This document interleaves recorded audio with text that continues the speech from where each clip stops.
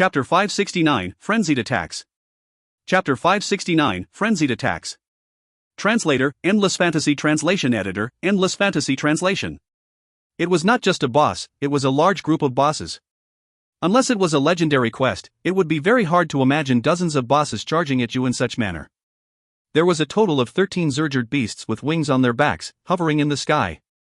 These Zergerd beasts were a few times larger than the normal-sized Zergerd beasts. Their skins were traced with golden, runic lines. Their fangs looked extremely terrifying. Zergerd Beast King, Yellow Gold, Beast. Level, 108. HP, 3,240,000. Defense, 1,800. Skills. Mangle mauls the target with their sharp teeth, causing 150% physical damage to the target. Rushing Pounce lunges towards a target from afar and pins the target down to the ground. Stuns the target for 5 seconds. Range, 3 to 20 meters. Here comes the yellow gold equipment. Zhang Yang smiled gently as he hopped onto Thunderhawk and flew towards the bosses. However, Zhang Yang was not the only one who had such thoughts. Mellow Venom from Crimson Rage, One Sword Stroke from Imperial Sky, Sword of Light from Radiance and other top-tier tankers of China had flown into the sky to engage the bosses on their flying mounts. They were merely yellow gold tier bosses after all. It was a free gift given by the system. Anyone would want to fight for it. Zhang Yang struck one of the Zergerd Beast King with his Spear of Obliteration, while his Thunderhawk shot a blast of Thunderball at another Zergerd Beast King. Felice, on the other hand, threw her Fire Missile straight at the third Zergerd Beast King. The attack of Zhang Yang, Felice, and Thunderhawk altogether were extremely powerful. The three bosses immediately followed Zhang Yang, Felice, and Thunderhawk. Guildmaster Zhanyu, please spare a monster for us. Mellow Venom had a wide grin on her pretty face.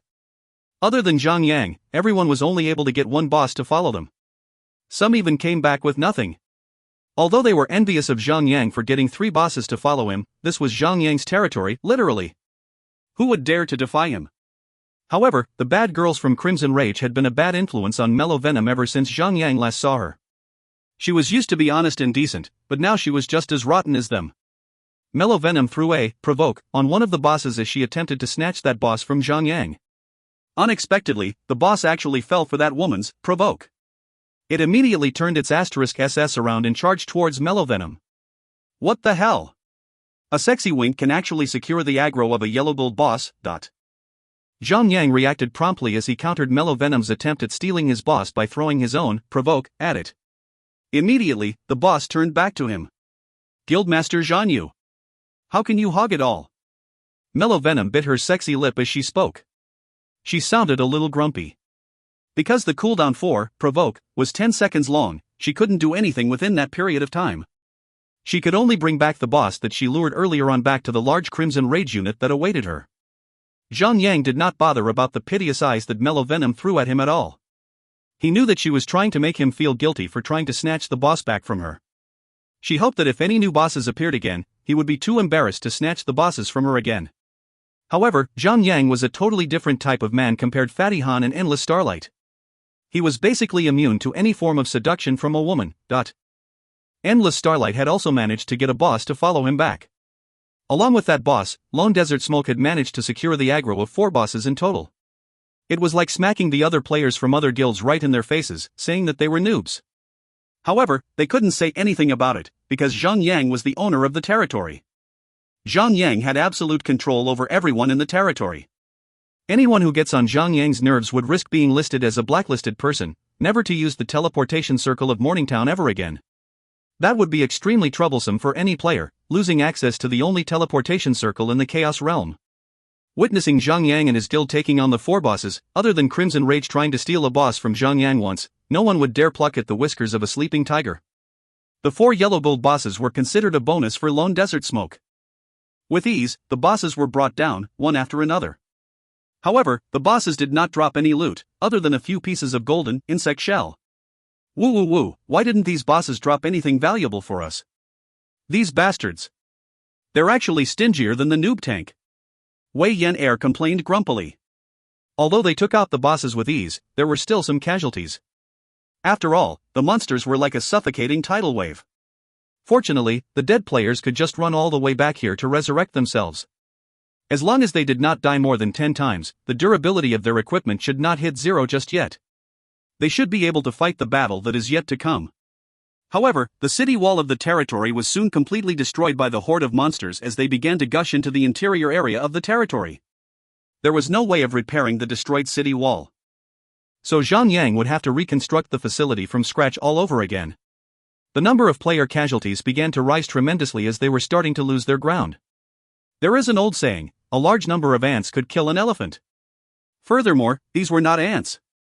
These were a large horde of elite-tier monsters. Their attributes were not far behind the regular players' attributes. Fortunately, the players still had their backs covered by the large army of NPCs, providing them some time to regain their breaths before re-engaging into battle. Rakovich was really ferocious and violent. He went all out with his hammer as he continuously smashed it against the ground, creating endless shockwaves across the horde of monsters charging at him. The monsters were pushed back by the shockwaves, unable to even get close to Rakovich. More and more freeloaders positioned themselves beside him, finishing off the monsters gleefully. It was their chance to earn even more experience points. Players would need to hunt all over the lands and mountains for the monsters in order to grind their levels. In other words, they would be wasting half of the time just running around, looking for monsters and bosses. However, in this battle, they only had to sit back and wait, while monsters came up to them. Furthermore, the amount of experience points earned from killing an elite-tier monster was so much more than the amount of experience points earned from killing a normal-tier monster. That was why this battle was the best possible moment for the players to grind their levels. The monsters had the edge in numbers. The players had the luxury of resurrecting themselves an unlimited number of times. Once every 3 hours, there would be a new wave of yellow gold bosses spawning among the horde of the monsters. The number of bosses in each spawn differed. The numbers ranged from 10 to 20. Every time they appeared, a contest of snatching the bosses would occur among the players. Whoever who acts fast would have the loot from killing the bosses. Although Morningtown stood right in the middle of the path which led to the portal of the China region, there were simply too many monsters to handle. The moment the city wall collapsed, the monsters gushed in continuously, like huge tidal waves. The defenders were unable to grab hold of each monster's aggro. A number of monsters managed to pass through as if the players never even existed in the first place. The leaks were sporadic and inconsistent. At times, only 3 to 4 monsters got past the defensive line of the players. After all, the system had programmed the monsters to go through the portal that connects the Chaos Realm and the China region so that they could conquer the 8 main cities of the 8 main regions. Therefore, the monsters would go straight through the portal if their aggro was not attracted by any of the players on the battlefield.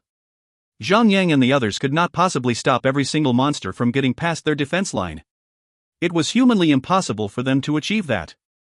On the other side of the portal, there was a massive amount of players standing by at the 10 barren seas. Although those players were only level 80 to level 99, they definitely had the advantage in numbers. Furthermore, the level gap suppression gap function of the game would not be in effect. In other words, tens of millions of players could actually drown the monsters if each of them spat once on the monster. One day had passed. Everyone was hungry and tired. They had lost count of the number of monsters that they have slain. However, these so-called ancient creatures have been in the dark, sealed up for eons. They have spent the entire time in a massive orgy, reproducing their kind and stacking up their numbers. Although millions of them had already fallen, the waves kept coming relentlessly. It was as if they came from an unlimited supply.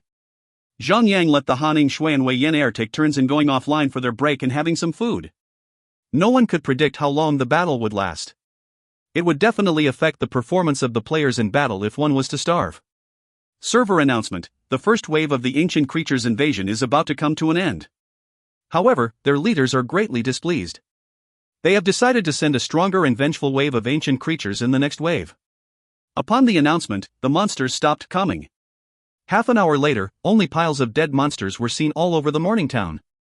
The dead bodies were so closely packed that the entire land had turned dark. The skin flayers were very happy during the entire time of that moment. As they were too stressful in fighting off the monsters, they could not find any chance of cutting the skins from the dead monsters. So now, they took their sweet time as they harvested their goods from the ancient corpses with their little knives.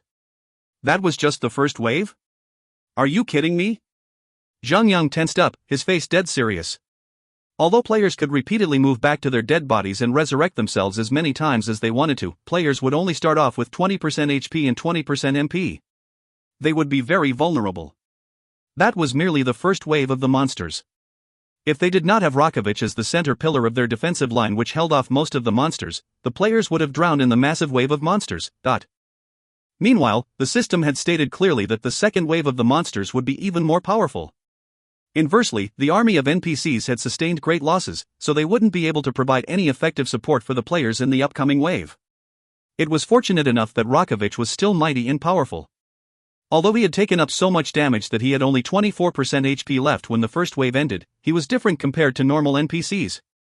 The moment he disengaged from battle, his HP began to recover on its own rapidly. In just a minute, Rakovich had recovered back to his full health state. Buzz, buzz, buzz. Suddenly, everyone could hear the deafening sound of wings, buzzing at a high frequency, coming from the sky. Every single player in Morningtown raised their heads up as they gazed into the distant sky, where the sound was coming from. What they saw were dark clouds moving towards Morningtown. About 10 kilometers away from where the players were standing, there were countless insect-type monsters buzzing their wings, flying towards Morningtown. These monsters were deep red in color, with 6 legs and a pair of wings on their backs. They looked similar to cockroaches, but their heads were many times larger than the heads of a cockroach. Each of them was about 4 to 5 meters long.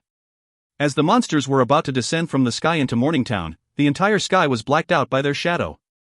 Darkness fell upon the players. Zergert Cockroach, Elite, Beast. Level, 115. HP, 300,000. Defense, 1,200. Melee attack, 7,623 to 9,623. Skills. Earth Dig. When the Zergert cockroaches are heavily wounded, they will burrow into the ground and cause their enemies to lose track of them. They can recover their HP during battle. Note, Zergert cockroaches are the soldiers of the Zergert race. They are ferocious and brutal. They love to kill but also know how to protect themselves. What the hell? These monsters can fly in the sky, fight on the ground, and they can even go underground and hide. These monsters are more like some sort of flying amphibian that can survive in the sky, on the ground and even underground. Fatty Han wheezed. However, other than the aerial army, there was also a massive army of the same Zergert beasts from Wave 1 on the ground. Their number was so massive that they looked like a land of darkness. In other words, players would be facing the army on the ground like how they did in the first wave of the monsters, along with a sky full of other enemies. This was not a 1+1 situation we are talking about here. For example, during a battle between two players slaughtering each other up, player A could just slaughter up player B when the HP bar of player B is left with 20%. However, if player B suddenly had help from player C, and the two of them are equally strong, then player A would never be able to take out player B, even if player A went all out, trying to take their enemy down together with them. That is how the change in quantity affects the quality of the troops. Garuru, the ancient creatures were making some strange sounds. Instantly, the massive aerial army in the sky began to dive towards Morningtown, as they began to launch a uniformed assault towards the players on the ground. Kill 1, you earn back the cost. Kill 2, you earn more. Fatty Han shouted out like a hoodlum as he drew the string on his bow, aiming at the Zergert cockroach horde in the sky. He repeatedly released his arrows towards the horde in an attempt to get the aggro of the monsters. The Zergert cockroaches came at Fatty Han the moment they made contact with his arrows. Endless Starlight quickly went in between Fatty Han and the horde and kite the monsters that were coming for Fatty Han. Then he said, "Brother Fatty, please cut down on the number of monsters you shoot. My tiny little limbs cannot kite too many monsters." Hi-ya! Monsters of this standard, little Yang could tank against hundreds of them. How can you be such trash? Fatty Han waved his hand flippantly. Not only was Endless Starlight silent upon hearing it, even Zhang Yang frowned hard when he overheard it. He could kite a few dozen elite tier monsters, but hundreds of elite tier monsters? Zhang Yang might have to activate his God of War transformation in order to do so. The battle raged on. Because there were forces coming from the sky, the defense line of the players began to collapse. They were divided into many fragments, surrounded by the Zergert beasts.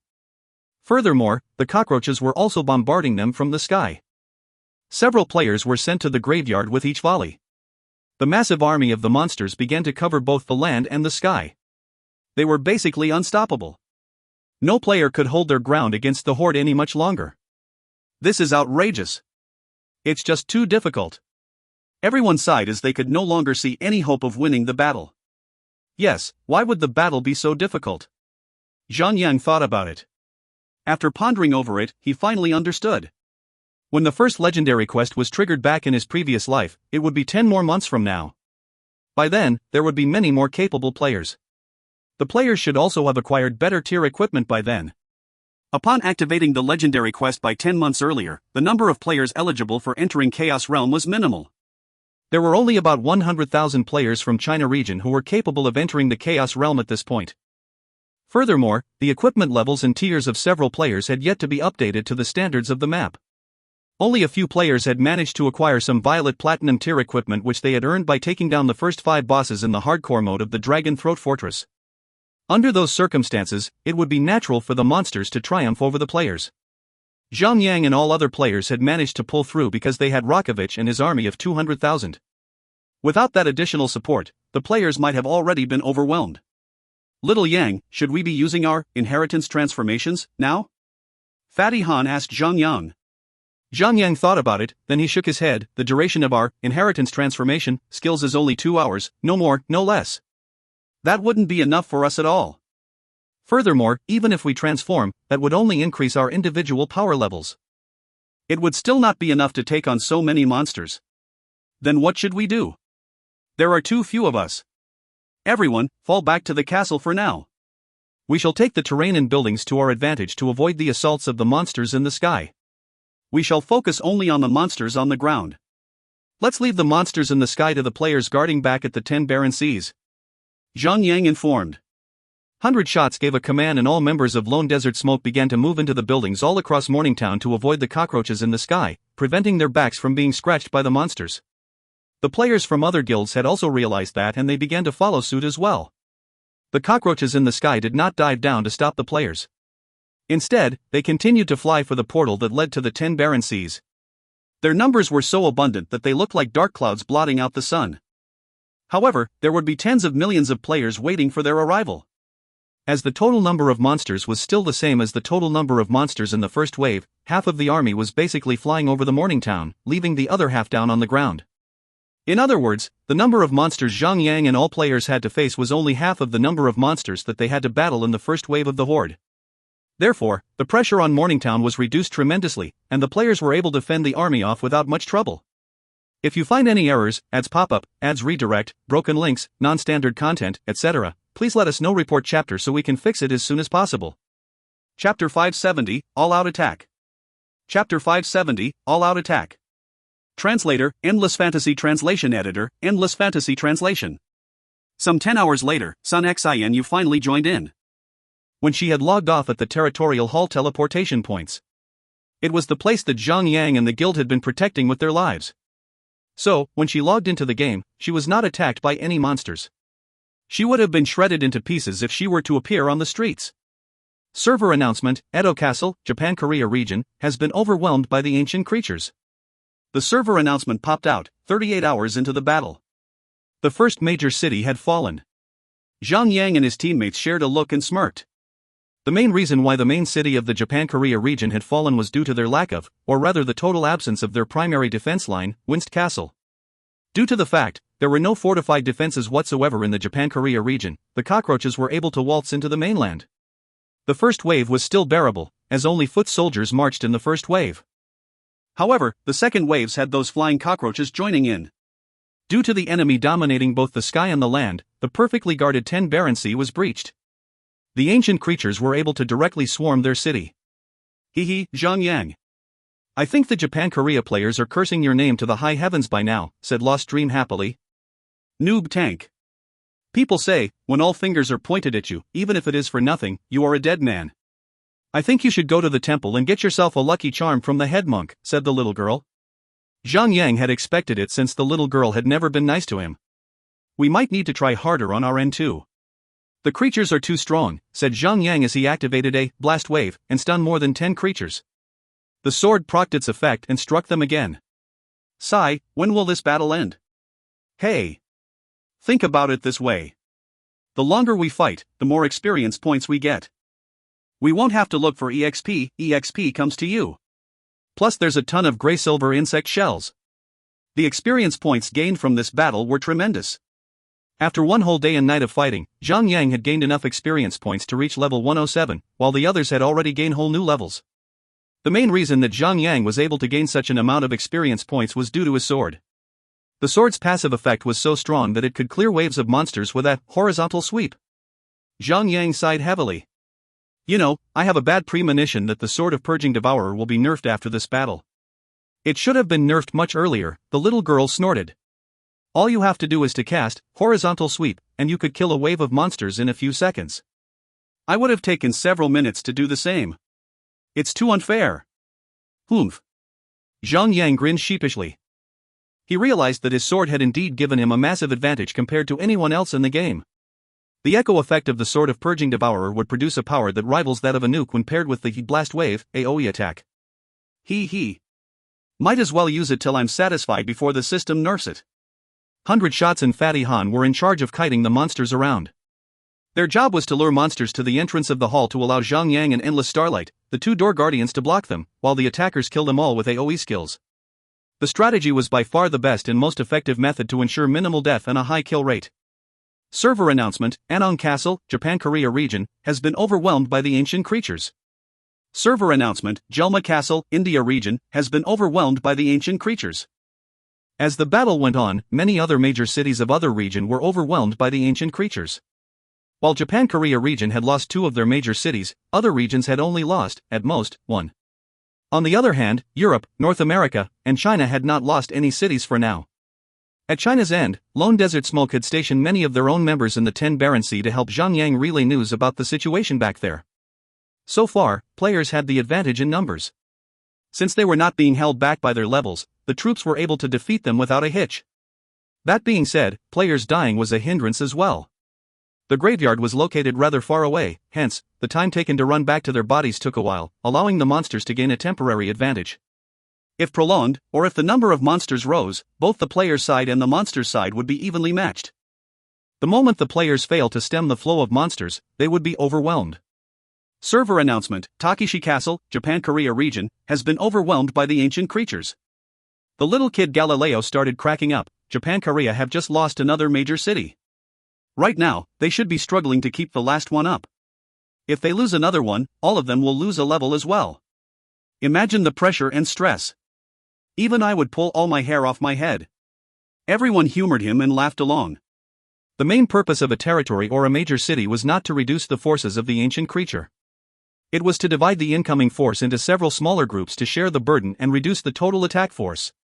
When a force of several 100,000 is divided equally, the resulting smaller groups would be easier to defeat. As they say, united we stand, divided we fall. Divide and conquer. That's what this battle was all about. Even though the system had not made it a contest, region players competed against each other in an unspoken manner.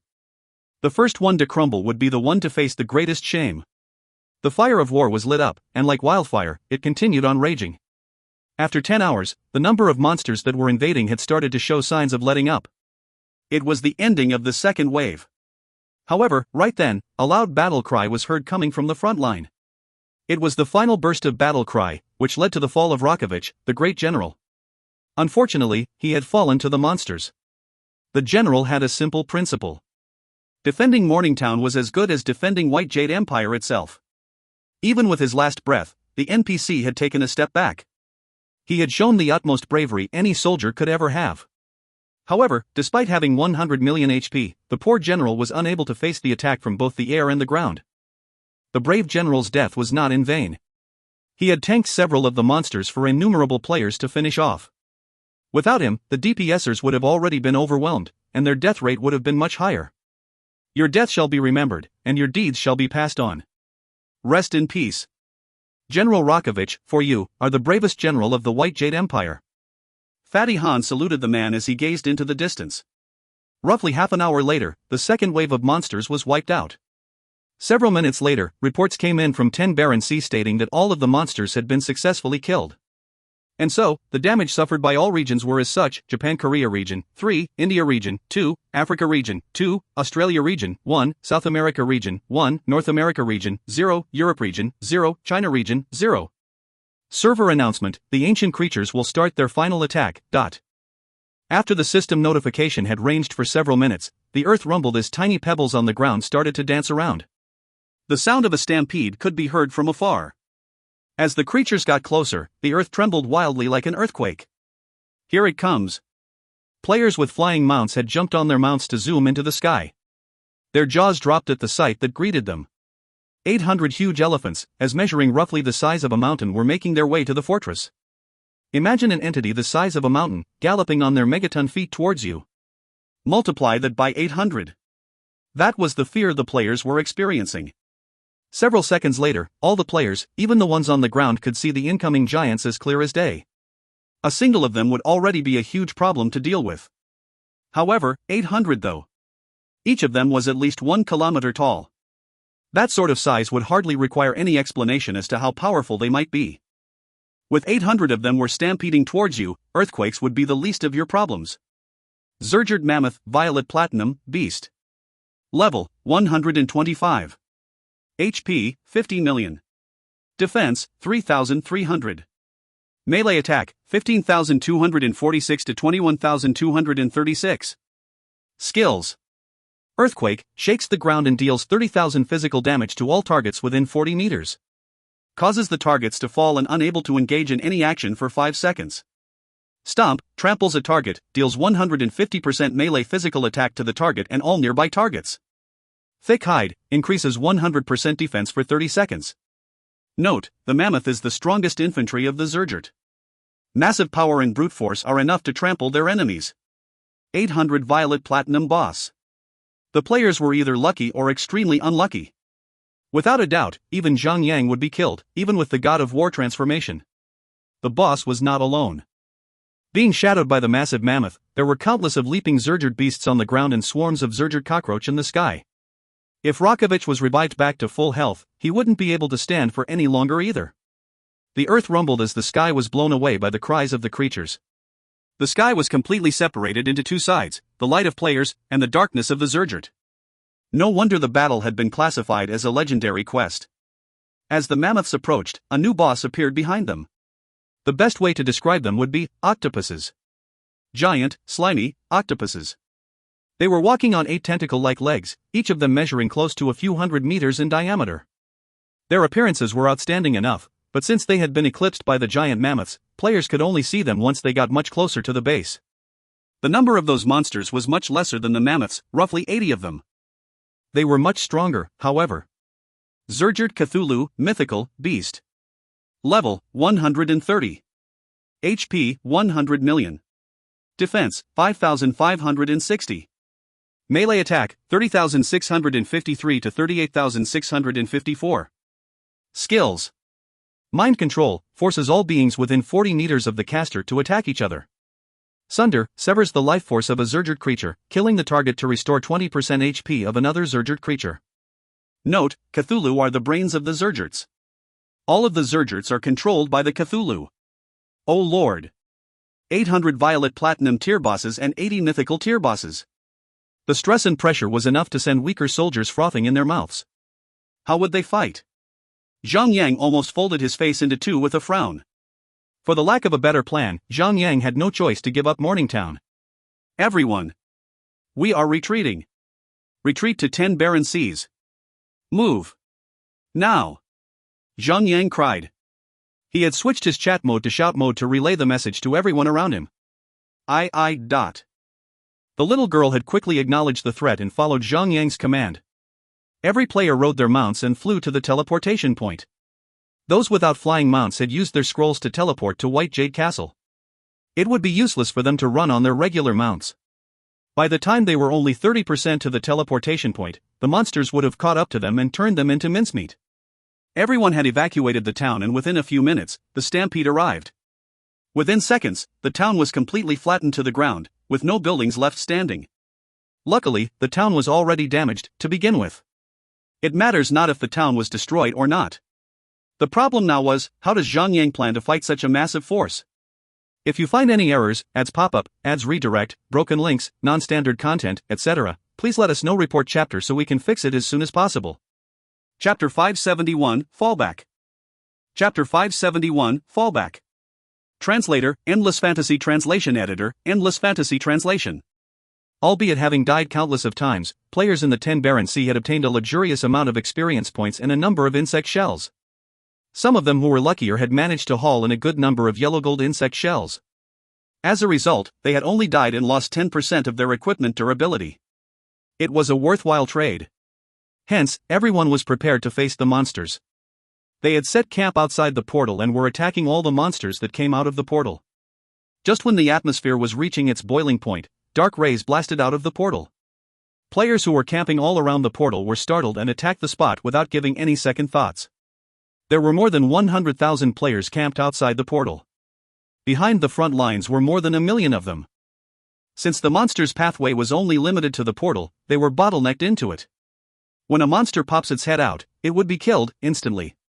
Even though it would still be dangerous to loot the item drops, players were still getting experience points. The loots were on a first-come first-served basis. Hence, when anyone attempts to loot, they would be struck by players as well. D*MN. Which stupid idiot is attacking me? F*CK me. I was killed by players instead of monsters. Sigh. Luckily, I had just leveled up. I only lost 4% of my experience points. Bastard. Humans were amazing sheep. When they see the frontliners attacking, the players behind them would jump on the bandwagon and attack the black light coming out of the portal. Even though a majority of players were still under level 100, anyone without strong equipment would surely be killed by several hundred simultaneous attacks. Thud. Thud. Thud. More than 10 dark lights that had managed to escape to the sky were shot down. Just when the players had come closer to loot the items, they were surprised to see that the dark lights were none other than players themselves. In a fit of haste, they had turned around to pretend they had seen nothing. If the dead player was someone prominent in the game, they might have incurred their wrath and would be a whole lot of trouble.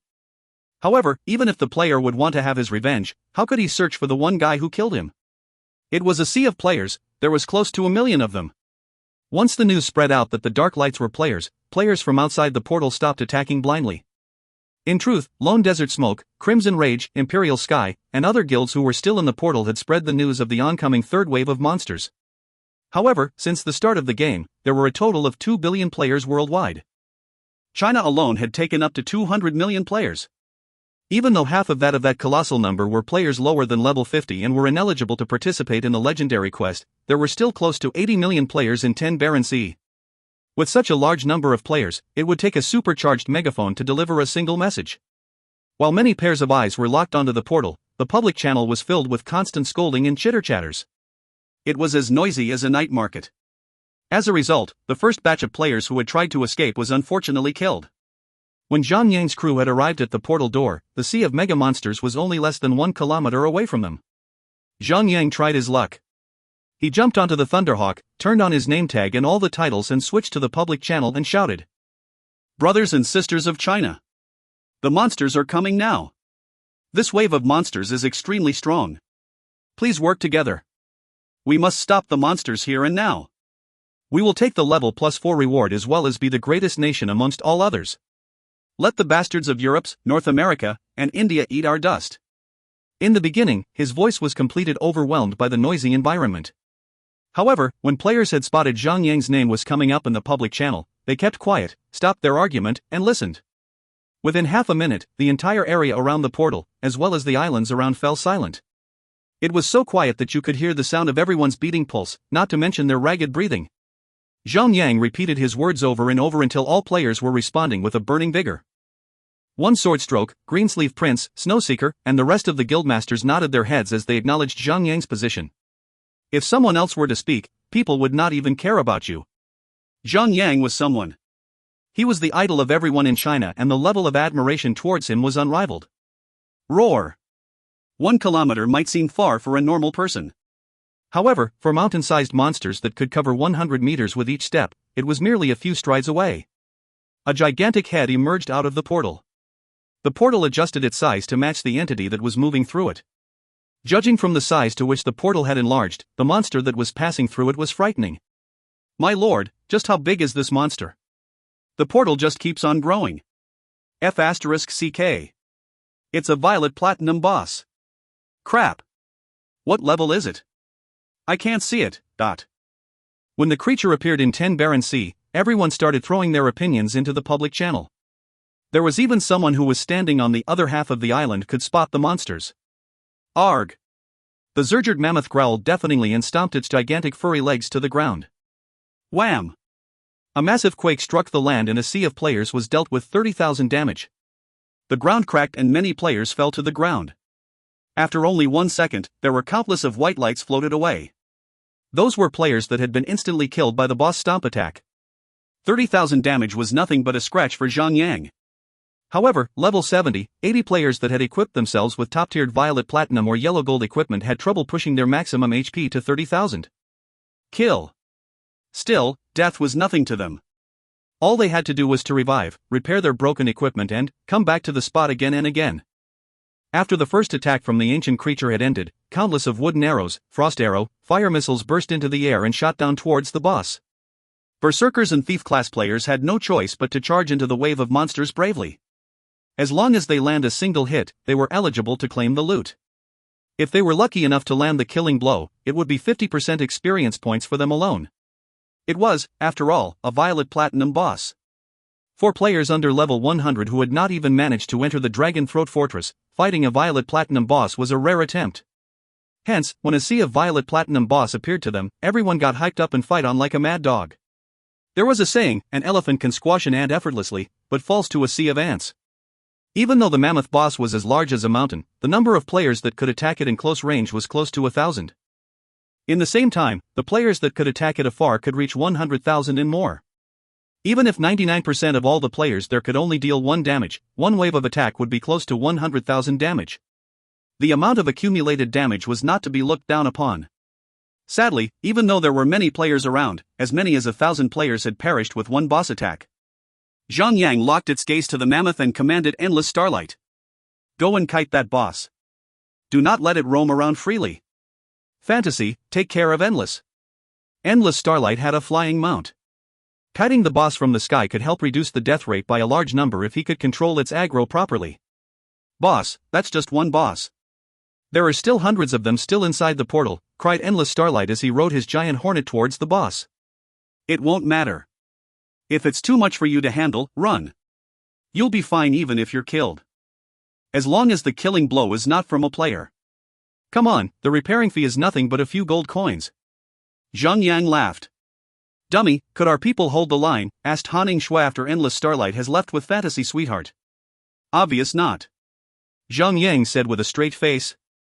800 platinum gold boss and 80 mythical boss is something that we are not capable of stopping. Then, why did you ask Endless Starlight to go on like that? I thought we actually have a shot at winning. Ha ha ha. It's called strategy and morale. If the lord of a city professes his weakness at the beginning of the siege, how would his army fight with their lives on the line?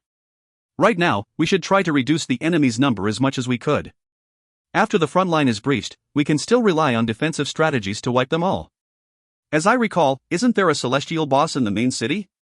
Let them reach there, and the boss will kill them all with a swift ulti attack.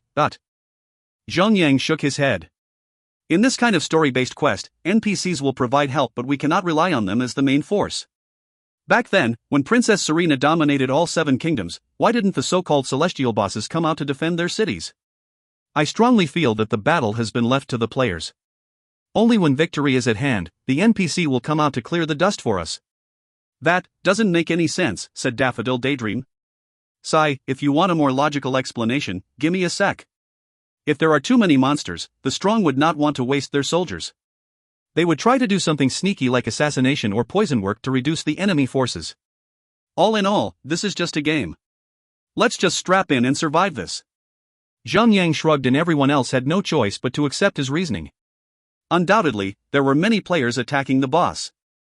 Even though the boss had a staggering HP of 50 million, players were still able to inflict a significant amount of damage even if they only dealt 1 damage each. Just when players had hopes of killing the first boss, echoes of a ruff were heard from the portal. 7 mammoths had just made their way through the portal, followed by the battalion of creatures behind. Just when they thought the 7 was more than enough, the same growl was heard again and more than 10 mammoths had emerged out of the portal, followed by the Zergert Cthulhu behind. It's a hit. A hit each, I'm telling you. No need to fight for the boss. There's one for everyone. Hit? There's so many bosses, one of them is enough to knock your head off your neck. How do we fight? I think I need to wear glasses in the game, for I am seeing several hundreds of violet platinum boss. Relax, your vision is fine. I'm seeing a few mythical bosses here. Right then, players finally understood why Zhang Yang had warned them earlier. This wave of monsters is indeed strong. In fact, they were strong as F***CK. If you find any errors, ads pop-up, ads redirect, broken links, non-standard content, etc., please let us know. Report chapter so we can fix it as soon as possible. Chapter 572, The Melancholic of Sword of Light. Chapter 572, The Melancholic of Sword of Light. Translator, Endless Fantasy Translation Editor, Endless Fantasy Translation. Well, with many bosses, come many drops. Investors would even walk through the Valley of Shadows just to earn 100% or 200% profit deals. In comparison, equipment damage that players had to pay on death was nothing compared to the chance of obtaining a boss loot. Hence, after a short session of panic and confusion, players made a huge comeback when they realized the benefits of rushing up to the bosses. Such a scene had made even the calm Zhang shocked. It was something he had never had expected. Zhang could not help but shake his head in disappointment. A fool would always commit a fool's deed. They knew nothing about the danger of the boss, hence the absence of fear. The space in their hearts had been completely filled by greed. F***CK logic. However, it was good. Is it not greed that causes most wars? Greed and the will to live are yin and yang. Both emotions could instill a zealous fervor that would drive a man to fight. The burst damage inflicted by hundreds of bosses at the same time was of nuke level. After each wave of attack, players would die at the rate of a few 100,000s at a time. It could not be helped.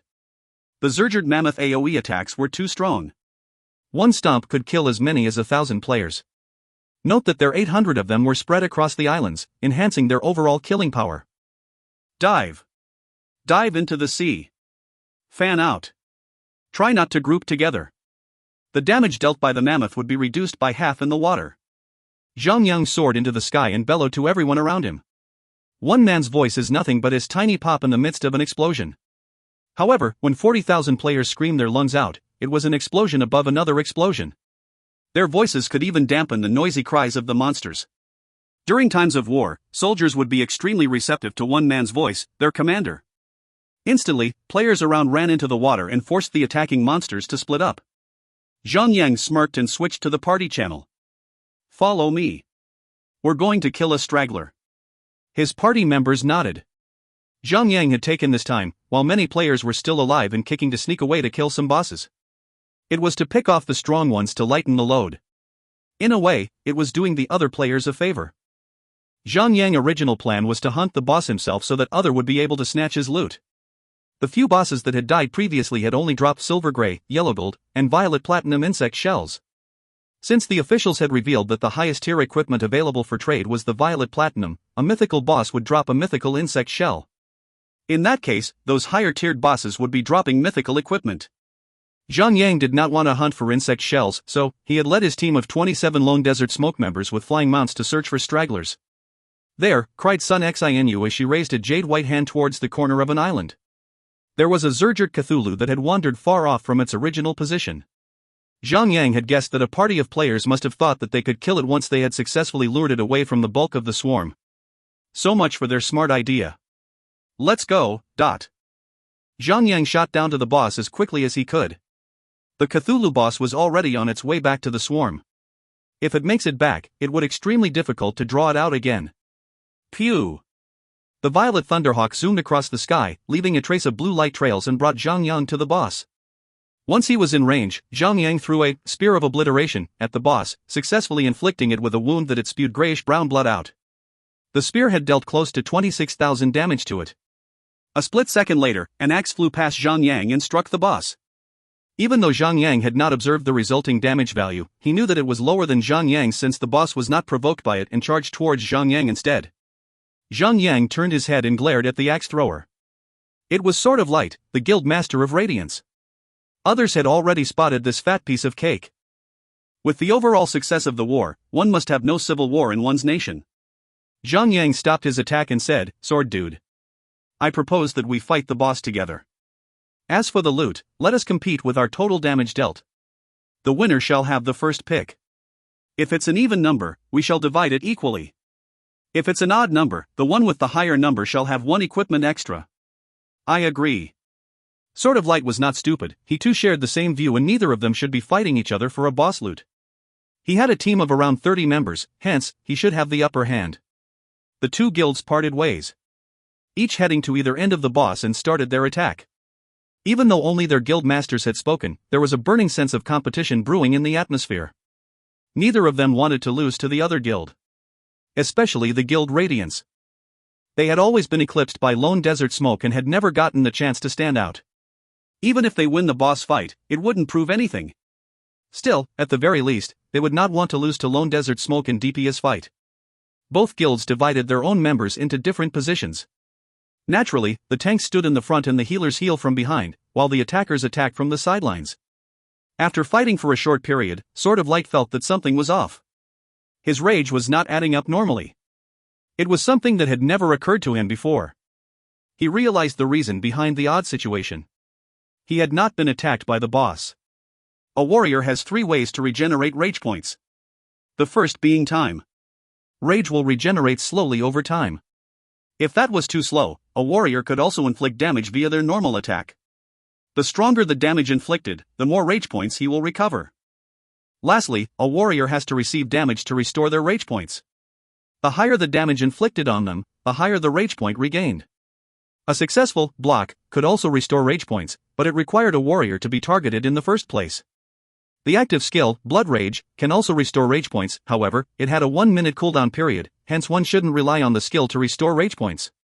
Tanks can only use a one-handed weapon, and their armor was mostly defense-oriented. They would have 30% or even 50% less attack power when it comes to a spellcaster and berserker with equipment of equal tier. A tank will mainly rely on attack to restore rage points, as they had 30% extra regeneration via attack. However, the God of War inheritance belonged to Zhang Yang alone, only he would have the ability to equip a two-handed equipment. Since Sword of Light had never been struck by the boss, so he could only rely on his normal attacks to regenerate his rage. Sword of Light's weapon was strong. It was a level 100 Violet Platinum axe. One axe attack would score 30 to 40 rage points. However, his axe had a 2.8-second attack interval. During that time, he could have already unleashed 3 skills. However, Destructive Smash costs 45 rage points.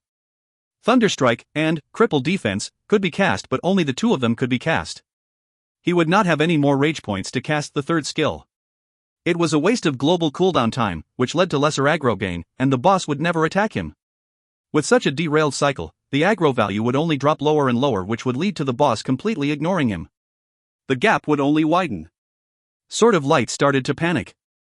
When the attacking class is competing with the opponent, he too was competing. However, what could a tank compete with? Obviously, the aggro generation rate. Sword of Light immediately cast the costless Provoke. Technically, Provoke should not work on a mythical tier boss, but surprisingly, the Zergert Cthulhu had taken the skill and turned towards him to attack. With a single attack, it attacked Sword of Light by over 23,000 damage, causing Sword of Light to recharge all of his rage points. With moments to spare, Sword of Light quickly sent out all the skills that could generate the most aggro and take his place at the top of the aggro list. Provoke worked by inflicting 99% of the aggro inflicted from a previous attack and forcing the monster to attack the caster for 2 seconds. If Sword of Light wants to maintain his position at the top of the aggro list, he has to generate adequate aggro value to compensate for the 1% aggro. If he not, once Provoke ends, the boss will turn back to Zhang Yang. Zhang Yang noticed how Sword of Light was struggling and had decided to unequip his shield. At most, he will compete as an attacker instead of a tank. Who has set the rule that a tank cannot be an attacker? No one. However, Zhang Yang never had the chance to do so. Luckily for him, he had a free punching bag to fully let loose. Zhang Yang had never wanted to compete for China's best tank. Even if he had not wanted to, he was sitting on the King of Tanks throne. Even if he had not realized it, he was looking down on the others. Sword of Light had always wanted to compete with Zhang Yang, but Zhang Yang had never had the thought of it. The weak will only seek to compete with others to prove that he is better than others, while the strong will only seek to be stronger than his own past self. Sword of Light heart tightened the moment when his Provoke ended. The boss had not turned his back and had continued to attack Sword of Light instead of Zhang Yang. Sword of Light relaxed a little, but when he spotted that Zhang Yang was nowhere far from him in the aggro list, his heart sank a little. Zhang Yang could overtake him at any moment. Sword of Light could never let his guard down, even for a fraction of a second. Sword of Light sighed in disbelief. It was the first time in his gaming life that he had ever performed well for a tank. TPS or threat per second and DPS, damage per second, are different mechanics. DPS is used to measure an attacker's prowess and TPS is used to judge a tank's. A tank's TPS may be high, but he might be performing poorly as an overall combatant. Surely, a good tank would have high TPS. Sword of Light had discovered that his TPS was at most 18,000, which was an extremely high for a tank. It was similar to that of a DPS that exceeds 18,000. His TPS would not be something that any player could reach easily. Sword of Light was overjoyed. His normal TPS achieved was usually 12,000. However, the pressure of Zhang Yang's presence in the field had increased his TPS generation by 50%. As expected, motivation derived from pressure. However, Zhang Yang is no ordinary player. Sword of Light checked the aggro list and bit his lips in anger. Zhang Yang was only behind him by about 1,000. Zhang Yang was in the same situation that he had been earlier on, the boss was not damaging him, so Zhang Yang should not have enough rage to attack. However, Zhang Yang was still able to tailgate Sword of Light closely. If it was Sword of Light who was in that position, he would surely fall back. As expect China's #1 tank. But, I will defeat you. Sword of Light muttered verbally. He glared at Zhang Yang not with hatred, but with a competitive mindset. His eyes froze at the sight of a shieldless Zhang Yang. Not wearing his shield? What's going on? If a tank wears the exact same equipment with an attack, the tank could deal only 50% to 70% of the damage of an attacker. A tank can only inflict high TPS value by relying on aggro generating skills. A shield is a tank's trademark. All skills in attack can only inflict increased aggro value when equipping the shield. A tank without his shield would be nothing but a severely underpowered attacker. However, Zhang Yang could still generate enough aggro by inflicting damage as an attacker. It only meant one thing: Zhang Yang could have easily defeated him if he had his shield on. Sword of Light had been blowing his own hot bubble, while Zhang Yang had no intention of fighting him on even grounds. He was in his own world. With that, Sword of Light was distracted and had slowed down by half a beat in attacking. Even though Zhang Yang had been attacking the boss, he felt bored, since he could not use Shield Bash to increase his attack.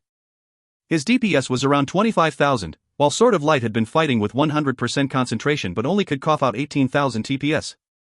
It was not that Sword of Light was weak, on the contrary, his aggro controlling skill was so strong that he could be one of the top 10 tanks in China. However, the person he was competing with was Zhang Yang, the man with the God of War inheritance. He had a 50% attack boost passive skill and the little girl's strength aura, which was a 12% strength bonus. His weapon was a level 120 mythical tier 2-handed axe. His DPS was so strong that even the little girl would have to bow her head to him. As such, no other tanks without powerful inheritances could compete with his TPS power. Zhang Yang had been pulling his punches.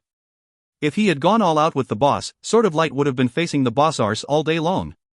Since Sword of Light had missed an attack chance, Zhang Yang had managed to surpass Sword of Light's skill cast by 1. The poor Sword of Light, who had been struggling to remain a hairbreadth ahead of a shieldless Zhang Yang, immediately fell apart and lost his lead. The boss immediately turned around to Zhang Yang and hurled its thick-footed Zhang Yang. What? Zhang Yang was surprised to encounter the boss attack. His hands flipped to his back in a flash and he equipped his shield. With extreme reflex, Zhang Yang raised his shield and protected himself. Block! Sword of Light had finally awoken from his distraction and gave Zhang Yang a weak smile. Inside, his heart was crumbling. Lord have mercy. How could a tank have such brute attack power? Sword of Light should not have been worried about aggro if it was against the DPS of a ** set attacker. Just when Sword of Light decided to give up his own competition, his eyes locked onto Zhang Yang's hands. Why, you're using a two-handed weapon, cried Sword of Light as he had only then discovered the oddity. However, Sword of Light saw the bigger picture.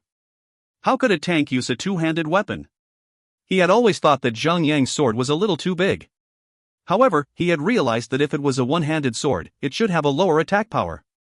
Zhang Yang should not be able to have such a high attack.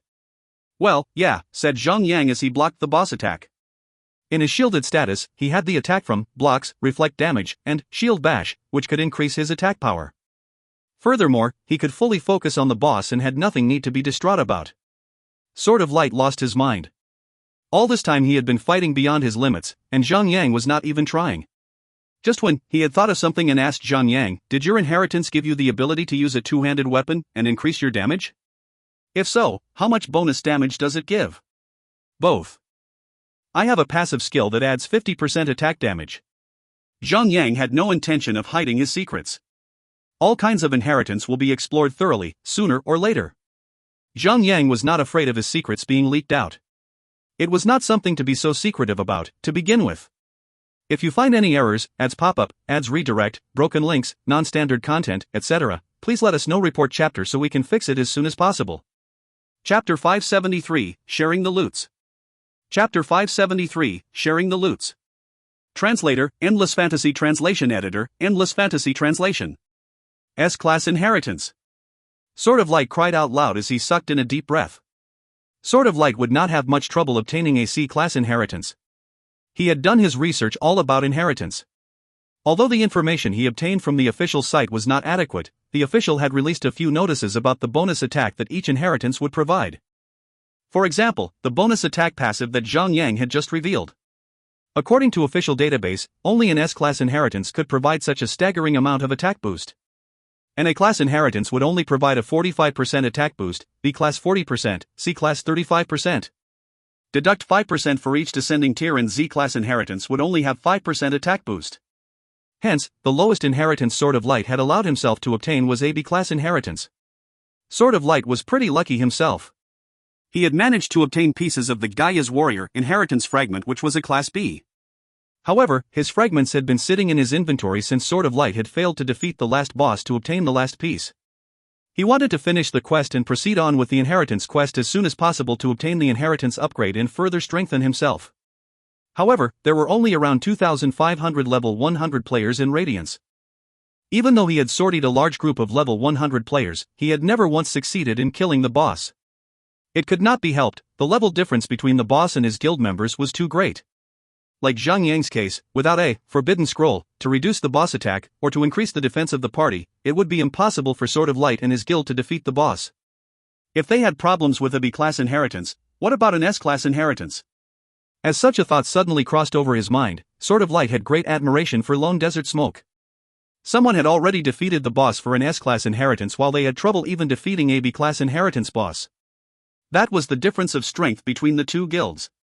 There was no way he could have figured out that it was all thanks to Felice's berserk spree during the Battle of the Black Dragon. Due to that misunderstanding of him defeating the dragon all by himself, a boss of an S-Class inheritance quest, which had led to Sword of Light's misconceived grasp of Lone Desert Smoke strength, the shame of it was so great that he could just find a wall and bang his head until he passes out. If Zhang could read his mind, he would have been snickering, or perhaps shaking his head in disappointment. Sword of Light felt a chilling fear down his spine as his guild members were all frowning at how crazy Lone Desert Smoke members were. In the total damage output list, Lone Desert Smoke had dominated the board by having 66% of the total DPS while Radiance had only 34%. It was more than half. Lone Desert Smoke only had 28 members. 3 of them were tanks, 3 healers, and 22 attackers. Radiance, on the other hand, had 2 tanks, 4 healers, and 23 attackers. Although they had more players on their side, 1 or 2 non-attacker class should not have made much difference, whereas Radiance should have the upper hand by having 1 more attacker. How could Lone Desert Smoke manage to create such a big difference in DPS when they had 1 less attacker? What's the point of continuing the fight? They would be only creating shame for themselves. In the DPS list ranking, Zhang ranked absolute first. Coming up next in descending order was Fatty Han, Daffodil Daydream, Sun Xinu, Lost Dream, Ghostly Leaf, 100 Shots, Galileo, Dominance Unparalleled, and the 10th place was Tang Dynasty Reverie. What a shame. The strongest, most admired attacker in Radiance, Ghostly Leaf, had been pushed down to 6th place. What a shame. Chikakulala. As the players pushed each other strike harder and faster, the Zergert Cthulhu had made a piercing noise that threatened to turn everyone's brain into jelly. All of a sudden, everyone lost control of their characters and started to attack one another. It was the boss's mind control skill. Luckily, the skill required the boss constant channeling to induce the effect successfully and continuously. As such, many low players, attackers and healers alike started turning against each other. Warrior's Will. Both Zhang and Sword of Light simultaneously activated the skill and headed to the boss to interrupt the boss channeling. Since the two of them were the closest to the boss, they had started attacking each other. However, since their status removal skills were activated almost instantly, they had managed to escape the skill, holding back their weapons from each other's throats and diverting its trajectory to the boss instead. Unlike the guild masters, the other members had dispelled their debuffs a few milliseconds after. They were all players around level 100, all classes by then should have status removal skills. Once everyone had dispelled the skill, the boss stopped its channeling and hurled its hairy legs at Zhang. The legs were hard and long, like a carapace of a spider. The legs had long spikes that were sharp and deadly. The boss had Sunder, that could restore a Zergert creature by 25% of its HP at the cost of sacrificing another Zergert creature. It was an extremely convenient skill. The boss could basically restore all of his HP by sacrificing 5 monsters. Zhang Yang had already kited the boss further away from the portal. However, the number of monsters on the island were overflowing. There would be strays that had made their way to where they were. Hence, Zhang Yang had dispatched several teams, each complete with a tank and a healer to hunt and kill the strays. It was imperative to prevent strays from getting too close to the boss and becoming his food. The boss had a staggering 100 million HP. In spite of that, 50 over players were able to hack away his HP like a hot knife through butter. The boss' most annoying skill was mind control. Luckily, the skill had a 2-minute cooldown which was only double that of Zhang Yang's Warrior's Will, allowing him to easily counter the boss. However, Sword of Light was unlike Zhang Yang. For his level, Zhang Yang had already obtained more skill points than he should actually have. It was all thanks to many first clear achievements and other feats that he had accomplished. Sword of Light's SPs were all gained via normal means, hence, his skill, Warrior's Will, was not yet maxed out. Other players, either in Radiance or Lone Desert Smoke, were unlucky to have lower SP. Hence, their status removal skills could not be maxed out to lower the cooldown time. At most, they could only dispel one of 3 occurrences. When they could not dispel the skill, all they could do was to let their characters roam around, killing their own friends. However, players were not as dumb as monsters. Once they had understood the boss's mechanics, it was easier to judge the boss movement and skill activation timing to preemptively leave the skill radius. Sadly, it took them several tries to get a hold of the boss timing. As such, the boss' strongest skill was easily countered by Zhang Yang. At most, the boss had only delayed the player's DPS timing by diverting their attacks momentarily. 70%, 40%, 10%. After what that seemed to be a draggy, time-consuming barrage of attacks, the boss was finally killed. Its mountain-sized body hardened into brittle stone before turning into dust. However, no matter how well animated its death scene is, the player's sight were all fixed on the boss loot. Guild Master Zhang Yu. After you, said Sword of Light calmly. As a guild master, he must maintain his posture and mannerism. His short, momentarily lapse of control was but a spark of something greater. It created a burning determination in his heart to surpass Lone Desert Smoke. To surpass Zhang Yu. The boss had dropped a total of 5 equipment. 2 among them were mythical tier, and the rest were violet platinum equipment. Zhang Yang shook his head and sighed. If only there were 3 mythical loot, Zhang Yang could have gained 2 mythical equipment. An extra violet platinum equipment would not do much for him since level 130 was still a long journey ahead. Zhang Yang laughed and said, Sword of Light, why don't I take 2 items and you have the rest? Sword of Light rolled his eyes. Without thinking, he had already known that Zhang Yang would take the only 2 mythical tier equipment. Only an idiot would trade 2 violet platinum equipment for a mythical tier. Sword of Light shook his head and said, stick to the agreement earlier. As guild masters ourselves, we must show an example to our members. Zhang Yang sighed and picked up one of the mythical tier equipment, while Sword of Light picked the other. As for the violet platinum equipment, Zhang Yang did not need even to examine the equipment to pick them. On the other hand, Sword of Light had thoroughly checked the equipment before taking one of them. The last violet platinum equipment belonged to Zhang Yang by default. Noob tank. Did we get anything good? When it comes to their own gang, the little girl would shamelessly claim dips on anything that applied to her. On the other hand, when there were other players around, the little girl was proactive enough to act befittingly to her lower position to make sure that Zhang Yang gets the respect he deserves. Zhang Yang smiled and shared the equipment's properties. Zergert Cthulhu's Phone, Mythical, Dagger. Weapon attack, 1927 to 2527. Attack interval, 1.7 seconds. DPS, 1310. Equip, increases damage by 14%. Equip, grants a chance to inflict confusion on a target with every successful attack. Target will be unable to control its movement for 5 seconds. Unidentified. Level requirement, 130. Special, reduces the level requirement by 20 levels. Zhang Yang added, the other mythical tier equipment was a cloth armor glove. Everyone else immediately understood his actions. No matter what type of class a player is, a weapon held the most influence in a player's prowess. Hence, in a situation where Zhang Yang could only pick one item out of the haul, Zhang Yang had picked the weapon instead of armor. The dagger was a thief's weapon. After both Sun Xinu and Lost Dream rolled for it, the item was won over by Lost Dream. Feeling down, asked Hanning Shui in a private message to Zhang Yang. Why should I be? Because your mistress gift has fallen into someone else's hands. Zhang Yang snorted. Since when were you the legit wife and she was the mistress? There was a loud crowd cheering from the side of Radiance. It was most probably sort of like sharing the equipment properties to all his members. See the first mythical tier equipment they had ever laid eyes upon. TSK. What a bunch of loser, why are they getting all excited about a mythical tier equipment, said Fatty Han pretending to be someone who had already seen it all. Ha ha. Fatty bro. You did drool and pop your eyes out when you first saw a mythical tier equipment, didn't you? Ha. I'm just a cool and calm guy. Would I be that outrageous? He. I did record your reaction then though. How about I post it on the forums? That said, Fatty bro is a popular guy. Perhaps there would be a line of chicks waiting to express their admiration towards you. Endless Starlight. Have you been constipating recently? Fatty Han asked with an evil grin. Ha? Yeah. I actually am. But, why'd you ask? Endless Starlight cocked his head. Because when I'm through with you, you won't be getting any constipation for the rest of your life. If you find any errors, ads pop up, ads redirect, broken links, non-standard content, etc., please let us know. Report chapter so we can fix it as soon as possible. Chapter 574, Reinforcement. Chapter 574, Reinforcement. Translator, Endless Fantasy Translation Editor, Endless Fantasy Translation. Even though they had successfully killed a boss, the number of monsters flowing out of the portal door did not ebb.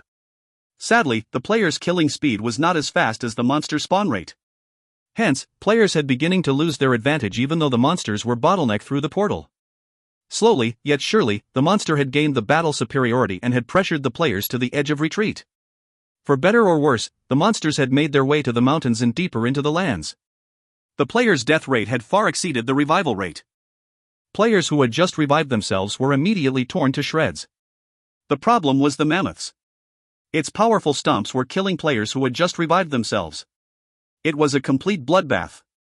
Whenever a player revives, they would only start with 20% HP. It was not a mystery that they were instantly killed by the stomps of the mammoths. They were losing. What should we do now? Everyone could see the sea of monsters that was coming from the horizon. The darkened sky that signified their doom was made worse when hundreds of giant figures emerged out of the horizon. Fall back. We kill them as we retreat, said Zhang. There's nothing that we can do but buy some extra time with our lives. We should at least slow them down until they stop spawning. When that happens, it's our time to strike hard. Easier said than done.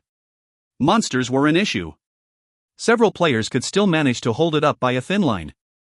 Even if the players were killed, at the very least, they could bring down many monsters with them. The bosses would be another issue. A strong boss would be a stronger killing machine compared to a magic cannon. Even though the Zergert Cthulhu were mythical tier bosses, they were positioning themselves behind the mammoths as their supporters. Every minute, they would take one small monster and tear out their souls to heal the mammoth.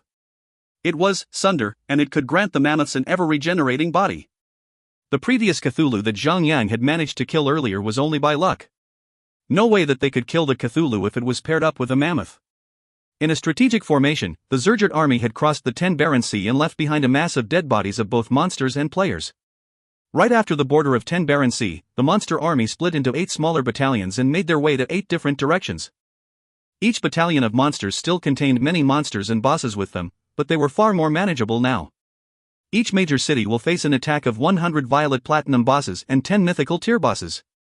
That's their plan. What a scary formation. D*MN that Cthulhu thing. It could heal the mammoths. A perfect tank and a healer formation. How are we supposed to defeat them? It's impossible. There's no way we could get close to that thing. We'll be dead when the elephant thing takes a single step. Everyone started exchanging ideas. However, even though the monster army had indeed been split apart, each of the mammoths was a problem to deal with. No matter what strategies players came up with, there would always be a flaw. Zhang sighed heavily as he gazed the battlefield from the skies. It's a pity. We might not get that level +4 reward. Based on the current strength of the players, Zhang had foreseen that the monsters would inevitably reach the city gates. It was impossible for them to hold the defensive line in Ten Barren Sea, hence losing the best result and reward. The next tier of rewards that they could aim for would be the level +3 reward. Are you seriously still thinking about rewards now? Han Yingxue crossed her arms under her breasts. Unsupported, they would completely envelop her arms, but that was another story. Hello? She snapped her fingers, annoying Zhang Yang. Wake up! It's not the time to dream about palaces, gardens, and the 72 concubines. Be satisfied with your own temple. Zhang Yang laughed at her joke. No matter. The monsters dividing up is a good thing. For better or worse, it is still far manageable than having one massive army. When the mammoths were in a line formation, their destructive power was unparalleled. It was not the mammoth and Cthulhu formation but only mammoths. Back at 10 Barren Sea, when all 800 mammoths grouped up, it was as if the pantheon of gods had descended to lay waste on the earth. However, when the monsters were divided into 8 different battalions, even though their attack power was still unbelievably strong, it was possible for players to fight with hope. The monster came to a flat road and players had retreated down further to set up their absolute defense line. There, players would use the same bottleneck strategy to hold the line. However, even when their total attack power was reduced down to only 1/8, the battalion of monsters was still able to trample their way through the line and move on into the city. The players had failed to take into account that by allowing the monsters to clog up, their stomps would stack, causing even more devastation. Several hours later, the monster army arrived at the city gates. Players then split up to defend their own cities of origin. Since there were free teleportation points in between cities, players were able to maneuver in between cities with great speed to replenish defenses in different cities. There were NPC there who joined in the battle. However, according to the NPC themselves, the Empire's army had left the city to suppress an uprising. They had left a few days ago, and would take a few days to return. Well, obviously that was scripted. The system clearly wanted players to rely on themselves to win the war. If they cannot do that, they would have to wait for the reinforcements to arrive. While players were forced to wait, the monsters were already knocking on the main gates. Players immediately burned their pockets to set up the portable magic cannons. A city was not the same as a territory. A city could have unlimited numbers of cannons. Hence, when the number of cannons had reached over 100, the damage inflicted with a simultaneous attack would be as equally devastating to the monsters. Unfortunately, when the cannons were fired, it had drawn the attention of the flying cockroaches in the sky. As such, groups of valiant players had put all their efforts in hopes to protect the one thing that could aid them. Server announcement: Bahamas Castle, Africa region, has been overwhelmed by the ancient creature. Server announcement: Hongul Castle, Africa region, has been overwhelmed by the ancient creature. As long as the war was still going on, the server channel would announce castles being torn apart by monsters. As such, Japan-Korea region had suffered the highest damage, with 5 major cities lost. On the other hand, North America had finally popped its cherry by losing 1 city. The only 2 great regions that had not lost a single city were China and Europe. Server announcement: all ancient beings have initiated their final charge. Heroes, press on, and victory shall be in hand. Zhang Yang sighed in relief. Finally, after a continuous chain of bad news, something good has come. From here on out, the monsters will cease spawning. Killing them now would drastically reduce their overall strength. With such news in hand, players cheered on and started their final sprint. Though the monsters no longer had reinforcements, a great number of them were already clogged up outside the city gates. Server announcement: Elren Castle, Europe, has been overwhelmed by the ancient beings. Unfortunately for Europe, they had just lost their first city, making China the only region that was still unblemished. Now that the war had almost come to a climax, Zhang Yang did not hesitate to unleash his powers. Zhang Yang leaped down from the castle wall and activated his God of War transformation in midair. Then, he flew into the swarm of monsters and laid down his attacks. He had even risked his life to draw the attention of a few mammoths and Cthulhus to draw them from the cities. After he had dealt with a portion of the enemy, Zhang Yang headed for the portal and teleported to the city that was most vulnerable or in need of an immediate assistance. Right then, all of China's players shared the same view on war. All 8 cities represent 8 levels. The first 3 were bonuses and the last 5 was a loss but could still be saved. Fatty Han led the charge, persuading all of the players in China to use their inheritance transformation skills to lay waste to the monsters. Sadly, there were no guilds that could expend forbidden scrolls. As only a handful of players had surpassed the level 100 threshold, they were unable to farm the scroll. They were not just rare, but diverse in variety. A forbidden scroll came in single attack types, supportive types, AoE damage types like Scourging Doomsday. Not every forbidden scroll could be used this situation. Server announcement: Ono Castle, Japan-Korea region, has been overwhelmed by ancient beings. That announcement should bring joy to China players. However, since the monsters were coming in at great speed, none of them paid much attention to it, as they were too busy saving their own cities. The number of monsters that had entered the city premises did not mean that the city had been overwhelmed.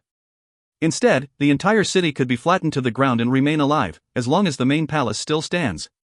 Before the dominance of Queen Serena, each major city was a kingdom on its own and had a king or a ruler residing in the main palace. Although there were no kings or queen in other cities' palaces besides White Jade Castle, the palaces still signified the life of the cities. The monsters pushed on, finally crushing the walls and spilling into the city. Every 1 to 2 hours, the system would notify the fall of a city.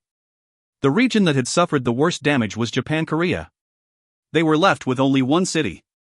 All players, including the ones who had just reached level 50, had made their final stand there. It was their last city.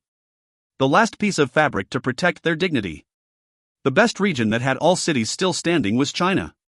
However, out of 8, 6 of them had already lost their city gates. Europe region players were doing a good job at maintaining their position ever since they lost one city. Server announcement: White Jade Empire Army is on their way back to the city. They will arrive to provide reinforcements in 3 hours. Server announcement: Hongul Kingdom Army is on their way back to the city. They will arrive to provide reinforcements in 3 hours. Players' eyes glinted with hope as the system notification rang in their ears. It was a certain victory if they could last for another 3 hours. The Empire's or Kingdom's army was as strong as a celestial boss. Since almost all major cities' kingdom rulers were holy tier, it was enough to completely suppress the incoming monster's attack. 1 hour. 2 hours. 3 hours. When one of China's city was on the brink of falling, one player on his flying mount cried out jubilantly. "They're here. Help has arrived. We're saved." Zhang got hold of the news and quickly made his way back to White Jade Castle. He soared to the sky on Thunderhawk and gazed upon the earth.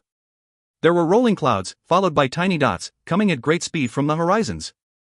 They were soldiers riding towards the castle, with a huge flag behind them. The emblem of a soaring griffin was imprinted on the flag. It was the emblem of White Jade Empire, and they were coming to help Zhang. If you find any errors, ads pop up, ads redirect, broken links, non-standard content, etc., please let us know. Report chapter so we can fix it as soon as possible. Chapter 575, Preventing Future Trouble. Chapter 575, Preventing Future Trouble. Translator, Endless Fantasy Translation Editor, Endless Fantasy Translation. Amongst the crowd of soldiers, a single figure zoomed into the sky. It was the beautiful heroine, Queen Serena. The meteor sword in her hands gleamed with an intense brightness. The glow spread across her entire character. Flying through the air, she glowed like a fireball. Following closely behind her were the Dragon Knights. With her leading the charge and a total of 10 ferocious, mighty dragons behind her, it was the perfect wallpaper for anyone's desktop. Pray that you live long enough to regret the day you decided to raise arms against my kingdom. Serena gathered her strength and swung her sword with the might of an ascended boss. The sword sent out a ray of light and morphed into a large green dragon. The green dragon crashed into the battlefield and flew through the ranks of the enemy. All that the dragon touched instantly turned into dust, even the strong mammoths. As expected of Queen Serena. She was someone who Zhang could rely on whenever things get a little out of hand. The moment Queen Serena made her appearance, players who were attacked by the monsters cheered out loud, celebrating their savior. Even though Emerald Kingdom and Black Dragon Kingdom had no rulers, White Jade Empire itself as a whole had a godlike boss taking care of them. With the Empire's army coming in from behind, the fall of the Zergerts was only a matter of time. Zhang stepped back and called out to his party. "I'll take my leave now. I'll be heading to the Chaos Realms." "Why?" Everyone cocked their head. Now that Queen Serena has made her appearance on the battlefield, was it not the time to pounce on the stray bosses and obtain loot? Zhang simply shook his head as they pebbled him with questions. He had no time to explain and hurriedly tore a teleportation scroll. "I have a quest. It has something to do with destroying or sealing the ancient creature lair portal." "Couldn't that wait until the war is over?"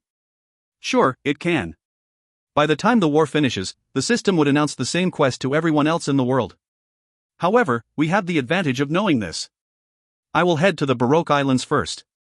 Since the end of the battle is almost near, I won't make much of a difference in the outcome. Hunt and kill as much as you want for now. When I get there, I will summon you guys over," Zhang explained. Zhang knew the time was short as it was already proven in his past life. The player who had delivered 90 messages all around the Chaos Realm was the player who had initiated the quest. However, he was not the player who had obtained the final reward. Hence, in the forum where Zhang had read about it, he had posted his frustration. In truth, the system had given the quest initiator a head start. However, the ability to seize the chance would depend on the player himself. When the third wave starts, it would not be wise for an attacker like Zhang to leave the battlefield. On the other hand, when the situation is under control and everyone else is busy indulging themselves on rampaging bosses, Zhang decided to take the chance to leave the place and get a head start. Zhang confidently believed that he was better than all players in the world in terms of battle prowess. However, the main character in the battle was Queen Serena, the godlike boss. Everyone else, with or without inheritance transformation skill, would only be tiny specks of dust. The only thing that they can do would be attempt landing the killing strike in order to obtain the boss loot. In such a situation, it all depends on luck. If Queen Serena's attack lands and kills a boss that was next to you, you'll strike the jackpot. Otherwise, good luck, bro. Zhang had concluded that even if he remains on the battlefield, he would not be able to get a single item. Why not save his time and proceed on to Baroque Island first? To put in comparison, the system had allocated 100 Violet Platinum bosses and 10 mythical tier bosses to each major city in the White Jade Empire. With such a nice gesture, the end reward for the legendary quest should be even better. Zhang had no idea what the quest would end up giving him, but the treasure chest? He would surely obtain it. Just as he was waiting for the system to teleport him away after tearing the teleportation scroll, the magic circle did not appear and Zhang was greeted by the system notification. The teleportation point of Morningtown had already been destroyed. When the monsters had attacked, Morningtown was the first city to fall. Hence, Zhang territory was gone. The destruction of the teleportation point should have been known to him, but it had only crossed his mind when he tore the scroll. Zhang sighed in disappointment and shot to the sky on the Thunderhawk. Currently, it was still the swiftest mount in the entire game. That is, if nobody were to activate their Class A inheritance transformation skills. Their movement speed would be much faster than a mythical tier battle mount. However, who would do that? Probably someone with their head between their groin. 2 hours later, Zhang arrived at 10 Barren Sea. Without slowing down, Zhang zoomed through the portal and entered the Chaos Realm. Server announcement: the Ancient Beings invasion has been stopped. The system will now hand out the rewards and penalties to players based on the number of lost cities. Server announcement: Japan-Korea region has lost all main cities. All player will have 5 level deduction. India region has lost 7 main cities. All players will have 4 level deduction. Australia region and Africa region have lost 5 main cities. All players will have 2 level deduction. South America region has lost 3 main cities. No rewards nor penalties shall be invoked. North America region has lost 2 main cities. All players will have 1 level reward. Europe region has lost 1 main city. All players will have 2 level reward. China region has not lost any main city. All player will have 3 level reward. Server announcement: special quest, Preventing Future Trouble, has been activated. All players that had participated in the War of Ancient Creature are eligible to take the quest and obtain luxurious rewards. At the same time, all players that had fought during the battle had received the quest, Preventing Future Trouble. Preventing Future Trouble, difficulty level, S. Description: even though the ancient beings have been annihilated, the origin of the threat remains. The leader of the creatures, Queen of Blades, Kaysera, is still alive. She currently resides on Baroque Island, planning to recreate the land of the Zergerts. She will close the portal and restore her powers in order to launch an attack in the far future. Adventures: steel yourselves and defeat the demonized Queen of Blades. Destroy the portal that connects both worlds and save the land. Good luck. Completion: destroy the portal 0/1. Quest reward: skill point +3, luck point +3, Rising Dragon Strike, Medal of Bravery. Rising Dragon Strike, passive: all magic or normal attacks will grant a chance of unleashing a dragon to deal 10 times the damage of the attack that had triggered the skill. Deals 10 times the damage to all targets in a large area. Medal of Bravery, mythical, accessory. Equip: increases 1000 relationship points with all allied NPC. Equip: increases all damage and healing rate by 5%. Use: grants you invincibility from all attacks and effects for 10 seconds. Level requirement: 130. Special: reduced level requirement by 20 levels. Note: the medal that signifies the bravest among all braves. The rewards alone made all players drool a river. SP and luck points were good, but the skill, Rising Dragon Strike, was strong. It was a passive skill at that, too. Not only could it deal 10 times the damage, it was also an AoE skill. What an OP skill! Like automated robots, all players had taken out teleportation scrolls and tore them up. However, they were all greeted by the system notification that informed them of the destruction of the teleportation point in Morningtown. After a short moment of panic, everyone summoned their mounts and charged towards 10 Barency. Those who had flying mounts were grinning from ear to ear as they naturally had the advantage of speed. As expected of the big boss who could foresee the future. He has given us 2 hours of a head start, cried Endless Starlight. Ha ha. Zhang Yang laughed as he rode the Thunderhawk. It's not going to be that simple. The quest is an S-class difficulty. We have all used our inheritance transformation skills. It would be the ultimate challenge for us to kill the boss within 2 hours. Well said. There's even a chance that we will get ourselves killed when the boss reaches 1% HP. Fresh arrivals might even end up stealing the last hit, said Fatty Han. Enough with your crap. You just had to jinx it. Be it by luck or pure effort, Zhang Yang had bought 2 hours for Lone Desert Smoke to obtain fame and fortune. There was one more advantage that Zhang Yang had earned from the system. Baroque Island was not visible on the map. The quest had not provided the exact location of Baroque Island either. Hence, players would have to spend some time searching for the location of the place. As Zhang Yang flew towards the island, Zhang Yang took out the Guet shield. After 3 days, in-game time, of constant fighting and killing, Zhang Yang had reached level 108. With the levels gained from the battle rewards, he had reached level 111 and is now able to equip the Guet shield. The Guet shield, mythical, shield. Defense, plus 4,680. Vitality, plus 4,564. Equip, increases 9,360 maximum HP. Equip, absorbs 1,644 damage on attack. Equip, automatically activates Shield Bash with every successful block instance. This Shield Bash will not cost rage points. Is not affected by global cooldown. Level requirement, 130. Special, reduces level requirement by 20 levels. Note, a legendary shield that once belonged to the Guet family. However, the shield had fallen into the hands of Ditch, the Blackbeard pirate, when one of Guet's descendant was traveling in the sea. Zhang Yang equipped the shield, gaining a massive boost to his HP and defense. HP, 186,760, defense, 5,240, damage absorption, 3,882. Powerful. Tanky, dot. Take 10,000 physical damage and hurl it at Zhang Yang. First, the damage would go through his defense, deducting 5,240 damage. Reduce another 20% of the resulting damage and you will have 3,808 damage. Lastly, the damage will have 3,882 damage absorb, resulting in NO damage. In the end, no damage under 10,000 can get past Zhang Yang's thick skin. Zhang Yang had loved the shield and caressed it, as he had just obtained a new toy to play with. Compared to the strongest shield that he had obtained in his past life, the Guet shield was just one tier below it. With this new powerful shield in hand, the Queen of Blades should be easier to defeat. Zhang Yang zoomed through the skyline like a railgun projectile, leaving a trail of blue light in his wake. A flying mount would not be affected by the terrain effect, hence, even though the geography of the land was treacherous and difficult to trek through, Zhang Yang had arrived at the outskirts of Baroque Island without much delay. When Zhang Yang had left the place a few days ago, the green island was still brimming with life. Now, it had been turned into a brown-colored wasteland. There was a crater at the center of the island. It looked like the island had been ripped apart from the inside and something come bursting out from it, like a huge, ugly, pop zit. All the plants were dead and rotten. There were no animals, no plants, no grassy plains, but only a huge, violet-colored, pulsating portal. On the rim of the portal, Zhang Yang could see traces of lines that resembled a huge circle of magic runes. It was the circle that Zhang Yang was supposed to destroy. However, Zhang Yang did not zoom in immediately, as there was something huge standing next to the portal. It was several hundred meters tall.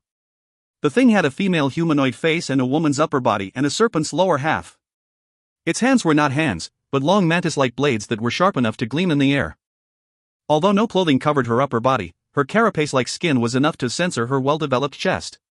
Queen of Blades, Kaysera the Queen of Zergert, mythical, humanoid. Level, 130. HP, 500 million. Defense, 5,560. Melee attack, 40,204 to 52,204. Skills. Queen's Roar, stuns all target within 40 meters and causes 10% HP loss every second, not exceeding 20,000 damage each tick, for 5 seconds. Omnislash, continuously slashes at a target, dealing 100% melee physical attack for 10 continuous attacks. Can be interrupted. Note, the Queen of Zergert. A leader with a true sense of leadership and justice. Has the ability to create Zergered lifeforms.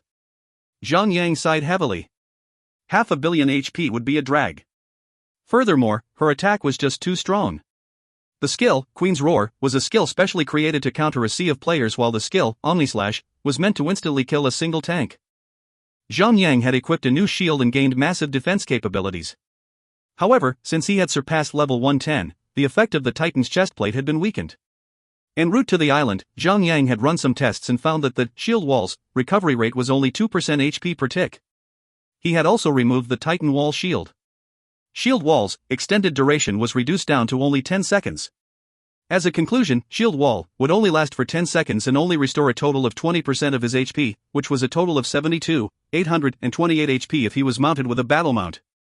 Naturally, he could opt to use the Titan's wall to extend shield wall's duration in exchange for lower maximum HP. Even though that would result in a total of 30% healing rate, the actual HP healed would be the same as Gyuet's shield. A tough choice. Zhang Yang thought about it as he flew to the island. Now that the island's shooting trees were all gone, he could fly around the island without being bombarded by pricks. He then put on the party summon order and summoned Sun Xinu, Han Shui, and the rest of his core party member. He had made some rearrangements to the party. He had Endless Starlight sit this one out, bringing in Galileo to replace him. This boss did not need 2 tanks, but more attackers to bring the battle to a quick end. Even though he felt a little left out, Endless Starlight was an understanding man and accepted the change without voicing out any complaint. When everyone gathered together and saw the boss properties, they could not help but draw a collective breath. The boss was really strong. Luckily, none of them were underleveled and they would be able to deal proper damage without being suppressed. If not, it would just be as bad as Fatty Han's inheritance boss. Let's get started. There's not much time left, and I don't know how long it will take for other players to get here. We have to kill the boss first before we can destroy the portal, said Zhang Yang. Even though destroying the portal was the only way to complete the quest, everyone believed that it was impossible to skip killing the boss. Zhang Yang had explained that it was likely that only a particular item drop from the boss could destroy the portal. Let's go then. Han Shui patted Zhang Yang's back and smirked. Zhang Yang shook his head and collected his composure. With dilated pupils, Zhang Yang zoomed to the boss. If you find any errors, ads pop-up, ads redirect, broken links, non-standard content, etc., please let us know. Report chapter so we can fix it as soon as possible. Chapter 576, Queen of Blades. Chapter 576, Queen of Blades. Translator, Endless Fantasy Translation. Editor, Endless Fantasy Translation. No. Leave. Wretched beings. You don't belong in this world, cried Kaysara as spotted Zhang Yang approaching her. She brandished her blade arms and slithered towards Zhang Yang. Even though the boss was classified as a melee attacker, her blades were several meters long. Zhang Yang was not sure of it, but he was certain that her attack range would be far greater than any ranged attacker. BUMG. Zhang Yang first raised his shield to block the incoming blade. With a long bang, the Thunderhawk and him were sent flying several meters away. If the Thunderhawk had not been a Violet Platinum tier mount, Zhang Yang would most likely have been sent flying even further away. The Thunderhawk flapped his wings vigorously and shot towards the Queen of Blades. Zhang Yang brandished his sword and dealt a strong blow that caused the creature to wail in pain. With a quick thought, Zhang Yang activated Glare of the Death God. Come on, please work. Zhang Yang muttered as a shroud taking the form of a black skull appeared on the boss head. The skull grinned and seeped into the boss character. F***CK yeah. No resistance. Everyone cheered and started to attack vigorously. -500000. -500000. The skill, Glare of the Death God, was a skill that would only work on a percentage basis. 10% of the boss 500 million HP would be 50 million. The best part of it was that the skill is triggered by every hit. Such a powerful boss killer skill. It was a skill that had come with the S-class inheritance. Zhang Yang felt extremely grateful since he had obtained the skill while completing the inheritance. If he had killed the Black Dragon without undergoing the inheritance quest, the skill book might not have dropped. It was a miracle for such a powerful anti-boss skill to exist. Such a miracle would not happen twice. The skill had to be a unique skill. Like an S-class inheritance, it would never appear again, ever. Then again, since there were 5 more S-class inheritances, that probably meant 5 more ridiculous skills. Puny bugs. I will squash you, cried the boss. The Queen of Blades was surrounded from all angles. It had taken only 3 seconds to proc all 10 hits of the Glare of the Death God. For a normal mythical boss, 5 million was more than their usual maximum HP. With 500 million HP, the boss would most certainly be enraged if 10% of her HP is hacked away within 10 seconds. The boss closed her mouth and sucked in a deep breath. She then let out a loud screech that shook the air around her. The resulting sound wave that spread out was so powerful that the waves were visible to the naked eye. Thud. Thud. Thud. Everyone was immediately stunned by the attack, and stars circled above their characters. Each of them had taken different amounts of damage, but it was equivalent to 10% of their own HP. Queen's Roar. A stunning skill that deals 10% HP as damage every second, for 5 seconds. The damage was calculated by percentages, and cannot be deducted by defense nor damage absorption. It was almost equal to an AoE version of Glare of the Death God. It even had a stunning effect. What a pity, a player's skill will never be as strong as a boss. Zhang activated Warrior's Will, and managed to dispel the debuff on him by the second tick. Luckily, the skill had a maximum limit of 20,000 damage per tick. The amount of damage was not too high, both of which Han Shui and Fantasy Sweetheart could heal without a problem. Everyone else moved on just as quickly and dispelled the debuff. Now, another problem awaited them. If the skill, Queen's Roar, had a short cooldown, their ability to dispel debuffs would be all for moot. Weaklings. I own the world. Sooner or later, I shall rise again and will bury all living beings beneath the very land you walk on. The Queen of Blades hurled herself towards Zhang and activated a skill. Omni Slash. -22504. -22504. The boss moved around, swinging her blades around as if there was a high-speed V12 engine in her body. In less than half a second, she had already landed 2 hits on Zhang. There was a progress bar on the boss character, and it had only made a 20% progress. It was obvious that she still had 8 more strikes to go. Zhang immediately retaliated with Crash Magic. He dug his sword into the boss side and planted it deep. The damage inflicted on him was less than 30,000. It was due to the 20% damage reduction of the God of War inheritance. The sword attack landed and the skill, Crash Magic, was cast, but the boss merely grunted a little and continued to slash Zhang. F***CK. Zhang instinctively activated Shield Wall to protect himself. Even though Crash Magic had a 10 seconds cooldown, it could not keep up with the boss' ridiculous speed. Break. Sun Xian ran towards the boss and gave a low kick. The boss, Omnislash, was interrupted, but after 3 to 4 seconds later, the boss blades glowed up and another Omnislash was cast. Lost Dream swooped in and broke the skill channeling. The skill was repeated for the 4th time when Zhang himself could interrupt the boss. He quickly formulated a plan and said, "Both the little girl and I will interrupt the first boss skill. Ice Cube, Daffy, both of you will handle the third. Lost Dream, Galileo, both of you stop the third. Make sure to time your hits." Got it. Everyone nodded their heads without any objection. Little Young. Why didn't you assign any tasks for me, said Fatty Han as he felt a little offended. You're in charge of attacking since your attack is strong. Whether or not we manage to kill the boss in time, depends on you, said Zhang as he came up with the best thing that Fatty Han loved hearing, compliments. In truth, Zhang had not assigned Fatty Han any other task due to the speed of the Omni Slash. It was so fast that Zhang had counted 4 slashes in 1 second. Judging by Fatty Han's standards, sending out a silencing shot within 1.5 seconds would be a miracle. Zhang would sacrifice a goat to the gods as thanks. The problem was that in 1.5 seconds, the boss could have and would have dealt 6 slashes, dealing more than 100,000 damage to Zhang. Zhang could not possibly explain it to him since Fatty Han was a prideful man at times, and has his priorities in the wrong places. Like a woman during her monthly visit, but Fatty Han's annoying behavior was eternal. Zhang has known Fatty Han his whole life. He knew how to pacify the fatty easily. Fatty Han bought Zhang sweet talk and smiled all the way as he drew his bow and attacked the boss with everything he had to impress the people around and not let down his brother. Fatty Han had a B-class inheritance. Even if he did not rely on the vampire transformation skill, he still has a 40% damage increase passive skill which was only 10% weaker than Zhang. As such, B-class inheritances were rather impressive too. Not long after, the boss roared again, releasing a powerful sound wave that stunned everyone. As such, Zhang took 20,000 damage head-on because Warrior's Will was still on cooldown. The boss then landed blade after blade as she attacked Zhang. During the effective Queen's Roar, when everyone was stunned for 5 seconds, the boss would not use Omnislash. If she had, the boss would have been incredibly difficult to kill. Players might have to rely on Forbidden Scrolls, or to use sheer numbers and defeat her. Naturally, with the transformation skill, the boss would be a cakewalk. The problem was that neither Zhang Yang nor Fatty Han were ready to use their transformation skills.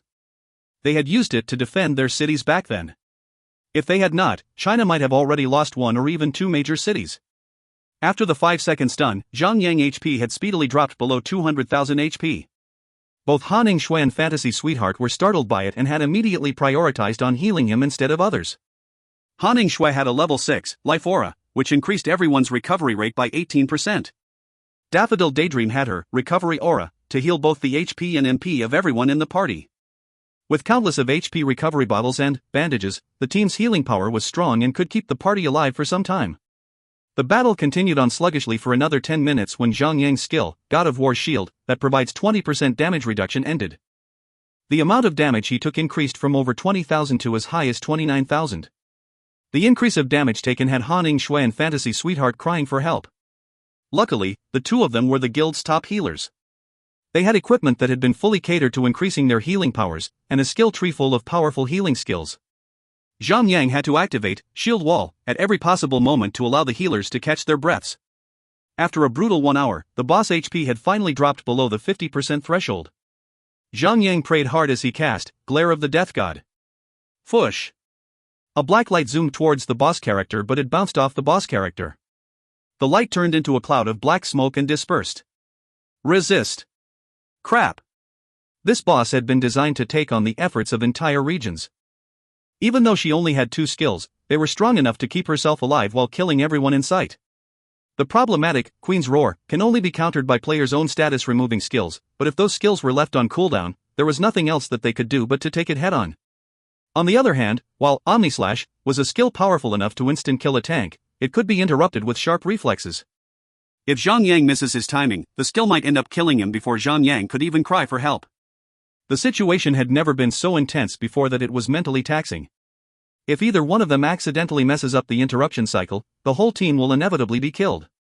In 1 hour, even though the team had managed to hack away 52% of the boss HP, 10% HP had been removed by the OP skill, Glare of the Death God, but this meant that, if they continued on with their pace, they would only be dealing damage that is equivalent to 42% of the boss HP. Naturally, when the boss enters the 20% HP threshold, the damage caused by players around will increase greatly. Killing Cleave can only be used during that period, which would grant a massive boost in DPS. However, it would only last for 10 seconds, with a 30-second cooldown duration. Players will still have to put their backs into it. They would have to wait for another hour to use the Glare of the Death God again. Naturally, by then, even if the skill fails, the boss would not have much HP left. The atmosphere of the entire party was intense. Paint a mental picture where you can see everyone walking on a thin wire across a valley. The chances of them failing their own duties were so high that it would most definitely cause the entire team's death. To last for another hour would put such a heavy mental burden that they would need counseling after finishing the battle. Come on, guys. Fight hard. Focus. Think about the reward. The reward, cried Zhang Yang as he tried to lighten the atmosphere. If you find any errors, ads pop up, ads redirect, broken links, non-standard content, etc., please let us know. Report chapter so we can fix it as soon as possible. Chapter 577, To Whom It Belongs. Chapter 577, To Whom It Belongs. Translator, Endless Fantasy Translation Editor, Endless Fantasy Translation. We will win. Yes, we will. We have killed an ethereal boss before. Why are we shaking our butts for a level 130 mythical boss? Hee hee. Good one. Everyone encouraged each other and occasionally joked around. Being exposed to a long duration of mental stress could put a toll on a person's psyche. Jokes and occasional teasing would help a lot in lightening the atmosphere. Zhang Yang was fully focused all the time. Block was never on cooldown as it was one of the skills that he would use the moment it became available. At least, Block has a 100% success rate. It was a pity that his current level of strength was pretty much useless. The boss was far stronger than he is. Supporting attacks could not be applied to a stronger enemy. Block was the only other defensive move he had to nullify an incoming attack. Die! Die! Die! The Queen of Blades screamed. Her bladed hands gleamed with intense killing aura and grazed Zhang Yang's shield. The intense crumpled-up emotion of frustration of not being able to kill a single player had left the Queen of Blade flustered with anger. We were gods in ancient times. You are nothing but food to us. You are nothing but weaklings that will be our slaves. I shall burn your pathetic souls with my fiery rage. The strongest of mortals poses no threat to me. I am a god. The world's strongest human poses no more threat to me than its strongest bug. The boss screamed and threw insults at the party as she kept her blade busy. Dummy! I'm running out of transmuted MP pots, cried Han Shui. What? Zhang Yang frowned. The party had only been able to last this long, all thanks to Han Shui's mighty healing power. Han Shui had a 75% reduced mana consumption to all skills and a HP to MP conversion skill to support her MP usage. Be it MP potions, or recovery aura, she would run through them all like water, or else she would lose track of her healing tempo. MP potions were not the best method of recovering MP, but she had been left with no choice. As the transmuted MP potions were running out, she might fail to heal during critical moments, leading to a catastrophic failure of the entire party. The boss still had 12% HP remaining. With victory so close that you could almost taste it, Han Shui's bad news was truly devastating to the entire party. Ha! Zhang Yang heard a sound coming from the sky. He gazed up and saw a group of players flying in on their mounts. He zoned in one of the players and discovered the identity of the entire group of players. Hell's Knight, level 105, male human, Sacred Knight, Paragon, Europe region. The Hell's family. Technically, even though all level 100 players can roam around the Chaos Realm to search for Baroque's island to destroy the portal and end the war, the system had not provided the location of the island, and they would have to scour for it the old-fashioned way. It had only been 2 hours since the end of the Battle of the Ancient Creatures, yet the European players have managed to find such an obscure place. Zhang Yang had taken the same amount of time to reach the island because he already had the location in mind. How did they track down the location of Baroque Island that quickly? The answer was Dusk Phoenix. Dusk Phoenix had a tool to track down specific players.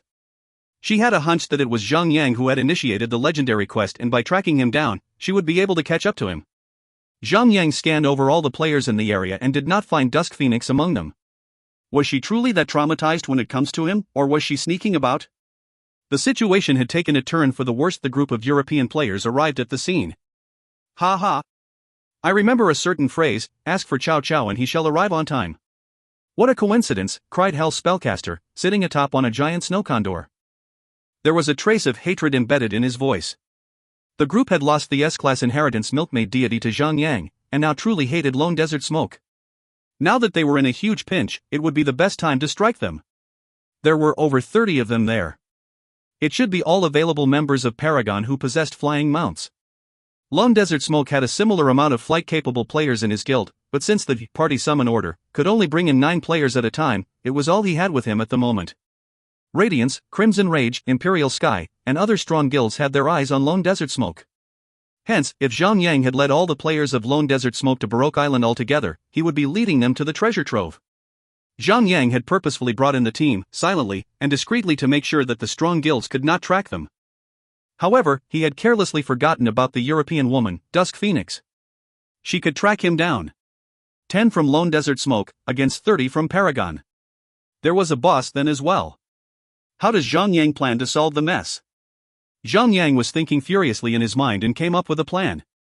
The opponent must be thinking that Zhang Yang's party was having a tough time, which was true enough, and had plans to seize the opportunity to kill them and snatch the fame, fortune, glory from them.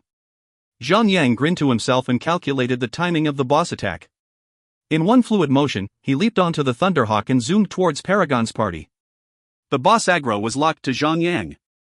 Hence, when he flew up into the sky, the boss had followed with a speed that rivaled that of the Thunderhawk. At the speed of light, Zhang Yang zoomed through the sky, leaving a trail of blue light. The Violet Thunderhawk was, by far, the only mythical tier mount. Within seconds, Zhang Yang arrived at the group of players and activated Blast Wave.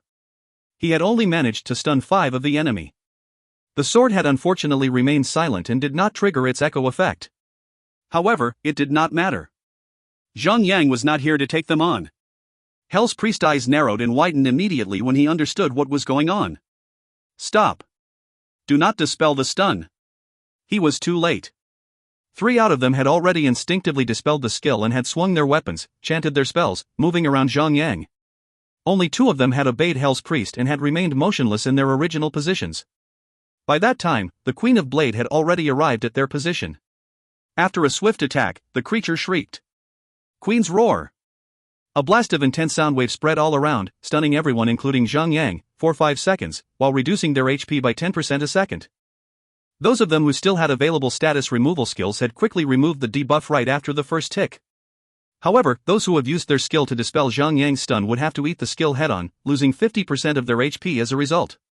The 3 Paragon member who had acted on instinct quickly regretted their decisions as they finally understood why Hell's Priest had asked them not to dispel the stun. Zhang Yang grunted as he swung his sword with the might of his ire. Horizontal Sweep. -59, 332. -54, 228. 53, 900. -56, 772. Even though all players around there had boosted their HP through shared life with their flying mounts, all non-tank players had a maximum HP of only 80,000 to 90,000 at most. Zhang Yang's powerful, horizontal sweep had dealt enough damage to cleave half of that amount. The 3 who had freed themselves from the blast wave were stunned once again, immobilized for good this time. After taking in Zhang Yang's horizontal sweep, all 3 of them were left with only less than 30,000 HP. They died before the Queen of Blades, Queen's Roar, could finish its skill effect. While stunned, players cannot engage in any actions such as taking in a bottle of potion. The players could only watch as Zhang Yang approached them at a high speed, the blade of his large sword coming for their throats. The Violet Thunderhawk speed through the airspace and targeted the enemy's healers. He swung his shield left and right, bashing their heads to interrupt their chanting. The only skills they could cast were the instant cast skills like Regeneration and Holy Shield. Unfortunately for them, the Queen of Blades' Queen's Roar were damage incarnate. The damage could not be reduced by any defensive means. Regeneration could buy some time. Unfortunately, Queen's Roar procced once a second, while Regeneration heals once every 4 seconds. They were not heading for Hell's Door. The door was heading for them like a truck. Zhang Yang had planned everything from the moment he cast Blast Wave. As long as they used their status removal skills, they would fall for his trap and die. Bastard! Kill him! One man in Paragon cried and led the other players behind him to charge towards Zhang Yang. Zhang Yang was not frightened, instead, he played along and shot through their ranks, ending up behind them. Gutsy moves like these only came from people who felt no fear, only the confidence of killing each and every enemy player. Only Zhang Yang could perform in such a manner, inflicting great pain and humiliation on his victims. Even though the original plan had deviated, the boss had only less than 12% left. Zhang Yang could leave his party to handle the remaining battle on their own. -1203. -803. -0. Arrows thunked off Zhang Yang's chest, doing little to no damage. The highest damage that was dealt by the ranged attackers was only 1,000 and above. Zhang Yang's all-round defense prowess had prevented any damage below 10,000 to cause any damage to him. F***CK. He's too tough. There were a few thief-class players who had approached Zhang Yang from behind. However, the boss already took up that space. It would be suicidal to stand between Zhang Yang and the boss. Dual-wielding thieves would not be able to scratch Zhang Yang by normal attacks alone. Unless they activate their skills, their normal attacks would only be toothpicks trying to penetrate a Kevlar vest. Zhang Yang grinned and whacked the F***curs away. One by one the thieves were sent flying away, leaving 1 or 2 broken teeth behind it where they stood. Shush! Zhang Yang instinct tingled violently and Zhang Yang quickly took his shield and held it over his back, even though he could not see what was coming at him. The boss had attempted to stab him but Zhang Yang managed to block the attack. Zhang Yang was sent flying forwards. Somehow, by knocking him forwards, he was taken out of the path of several magic missiles from the enemy. Technically, attack skills cannot be dodged, or at least, it was humanly impossible. It's like trying to dodge an arrow in real life. However, Zhang Yang had been propelled by the boss. It was lightning fast. It allowed him to dodge the attacks. Everyone was shocked and thought that Zhang Yang had done it himself, until someone cried out. It was only luck. Kill him. Do not stop, cried Hell's Warrior. If you find any errors, ads pop-up, ads redirect, broken links, non-standard content, etc., please let us know. Report chapter so we can fix it as soon as possible. Chapter 578, Certain Defeat. Chapter 578, Certain Defeat. Translator, Endless Fantasy Translation Editor, Endless Fantasy Translation. A coincidence? Did they think that it was really a coincidence that he dodged the attacks because he had timed block perfectly? Zhang Yang smirked.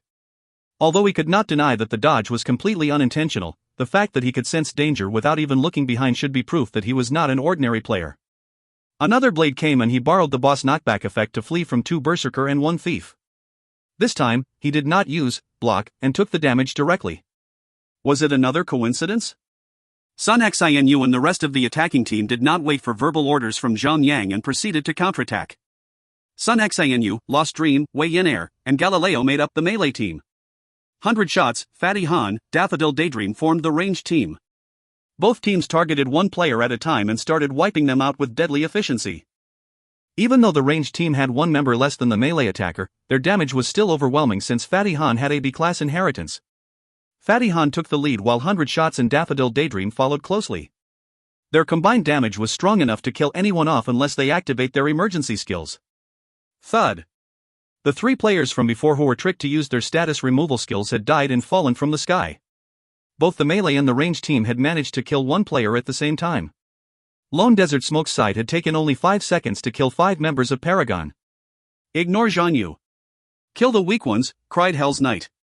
When a player dies in the hands of another player, they will lose all experience points gained at their current level. Amongst the 5 players that were killed 5 seconds ago, one of them was at 92%, on the verge of leveling up. His death would throw his progress back by 9 days, real time, but Hell's Knight decided that it was stupid to fight a tank first, so when the other members of Lone Desert Smoke joined in the fray, he decided to target them instead.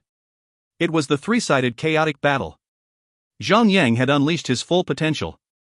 He was monitoring several things at once. He had to use Sacrifice on Haning Shui to inflict supporting attacks to disrupt the enemy's spellcasting, while swinging his sword around to deal damage to both the boss and the European players, as well as making sure to use block to counter the boss attack. His mental capacity was at 99% during then. He had to do so, or else he might lose his team players. Death in a chaotic battle is a fickle thing. There is a saying in olden schools of martial arts. A grandmaster may die in the hands of a petty quarrel of greenhorns. Even though Zhang Yang may have the strongest defensive armor around, and possessed the highest HP amongst many others, he would still die if he were to take the attack of a few players simultaneously. Anyone present in Baroque Island should either be extremely strong or on par with Zhang Yang's equipment. Additionally, there was still one more variable to account for, the boss, Queen of Blades. She was a rather helpful presence. Her Queen's Roar could deal, at the very least, 10% HP to all players, even if they were to activate their status removal skill. On the other hand, if players had used their status removal skill to save themselves from Zhang Yang's constant use of Blast Wave, they would take 50% HP as damage and be killed by Lone Desert Smoke's focused fire. At the second wave of Queen's Roar, 20 players had died at her hands. Amongst the 20 who had fallen were Wei Yin Air, Galileo, Fantasy Sweetheart, Daffodil Daydream, 100 Shots, Fatty Han, and Lost Dream. The rest were casualties of Paragon. The unluckiest player was Lost Dream. He had already left the battlefield with Vanish, but was 0.0001 second too late to move out of the Queen's Roar skill range. The few people that were still standing on the battlefield were Zhang Yang, Sun Xianyu, and Haning Shui. Paragon still had the 6 Hell's family members and 1 extra side player. The boss still had 11% HP remaining. Zhang Yu. I call for a truce, cried Hell's warrior. If we continue this squabble, neither of us is going to kill the boss. We should kill the boss first and decide on the rewards later. Ha ha. I don't think so. I think the best way is to end this petty squabble is by ending you all. Zhang Yang zoomed in without hesitation. Even though Zhang Yang had lost a lot of members, they were still evenly matched. He still had Felice with him. On the other hand, the boss HP was almost reaching 10%.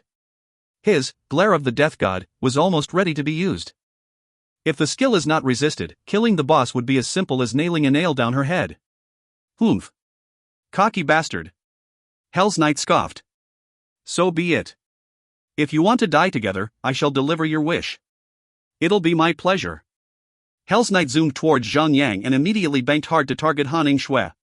His plan was the most orthodox method of PvP, target the enemy's healer first.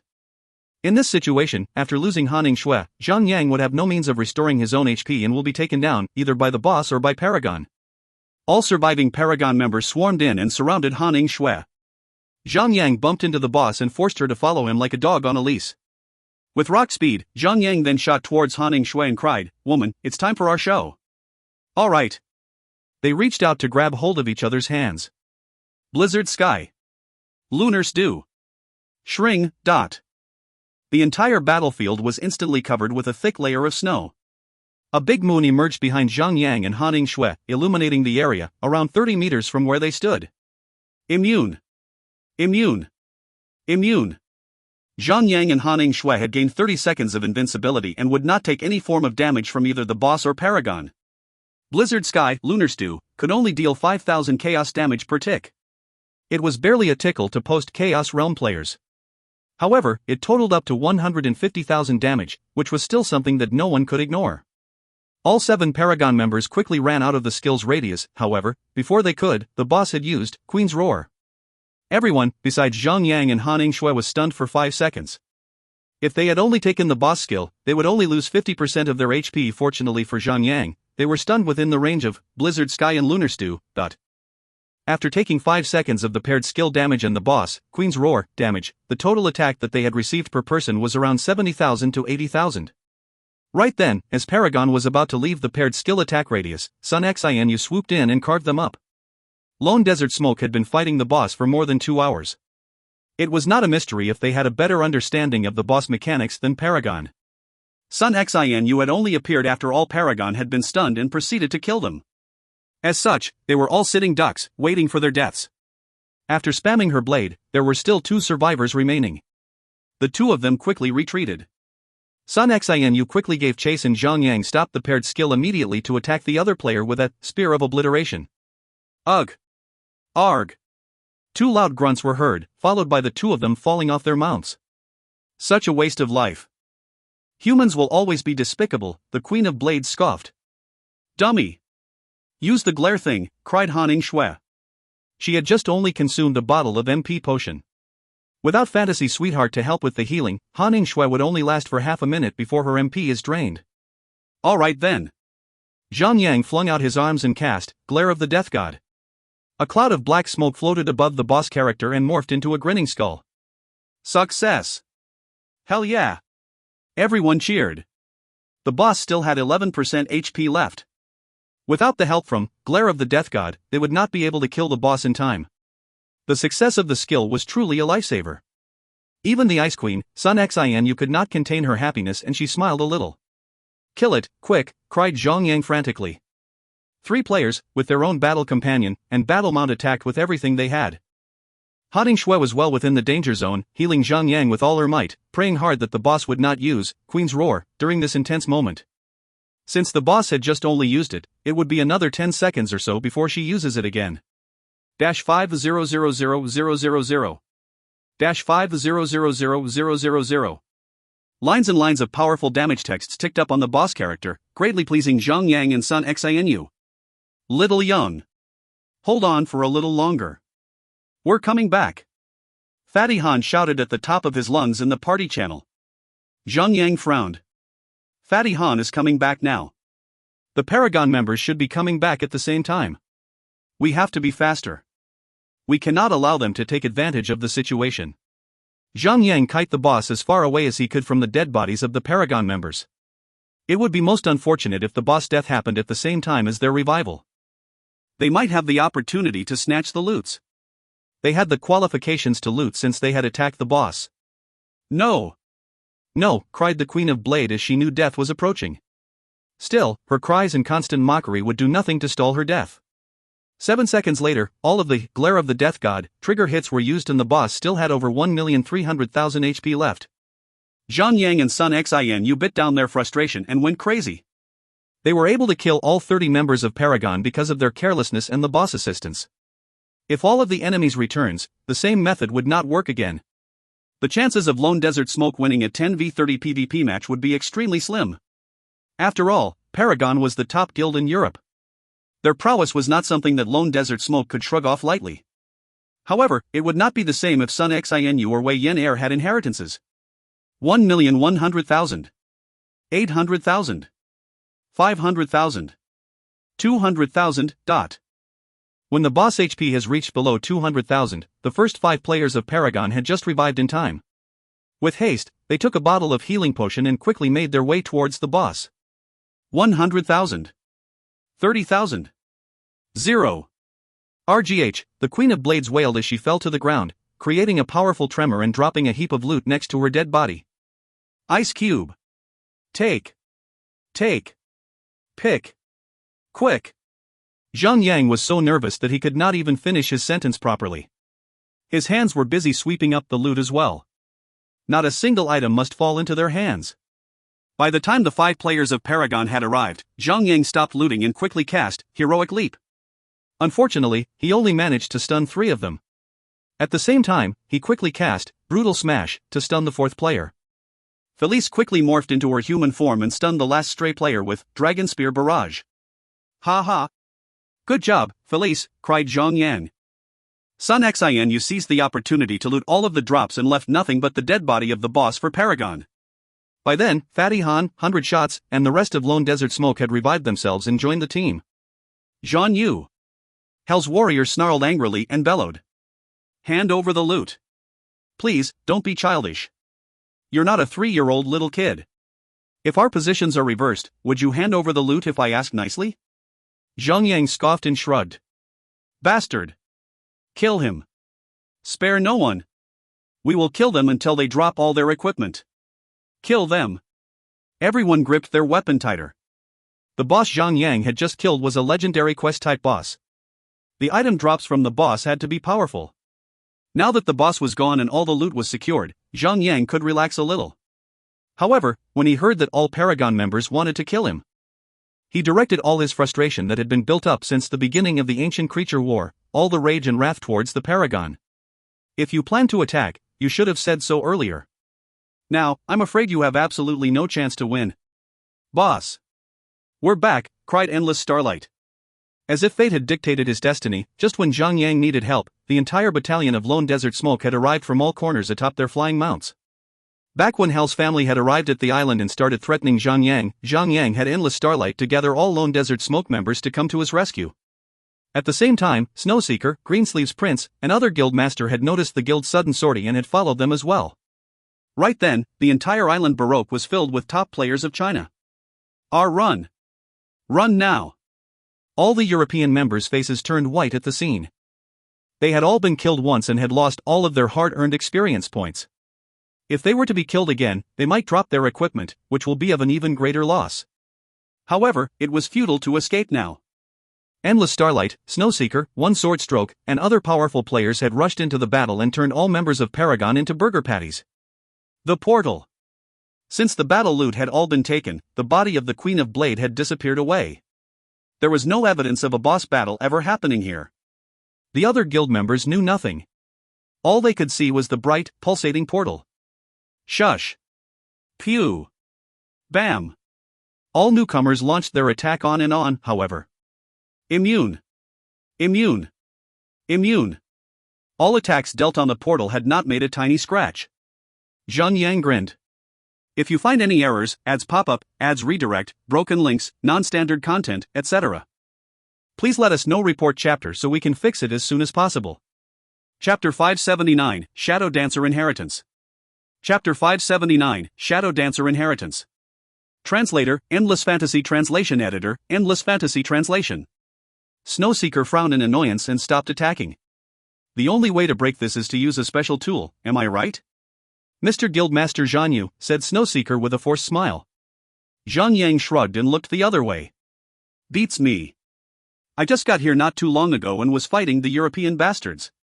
No one, not Snowseeker, not One Sword Stroke could have bought his lie. Especially when he had pointedly looked away like that. However, with no around to say otherwise, there's no other way but to accept his lie. Even though guild masters had smuggled spies into guilds of others, they were not able to smuggle secrets to all corners of the world. Find the clue. The quest had mentioned something about Kay Sarah, the Queen of Blades. Find her and we'll find the way to destroy the portal, said One Sword Stroke, cool-headed as always, unless it was Zhang Yang or Lu Wei dealing with him. With a swift snap of his fingers, several members of Imperial Sky had soared to the sky and spread out across the entire island. The other guild masters had also made the same decision. The island area was too huge. It may be time-consuming to search the entire island for a single boss with only around 10 people. They did not know what the boss looked like in the first place. In their minds, it was something huge, while others thought that she was a human queen. The search would take up more time if they stumble upon another boss and not the Queen of Blade. Still, that was what Zhang Yang wanted them to do. To prevent a scenario of other guilds getting the jump on them, each guild had left 5 players behind. Additionally, they had made an agreement to stay away from the portal gates.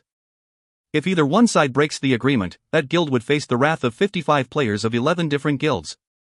Zhang Yang pretended to search and led his team to a quiet corner. With a huge smile on his face, let them be. Let's take a look at our haul. Zhang Yang took out several items from his inventory and showed it to everyone. I have here 2 items. One is a ring, and the other is the portal-destroying item. Mercury Star Ring, Mythical Ring. Vitality, plus 482. Strength, plus 226. Dexterity, plus 226. Equip, increases attack and healing rate by 3.5%. Equip, increases 450 maximum HP. Equip, absorbs 192 damage on attack. Equip, increases 50% frost damage dealt by your weapon. Unidentified. Level requirement, 130. Special, level requirement reduced by 20 levels. Note, made from the fragments of an asteroid. An indestructible ring brimming with the brightness of a star. Noob Tank, I think this ring should be yours, as you have the skill, Frost Strike, but...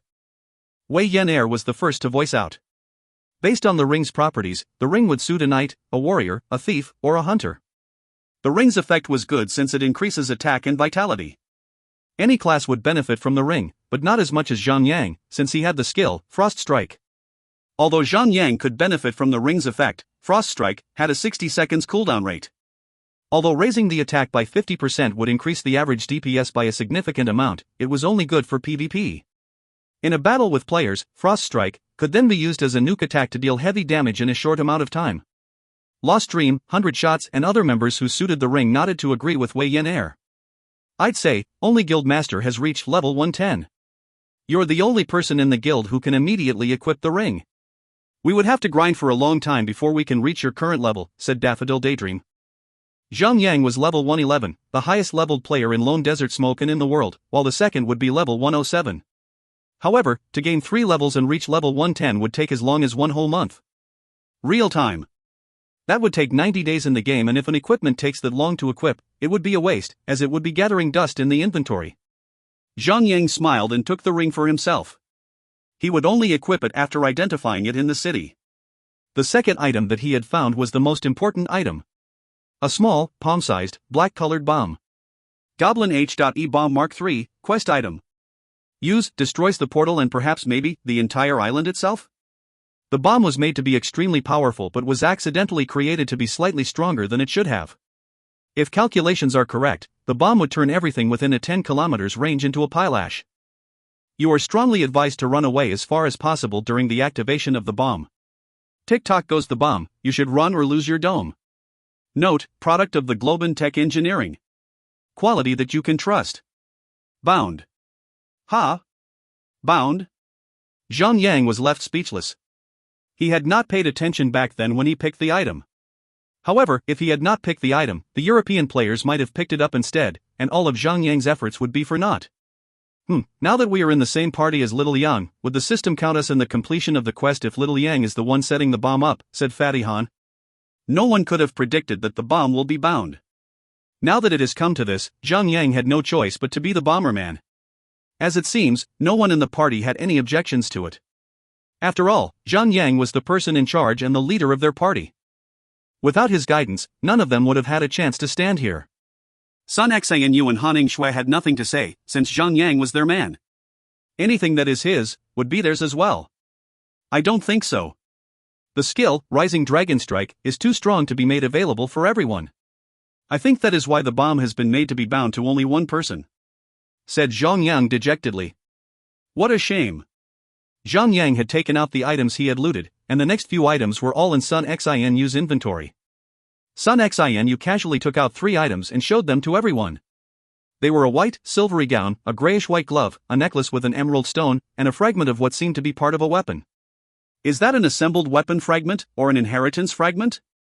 Zhang Yang had not paid any attention to anything else except for the broken metal piece. The cold Ice Queen suddenly broke into a dazzling, warm smile. She had such a broad grin that Zhang Yang immediately knew that the item had to be something. She then posted the item's properties on the party channel. Shadow Dancer Inheritance Fragment, Inheritance Class, S. Description, nil. Class Restriction, Thief. OD*MN. Everyone gasped at the sight of it. They have managed to find another S-Class inheritance. In the party of 10, Lost Dream and Sun Xin were the only two Thief Class players. However, Lost Dream had already started off with the Snowman inheritance, and although he had only collected 4 pieces of the inheritance fragment, he was almost done with it.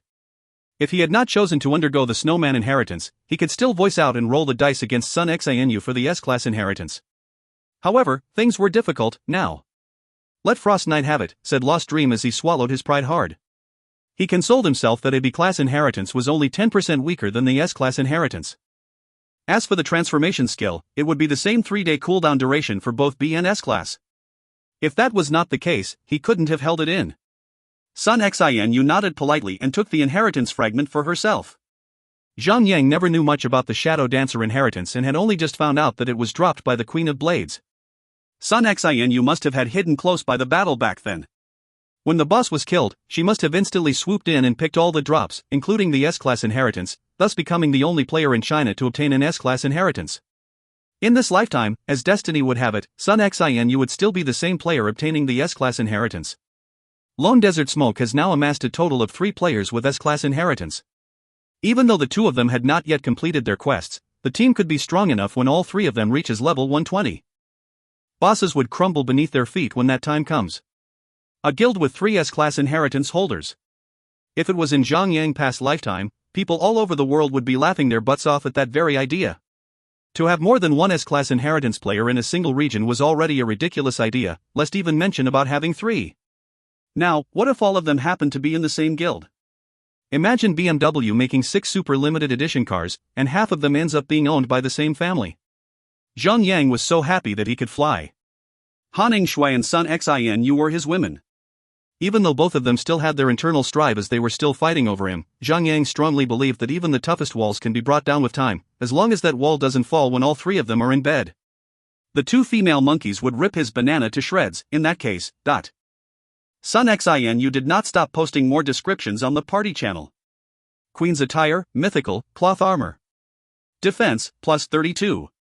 Vitality, plus 1926.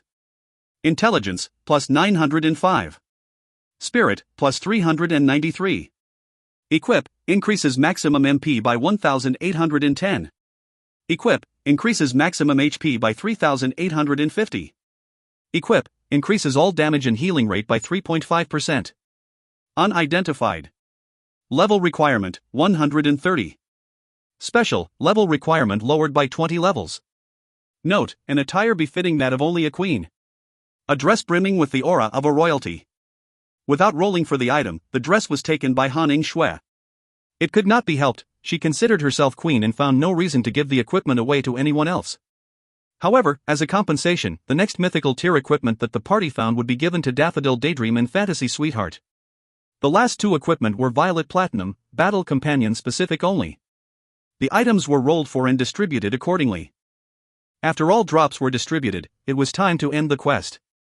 Everyone rode their flying mounts and left the area. Zhang Yang alone had returned to the portal and made his presence on the public voice channel. ****, I have some bad news for everyone around here. The tool to destroy the portal is in my hands. I have but only one advice to give you all. Run. After that, Zhang Yang promptly pulled the trigger bar on the bomb and tossed the ticking explosive towards the magic circle. Ding. The Goblin H.E bomb Mark III has been rigged to explode in 60 seconds.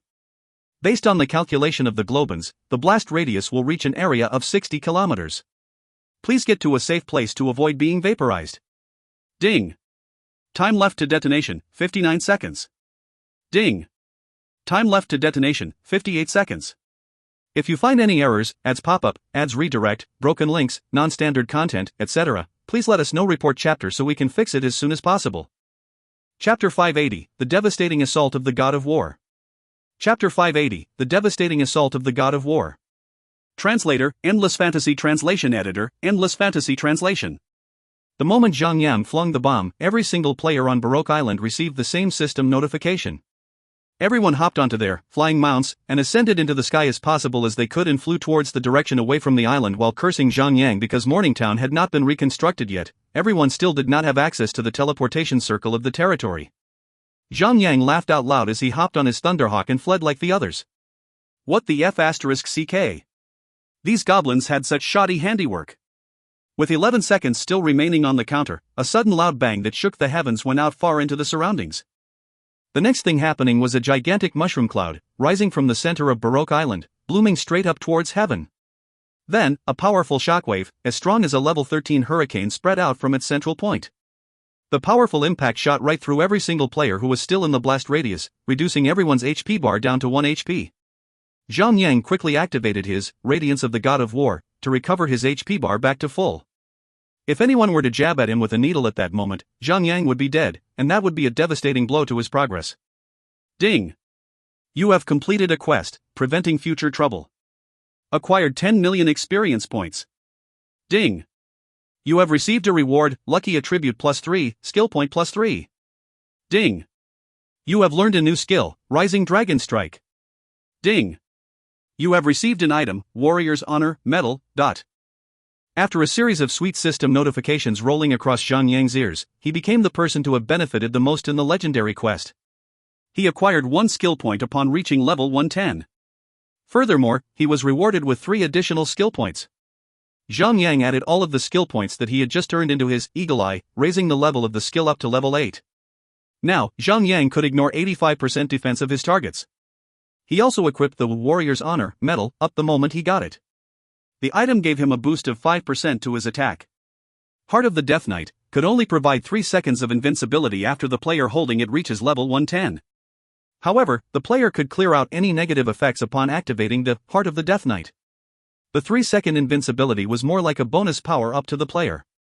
The effect of this item was basically the enhanced version of Warrior's Will. With the Warrior's Honor medal included, Zhang had over 3 anti-status restriction skills at the moment. A guardian with high attack, that happened to be immune to status restriction effects. How oppressive was that? Zhang could not help himself but smile like an idiot as he was very content with his current achievement. Then he said, "You guys go ahead, I need to meet the God of War to learn a new skill." It wasn't the special skill for guardians, instead, it was a new skill for his God of War inheritance. After parting ways with his party members, Zhang went straight to Ares, the God of War. "Mortal, your improvement has been very slow and disappointing." After being awakened by Zhang once again, Ares began to express his disappointment. "When I was your age, I was slaughtering hundreds or maybe thousands of low-tier gods from hell, but what the F***ck? If your dad was not the god Zolanor, would you still be all-powerful as you were back then before you died? F***ck you and your dad." Zhang tried to smile meekly as he said, "My great God of War, now that my strength has increased a little more, does that mean that you can teach me a new skill now? Alright, since you aren't really as stupid as a pig, I shall put aside my pride and guide you in your request."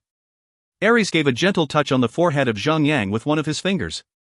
A stream of light with 7 colors emanated from Zhang forehead and flashed down across his entire body. Zhang felt a dull pain in his head. Then he found another new skill on his skill list. God of War Devastation delivers a devastating blow to the target, causing 300% melee physical damage. When you are in your God of War transformation form, 1 EP can allow you to attack 1 additional target. However, it will consume 1 EP for doing so. Required, melee weapon. Consumes 45 rage points. Cooldown, 1 minute. 300% melee attack of physical damage was most probably the best additional damage attribute for a weapon to have at the current stage of the game. It would become an absolute advantage over opponents in a PvP battle. The only unfortunate factor was that the cooldown of the skill was a little longer than expected. So it might not be a skill that he would commonly use in a boss battle. However, whenever Zhang was in his God of War transformation form, this skill could potentially become an AoE attack as well. Using 1 EP would let Zhang attack an additional target. That being said, Zhang could attack up to 100 targets at the same instant, as he has over 100 EP when his EP bar was full. After all, Zhang could deal over 500% additional damage when he activates his God of War transformation, but if he could deal another additional 300% damage with that skill while having the ability to increase the number of his targets by spending more EP, his attack would be as powerful as the blast from a magic cannon. This skill could officially be deemed as an AoE skill. That was awesome. It was definitely worthy to be called one of the skills of a Class S inheritance. There were only 6 Class S inheritance in the entire world. If the skills of a Class S inheritance were not powerful enough, it would be another overrated piece of crap. After teaching Zhang the new skill, Ares went back into the cave and continued to drift in his own sweet dream. Once again, he did not give Zhang any information about the goddess of war. Zhang could only summon his Thunderhawk and make his way back to Morningtown. Reconstructing the territory would require the owner to be there in order for the reconstruction process to be carried out.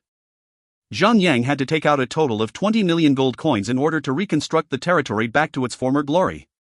In just a blink of an eye, Morningtown had been completely rebuilt. On the other hand, Zhang only had to spend 2 million gold coins to rebuild the Winst Castle, which only had a level 1 defense.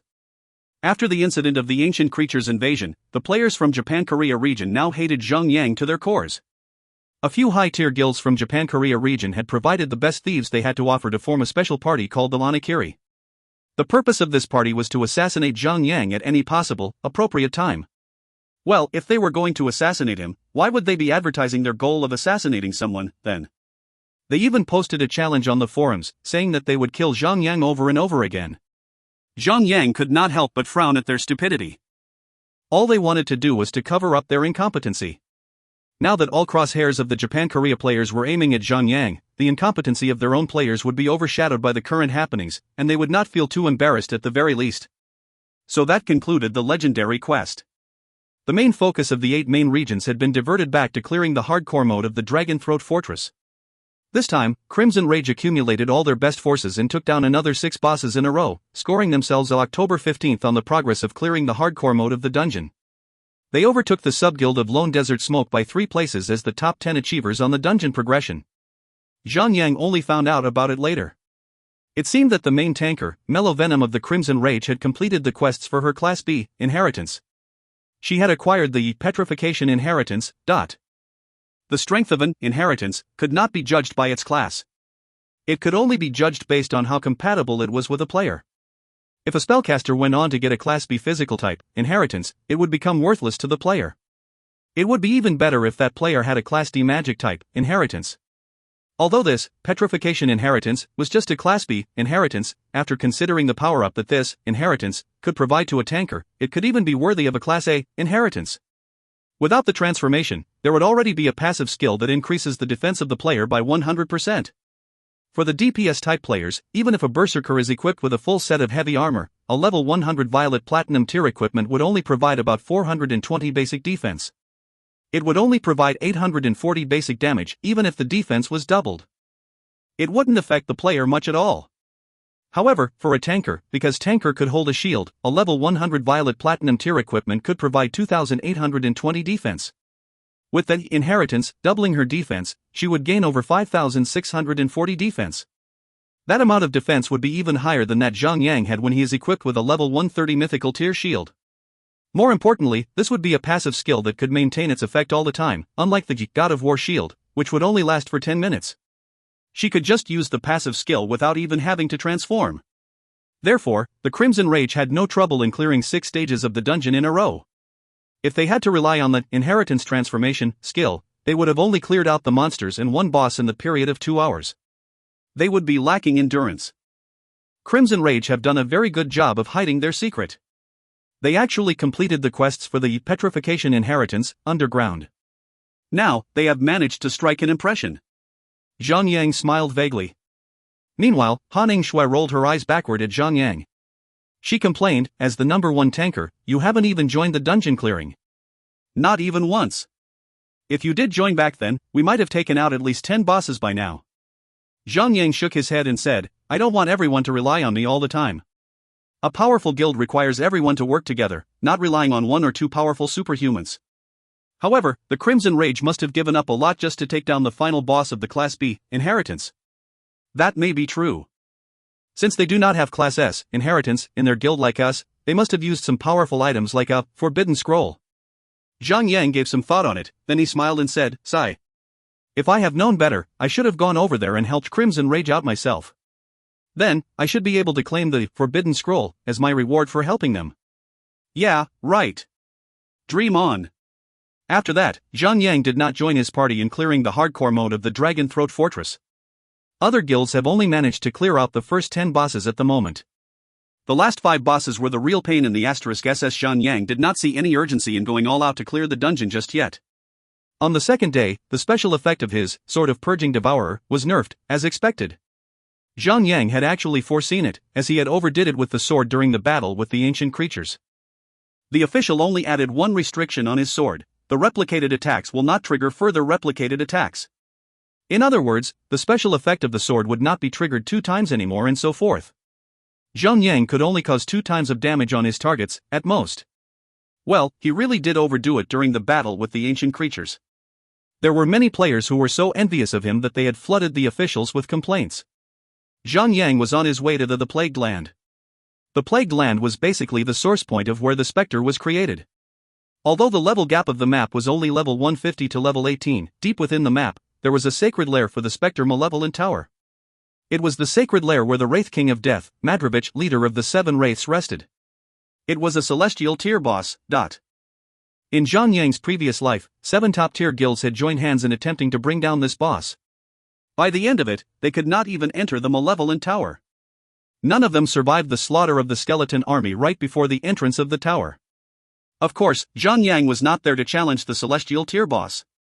He was there for the one particular item, the Book of the Damned, 1. Initially, he would have waited until he reaches level 150 before he was worthy of challenging the monsters across the map. However, ever since he had acquired the Friendship Jade, getting the Book of the Damned had become the easiest quest item for him to acquire, provided the monsters do not tear him to pieces first. Zhang ran along towards his destination as he tried to fend off the monsters that attempted to take his life. He only used his status restriction skills as frequently as possible to get away from the monsters. Finally, after 7 to 8 hours of running and avoiding monsters, Zhang finally entered the Plagued Land that was filled with specters. After equipping his Friendship Jade, Zhang immediately turned into a white bone skeleton. When he lifted his head and looked across the land, he realized that all specters had turned into green name monsters.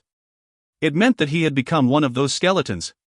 The experience was as if he had just walked into his own garden. Zhang then summoned his Thunderhawk and flew straight towards the Malevolent Tower. Because it was the motherland of the specters, there were no signs of any living beings at all. Only a few variations of specters roamed about. Zhang could now roam in peace. If there were any living monsters about, he would still be under attack, and the Friendship Jade would not have worked its wonder. Zhang made his way to a valley full of skeletons and bones without any obstacles in his path. He kept Thunderhawk back into his inventory first. Then, he pretended to be a specter, acting like one, shambling like one as he made his way to the large tower right in the middle of the valley. The tower was so tall that it shot through the sky. Zhang could not even see the top of the tower from where he was. That was the Malevolent Tower, the lair where the celestial tier boss Wraith King of Death, Madrovich, rested in. That was also the place where the specter kept the Book of the Damned. TL note. 1. Klaatu Barada Nikto, anyone? Not the one from the day the earth stood still, the one from the Army of Darkness, heh. If you find any errors, ads pop-up, ads redirect, broken links, non-standard content, etc., please let us know. Report chapter so we can fix it as soon as possible. Chapter 581, Shadow Clone. Chapter 581, Shadow Clone. Translator, Endless Fantasy Translation Editor, Endless Fantasy Translation. The external walls of the tall tower were dark green in color. Each of the floors was 100 meters tall, and the friezes jutted out under the cornices so immensely that they looked like giant umbrellas that were overlapped with each other. Right outside the high tower, countless specters wandered around the area. Their tiers and levels were randomized. Some were just skeleton soldiers, the lowest tier of all, and some were necromancers of extremely high tier. There were also a few skeleton dragons among the monsters roaming around. The number of monsters in the area was similar to the number of ancient creatures that Zhang had faced a few days back. Furthermore, these foul monsters were literally rotten to their core. It would really send a good chill up the spine by just looking at them. Zhang entered the Malevolent Tower cautiously. Because he had the Friendship Jade to disguise himself as one of the specter monsters, Zhang was just a weak skeleton soldier in the monster's eyes. None of the specter looked at him for any longer than 1 second as they passed by him as if he was one of their own. So, Zhang snuck his way through the horde of closely packed monsters in the area and entered the tower like it was nobody's business. As he turned around to have a look at the monsters, what he saw was an army of specter closely packed together roaming around. He could not help but to wonder how many monsters were there to slay in order to get here if he had come here without his Friendship Jade. He would definitely need to reach level 150 first before he could slay all these monsters. Or else, the level gap suppression function of the game would kick in to slap him in the face. By then, it wouldn't do him much good, even if he activates his God of War transformation. The stairs in the towers were made of skulls. The weak-hearted ones might find them terrifying. They might not even want to set foot on the steps. Zhang Yang was not born to be bloodthirsty. He could not help but frown intensely. Then, he took a deep breath as he gathered his courage and went up the first step of the stairs. Zhang Yang then began to make his way up to the highest floor of the malevolent tower. Along the way up, what he saw could be described as a living hell. The lowest floors, such as the first floor and the second floor, were producing the lowest tier of the spectre, the skeleton soldiers. Countless of white bone corpses were dropped into a pond filled with dirty water. In the meantime, there were also countless of newborn skeleton soldiers crawling out from the pond. However, not every corpse could become a spectre. One must be filled with hatred and grief in order to become a spectre. That way, the hatred and grievances would only manage to latch onto the corpses and get molded into a new form of life. Some of the spectre was born with only grievances without any sense of emotion and intellect. That would only turn them into the lowest tiers among the spectre. For instance, ghouls are born with only the resentment and would only attack to feed, while the skeleton soldiers would be born with only the will to massacre. However, some of the spectre may be born with some intellect remaining from their previous life. Some might even have the memories of their previous life intact with them. Those would be spectres belonging to the middle tier and high tier. For example, a wraith king, or even the leader of the wraith king with the highest tier. Unlike the skeleton soldiers that were cheap, the chance of coming across a high-tier spectre was as rare as the chance of coming across the hair of a phoenix and the horns of a giraffe. Therefore, the spectres decided to build a man-made factory that was filled with hatreds and grievances, the malevolent tower. Upon stepping onto the 5th floor of the tower, Zhang Yang could witness the spectres tormenting humans, orcs, and even elves. They were torturing them without giving them any moment of relief. The hatred, the rage right before death. Those were the biggest source of grievances. Upon death, they would be turned into spectres. Most of them had a better chance of becoming high-tier spectres. Even though Zhang Yang had a mind that was as strong as steel, he could not help but feel the chill up his spine. He was also cursing the designers of the game who had actually thought these scenes up. Those designers must be more hardcore than the hardcore. It was like a hellish nightmare that would haunt a person for quite some time. After walking through the nightmarish stairs for about half an hour, Zhang Yang finally found himself on the highest floor of the tower. The floor was spooky as hell. However, there were no longer any signs of those torture equipment and facilities. Instead, the place was like the compound of a palace. More precisely to say, the place looked more like a huge library. There were rows of bookshelves across the space of the floor. There were all sorts of books on the shelves. Zhang Yang believed that a number of books in the library of White Jade Empire might not even get close to the number of books in here. Zhang Yang snuck in cautiously as he looked around for the Book of the Damned. Although he had no idea what the book looked like, there should be an indication or hint if it is a quest item. The malevolent tower was really spacious. The diameter of the tower was about 1 kilometer wide. Because the stairs were designed at the center of the tower like how humans had their spines right in the middle of their body, Zhang Yang found himself at the other end of the tower after he walked along the wall of the tower for half a circle. There, he found the large shadow of a man sitting on a throne. The man looked intimidating enough, as he was seated upon his throne. Zhang Yang could also see that the man was so much larger than the size of regular men. He would tower over them even while seated. This man wore a long robe that had the color of the moon. He had a violet-red staff in his right hand. There was also a towering, tall hat on top of his head. From a certain point of view, this man looked like some sort of high priest. Wraith King of Death, Madrovich, leader of the 7 Wraith, Celestial, Spectre. Level? HP? Defense? Attack? Skills? Suddenly, Madrovich turned his eyes and glared at Zhang Yang without any warning. However, what he saw before him was merely a small, weak skeleton soldier. So Madrovich did not care about his existence at all. He moved his eyes away from Zhang Yang after a brief moment of glaring. Zhang Yang could feel an intense chill straight up his spine. He even took a step back in fear. Fortunately, the boss did not see right through his disguise. Zhang Yang continued to look around for clues. He discovered that there was an exquisite desk about 30 to 40 meters away from the boss. There was also a thick book placed neatly on top of that desk. Zhang Yang could see the book was flashing over and over again as if it was taunting him to go over and take it. That must be the item he had been looking for, Book of the Damned. Zhang Yang made his way quietly over to the desk. He took a peek at the boss. Seeing that the boss had not realized his presence, Zhang Yang reached over to the book in an attempt to take it. However, the Book of the Damned could not be kept in the inventory immediately. Instead, a progress bar appeared on top of the book. It was like opening a chest. It would take 12 seconds for the progress bar to fill up. Ha! Madrovich set his eyes upon Zhang Yang once again. His eyes turned murderous in an instant as he began to let out an intimidating roar. You are just a pitiful human, and yet you dare dream to lay your hands on the treasure of the specters. He raised the staff in his hand and aimed it at Zhang Yang. A dark ghastly gas spewed towards Zhang Yang. Zhang Yang's disguise had been seen through. -1 982 375. A large damage value appeared on top of Zhang Yang's head. Ding! You died. The durability of your equipment has dropped by 10%. Holy God! After releasing his soul, Zhang Yang quickly made his way back to his dead body from the graveyard. Hey, it seemed that the quest item was not easy to acquire, even with the help of the Friendship Jade. Zhang Yang started coming up with a plan. Looks like the boss would not attack if he does not touch the Book of the Damned. Furthermore, Zhang Yang would not have to take out this celestial tier boss in order to get the item.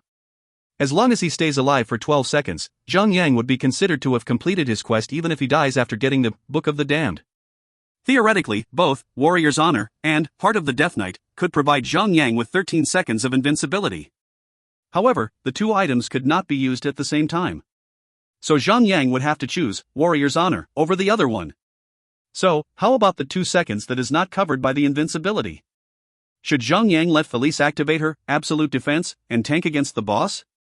The boss could deal almost 2 million damage in a normal hit. Although that had something to do with the level gap suppression function of the game, that function would also apply to Felice. That 1% of the damage that Felice would receive might reach up to 20,000 damage. Furthermore, that was just a normal attack of the boss. There was no way knowing if the boss had other skills that would inflict more damage than that. If the boss really did have some deadly, powerful skill that could instantly kill Felice, Zhang Yang would not last for 12 seconds.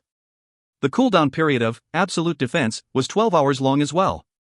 Zhang Yang did not want to wait for another 12 hours before he could try again if he fails. So he tried to think of another way. After reaching his dead body and resurrecting himself, Zhang Yang did not use any bandages or snacks. The reason was simple. He couldn't even survive one normal hit from the boss. There was no point of healing himself at all if he ever gets touched by the boss. Upon activating the Warrior's Honor, Zhang Yang had become invincible for the next 10 seconds. Without wasting any precious time, he reached his hand over to the Book of the Damned once again. Persistent. Do you seek death? Because that is what you're going to get. Madrovich humped coldly as he pointed his staff at Zhang Yang again. The dark gas flew at him again. Immune. Even if the boss is a celestial tier and all-powerful, he could not hurt a player who has an invincibility effect on him. That strike did not do anything to Zhang Yang. Stubborn, the boss was furious. He began to gather countless beams of dark light by the tip of the staff. There was a 3-second progress bar appearing right below his head. It seemed that the boss was chanting for a spell. The damage of this skill should be immensely high. 3 seconds later, the boss had finally unleashed the spell upon Zhang Yang. The dark light shot out from the tip of the staff like a laser beam. That beam then dispersed into hundreds of dark arrows and landed straight upon Zhang Yang. Immune. Immune. Immune. However, that would not do a thing. If players could be hurt when they were invincible, they wouldn't be called invincible anymore. 5 seconds, 6 seconds. The duration of Zhang Yang's invincibility was ticking off as every second passed. 2 seconds before the invincibility effect of the Warrior's Honor expired, Felice flew straight up to the boss in her humanoid form. She then activated her absolute defense, followed by her Dragon Spear Barrage. Arg Madrovich turned to Felice the moment he received Felice's attack. More furious than ever, the boss pointed his staff at Felice and shot out another dark shroud from his staff. The dark shroud surrounded the little lady and caused a value of damage. -10-244. Fortunately, the damage was not too much for Felice to bear. Felice had over 180,000 HP. Meanwhile, Zhang Yang only needed to hang on for another 3 seconds. Madrovich seemed displeased to have been prodded by Felice. He raised his staff again as the dark light began to charge up around the tip of his staff again. The 3-second progress bar appeared once again right above his head. 3, 2, 1. Ding. You have acquired an item, Book of the Damned X1. Zhang Yang could feel the joy rushing up his head. He quickly tore off a piece of teleportation scroll as he was ready to get the hell out of that spooky place with Felice. As long as the magic circle could form completely, they should be able to escape without a problem. At the same time, the progress bar below the boss's head had also filled up. The boss shot out a dark light from the tip of the staff again. The attack then dispersed into hundreds of dark arrows just like the first time and rained upon Zhang Yang and Felice like a storm. 10-334. 22-102. 11-034. Each of the arrows could cause about 10,000 damage on Felice. Some of the arrows caused up to 20,000 damage on her. The effect of level gap suppression worked randomly, 200%, 300%, 400%. It almost killed Felice on the spot. Zhang Yang was shocked. He quickly waved his hand and kept Felice back to the battle companion slot. How dare you! Thief! Die. As Felice was no longer there for the boss to target, he turned around and shot a dark shroud at Zhang Yang. Upon tearing the teleportation scroll, the magic circle for the teleportation would take up 10 seconds to activate. Felice was taken out of the picture when there was still 9 seconds left. There was no way for Zhang Yang to get away anymore. 1023-873. A damage value of over 1 million popped up on top of Zhang Yang's head. Zhang Yang was instantly killed. He was sent to report himself back at the graveyard again. He. Zhang Yang looked at the Book of Damned in his inventory as he grinned. Getting a quest item at the cost of 20% durability of all his equipment wasn't really that bad at all. Especially when the quest reward would benefit him greatly. Zhang Yang resurrected himself at the graveyard before he tore another piece of teleportation scroll. In another 10 seconds, he had teleported back to Morningtown. Then, he used the teleportation circle in the territory to get back to White Jade Castle. He summoned his Thunderhawk and flew straight towards the Tower of Skill Mastery. He looked up for Grand Magus Anthony Phelan, who was studying spells at the top of the tower. Have you gathered all 3 of the items? Anthony seemed surprised. Then he said, it surely had to have been difficult for you to have accomplished this at your current level of strength. Ding! You have completed a quest, materials for the instrument, received 10 million experience points. Quest assessment, perfect. Ha! Just like that? Zhang Yang quickly asked, Sir Anthony, shall we move on to the next step? Anthony nodded and said, I will create an instrument, a vessel.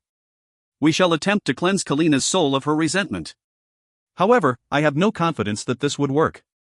As long as there's a glimpse of hope, there is a way. Zhang Yang said.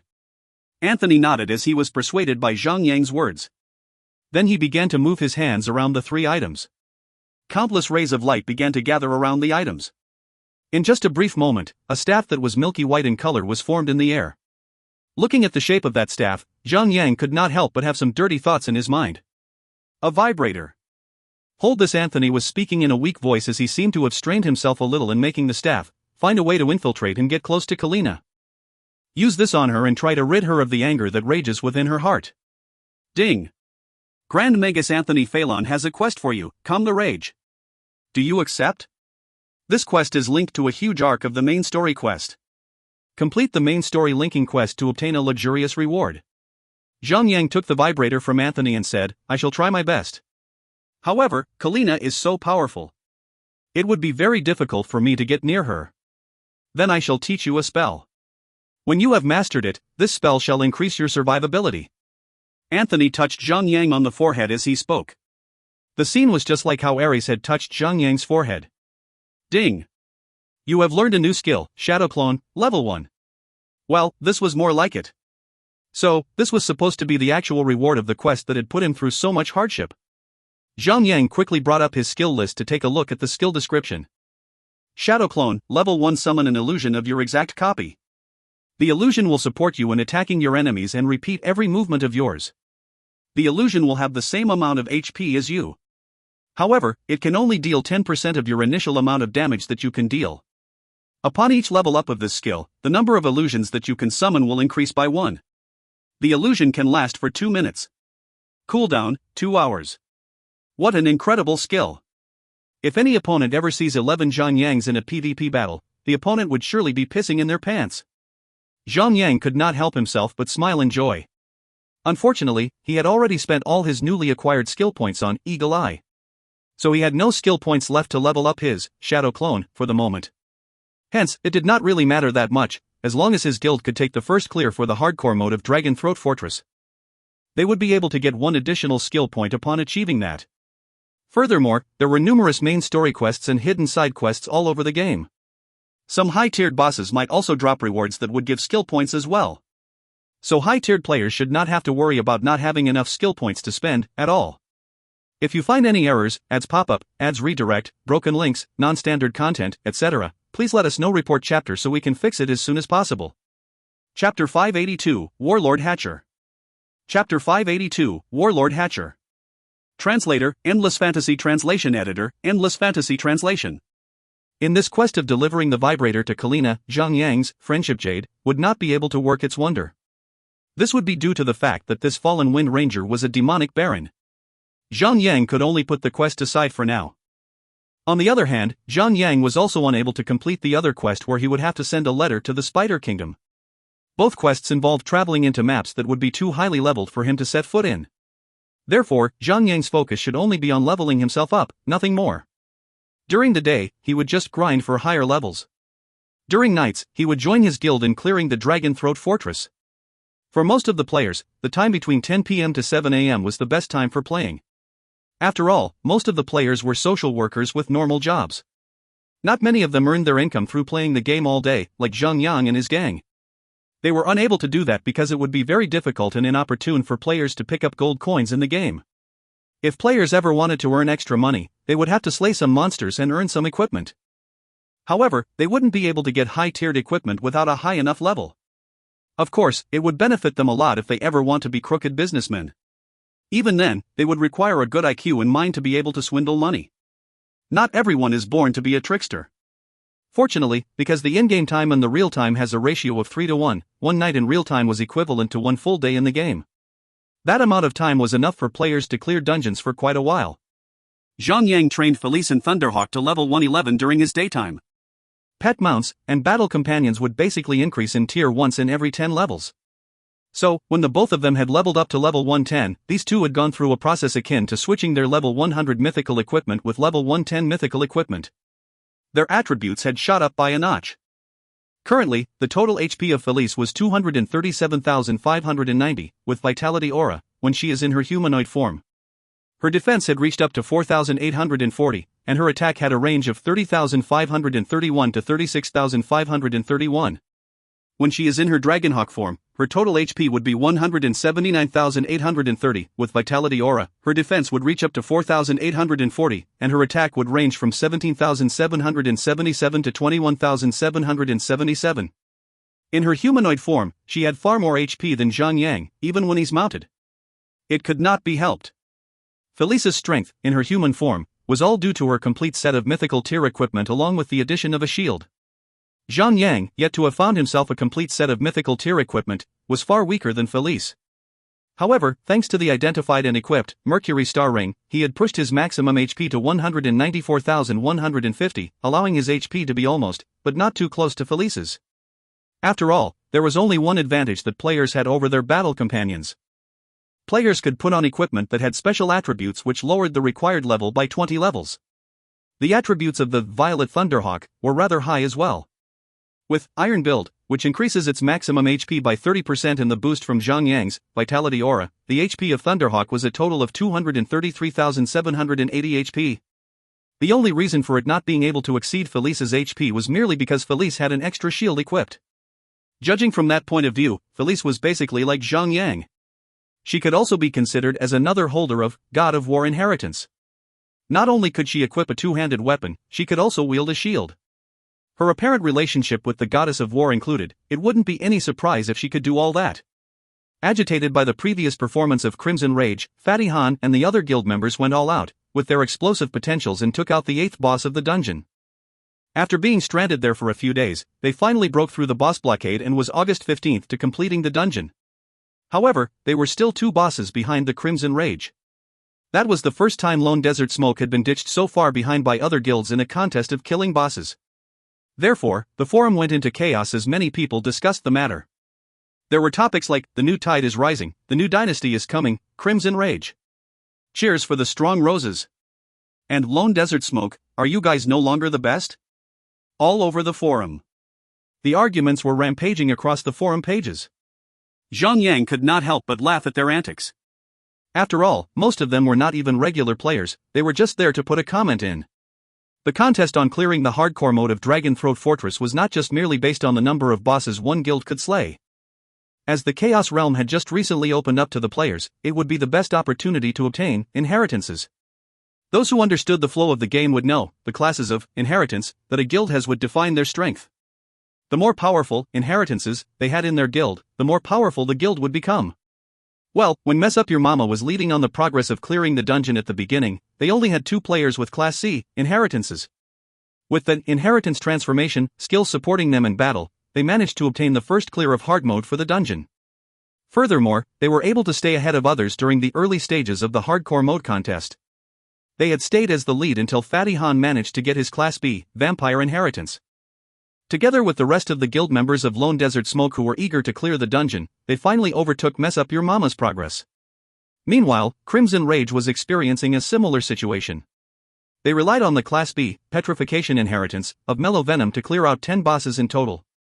With that, they were now the leading pioneers. From that point of view, tankers would be the most important role in clearing dungeons. Although both of the inheritances were Class B, Fatty Han's vampire inheritance would only be strong enough to tank against a boss head-on. However, Mellow Venom could rely on the passive skill that came together with her petrification inheritance while tanking against a boss. That was how the Crimson Rage managed to take down 6 bosses in a row. Therefore, most people believed that Crimson Rage would be the victor and would acquire the first clear of the hardcore mode for Dragon Throat Fortress by the end of all this. Their supporters were massive in number. Because everyone believed that Crimson Rage would be unshakable, with Mellow Venom leading the way. However, Sort of Light would have pooied at them saying that, what's so powerful with a Class B inheritance? That Zhan Yu has a Class S inheritance. That is an exclusive inheritance for the warrior class. If that inheritance cannot match the power of the petrification inheritance, that's what I call a joke. Sun Xinu, Wei Yin Air, and the others were still searching for the missing pieces of their inheritances. Therefore, although Zhang Yang had joined up with the exploration group of his guild, the Lone Desert Smoke still could not unleash their full potential. Without Sun Xinu, Wei Yin Air, Lost Dream, 100 Shots and Galileo, the DPS force of the Lone Desert Smoke did not really strike much of an impression to the public. Don't worry. I'm here. 1 against 3 is not a problem to me. Fatty Han thumped his chest proudly while saying it. The girls at the sidelines were screaming like a bunch of crazed girls. After everyone had gathered around, the party of 50 players went forward into the dungeon with vigor. Upon seeing Mountain Mover speaking and swallowing back the words on the tip of his tongue from time to time, Zhang Yang could not help but laugh at him. Then he said, "Mountain, I think it's best for you to command us. It doesn't matter if we're in a dungeon or on a battlefield. I'm just one of your humble tankers. My hands, your will." After hearing what Zhang Yang had to say, Mountain Mover began to smile with confidence. Like one of the old sayings, 2 tigers cannot live on the same mountain. If Mountain Mover was to be the commander of the party in the dungeon, he would need absolute power over the party. Zhang Yang knew that. That was why he had said it out loud in front of everyone. The refresh period of the dungeon would commence in 3 days' time. The party managed to clear out the first 8 bosses. So currently, they were stuck with the 9th boss. Warlord Hatcher, Violet Platinum, Humanoid. Level, 105. HP, 50 million. Defense, 2,820. Attack, 30,126 to 36,126. Skills. Poisonous Blood Infection, randomly infects 3 targets with infected poisonous blood, causing 10,000 nature damage once in every 3 seconds. Lasts for 15 seconds. When the targets are infected, the poisonous blood will continue to infect all targets within the range of 10 meters with the infected target. However, all infected targets will not be able to infect each other any further. Infectious Wound weakens the target, increases 50% damage that the targets take. Lasts for 10 seconds. Will only apply to the target with the boss highest aggro. Cannot be undone. Warlord's Wrath sends a conical blast out, causing 200,000 damage to all targets within the effective range. The damage will be shared among the number of targets struck. Hysterical Drive, when the HP of the boss is reduced down to 10%, Hatcher will enter his Hysterical Drive mode. His damage will increase by 50%.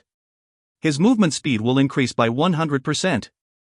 Madness, when the battle exceeds 10 minutes, Hatcher will enter his Madness form. Both his damage and movement speed will increase by 10 times. Note, Hatcher is the infamous executioner of the Dragon Throat Fortress. He kills without mercy, without sparing a single blink. It was a red-bodied orc. The orc was humongous. It towered over the party of 50 like a giant. The orc had an axe in both of his hands. Its eyes were completely red as well. By the looks of it, this orc had obviously been corrupted by the demons and was now a loyal dog. That was the backstory of the Dragon Throat Fortress. Every single orc in the fortress had been infected by the demon's blood and they were now loyal servants of the demons. That would be more than enough reason for players to slaughter them. We have encountered the boss once yesterday. I believe that everyone is aware of the difficulty of this battle. Mountain Mover started talking. I shall say this once again. All melee players stay on one side while all ranged players stay on the other side. Anyone who gets infected by the poisonous blood infection needs to get away from your party members as far as possible the moment you realize it. There will be a 3-second gap for you to move. If you can't run away in time, just ask yourself if you're a pig. After the effect of poisonous blood infection is over, you will return to the formation from the right. When you're infected, run left. Don't forget. I want this in a single flow, or not people running into each other from opposite directions. Secondly, everyone needs to stay together as closely as possible when the boss uses this skill. No one can survive the Warlord's Wrath alone. Guildmaster would survive, someone suddenly shouted, causing everyone to laugh. Mountain Mover was shocked to see that the amount of HP that Zhang had on him was a total of 190,000 HP. He could only quietly scold Zhang for being insane. Although the attack of the boss had reached up to 200,000 damage, a normal tanker with 20% passive damage immunity could reduce the damage received down to only 160,000 damage. So it was possible for him to take that hit alone. Mountain Mover was used to seeing Endless Starlight's HP, which only reached up to 90,000 HP. Now that a beast had joined his ranks, Mountain Mover could not help but feel isolated from the world. He felt that Zhang was no longer human. He smiled and said, "Alright, other than Guildmaster, no one else can take this hit alone." Players with the lowest HP amount would only have about 35,000 HP. It's 43,000 HP. What the? Zhang also had level 6, Vitality Aura, with him. That had enhanced the vitality of his entire party by 24%. Mountain Mover was moved once again as he could not get used to it. So the player with the lowest HP would have 43,000 HP. That means, we need 5 players to share the damage of the Warlord's Wrath, in order to prevent anyone from dying. Therefore, everyone, especially those who are infected by the poisonous blood infection, should maintain appropriate distance with each other from the boss and the party teams. Make sure you don't take the hit from the Warlord's Wrath, all alone. Roger. Everyone replied in unison. Lastly, this is my request to the tankers. Mountain Mover turned his attention towards Zhang and Endless Starlight. Then he said, "Which one of you will be kiting the boss?" "Boss is here." "Of course, it will be him. I shall cheer for him from the sidelines." Endless Starlight quickly pushed the responsibility away. It would really be a joke if he did not do so. Just look at Zhang equipment. They were in another realm compared to Endless Starlight. Furthermore, Zhang was well equipped with tons of insanely powerful skills. He not only excelled in his defense but also in his attack. His attack might even embarrass the other DPS players around him. Therefore, other than Zhang, who else was more suitable at kiting the boss? Endless Starlight was not the kind that would wear himself out unproductively. Zhang laughed and he said, "Alright, I'll be the one who tanks and kites." "Good. Guildmaster will be our main tank." Mountain Mover continued to talk. "After about 3 hours of experimenting, we all know that the infectious wound will only be activated once every 30 seconds. The boss will be granted a 50% increase in its damage output. Tankers might be in trouble at that point. But, He took a second glance at Zhang HP. Once again, that amount simply broke all logic. If you find any errors, ads pop-up, ads redirect, broken links, non-standard content, etc., please let us know. Report chapter so we can fix it as soon as possible. Chapter 583, 2 in a row. Chapter 583, 2 in a row. Translator, Endless Fantasy Translation Editor, Endless Fantasy Translation. Before players managed to acquire equipment that would meet the minimum requirement for these bosses, any boss battle would become even harder than flying into the sky with bare hands. No matter how hard you try, you would not be able to kill the boss at all. However, of course, when the level and tier of the equipment are way overspec'd, the battle would be child's play. The bosses would be crushed within minutes. The players had the software of skills and willpower but lacked the hardware. Hardware can never be completely solved by good gaming skills or the strong will to win. Crimson Rage managed to announce their might to the world all because of Mellow Venom. Her petrification transformation skill indeed came handy whenever they engage a boss. Her transformation skill was basically like a mythical tier equipment that would support her with a high value of defense. Furthermore, there were also some hidden inheritance skills which still remained unknown to the others. She could use her skills to boost the attributes of her equipment to a whole new level of power. There were a total of 7 mythical tier equipment that Zhang had on him. Sword of Purging Devourer and Warrior's Honor were not defense-type equipment. They did not contribute anything to Zhang's defense whatsoever. However, a shield would be an essential equipment that all tankers should have. Zhang had a level 130 mythical tier shield. That one shield alone had boosted most of his defensive attributes. His other equipment had also contributed in bringing up his defense. Compared to the power-up that Mellow Venom gets from her inheritance, Zhang would surpass even that. Mountain Move could not help but smile bitterly. If Zhang had joined them earlier, he would not have had to suffer and rack his brain trying to get the party to work together. However, he thought of it from another perspective. If Zhang had joined them earlier on instead of running around in the open world, completing main story quests, he would not be this powerful. If not for that, what chance did they have against this boss?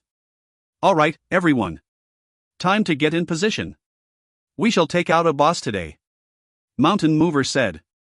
Everyone scattered out like a spider web. Zhang raised up his shield and sword, and then he said, I shall count from 3 to 1, and then we shall charge. 3, 2, 1. Zhang took the first step and charged towards the boss with large steps, followed by Felice and Thunderhawk. Unfortunately, he could not mount Thunderhawk even if he wanted to. Players could not be mounted in a dungeon. Or else, his maximum HP would have reached up to 350,000 HP. The boss would be toyed around by him. Business as usual, Zhang threw a Spear of Obliteration at the boss and caused 29,802 damage to the boss. He now had a solid hold of the boss aggro. You rats! Can't get enough and back for more?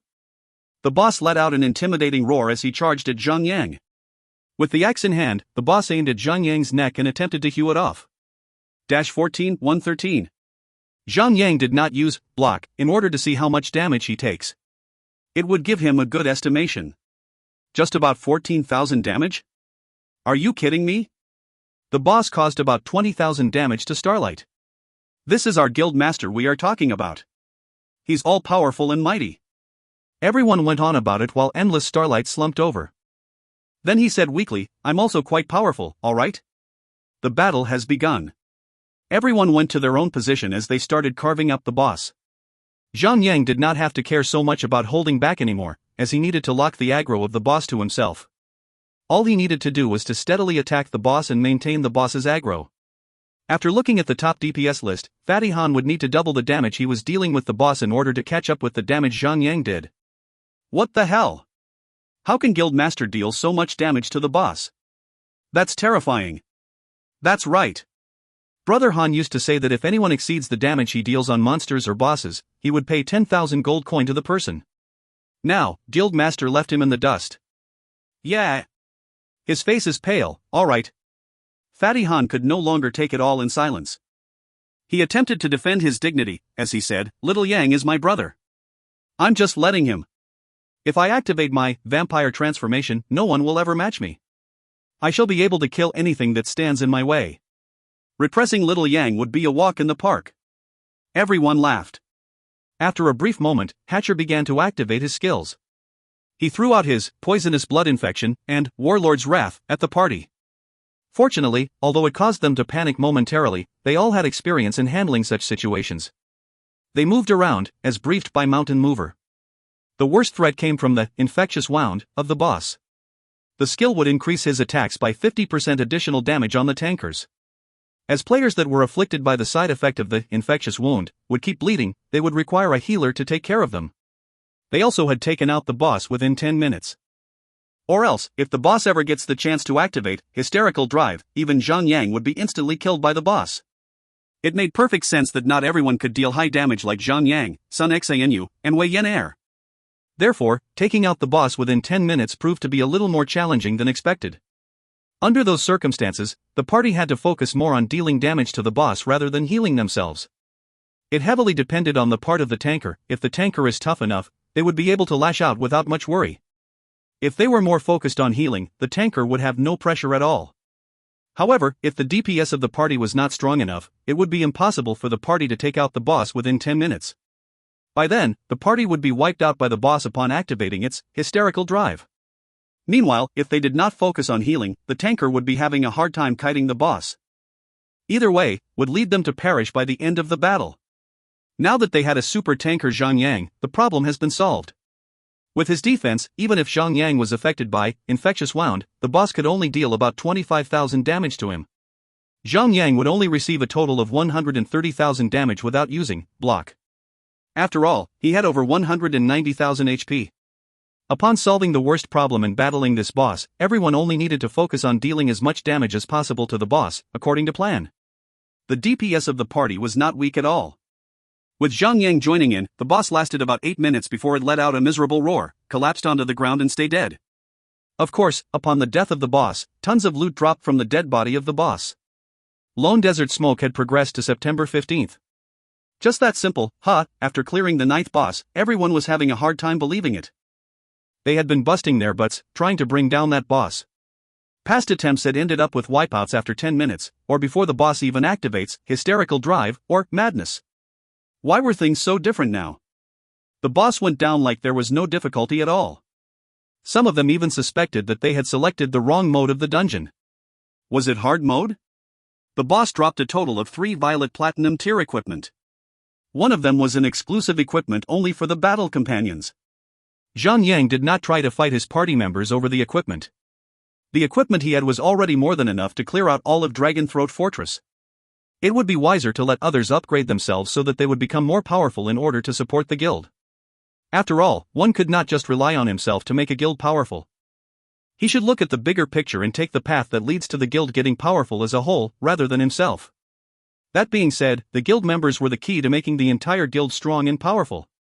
Therefore, increasing the standard of the overall guild members would be the best method.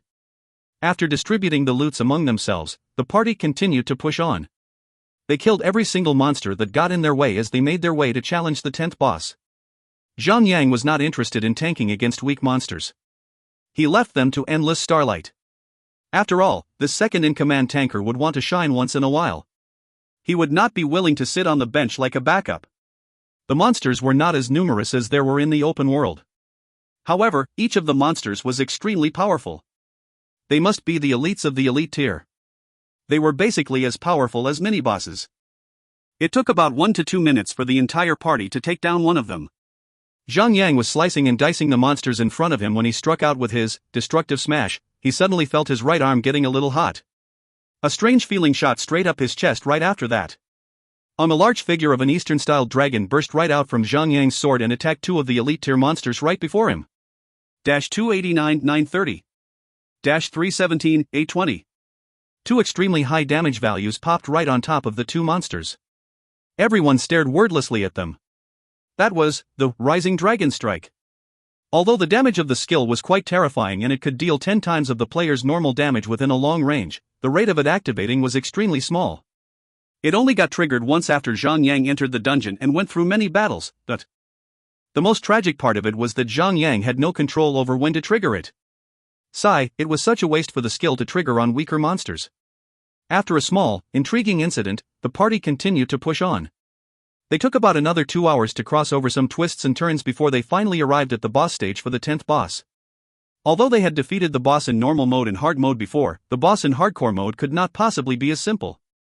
Not only would the boss have enhanced skills, the boss would also have 1 or 2 additional new skills. It would not be wise at all to bring forth the tactics that were used to defeat the boss before in hard mode, even though it was the same boss with similar behaviors. Zhang did not say a word as he followed every instruction and command from Mountain Mover. He allowed the commander of this party to work at his full potential. The party was going through a process of trial and error. Dungeon exploration could be an extremely boring thing, as players would have to face the same boss over and over again. If they ever encounter some bosses that were too powerful for them to handle, they would be forced to repeat battling the same boss over and over again until they managed to clear it. Well, it would be frustrating for most of the people to repeat the same thing over again and again. The party was wiped up by the boss several times.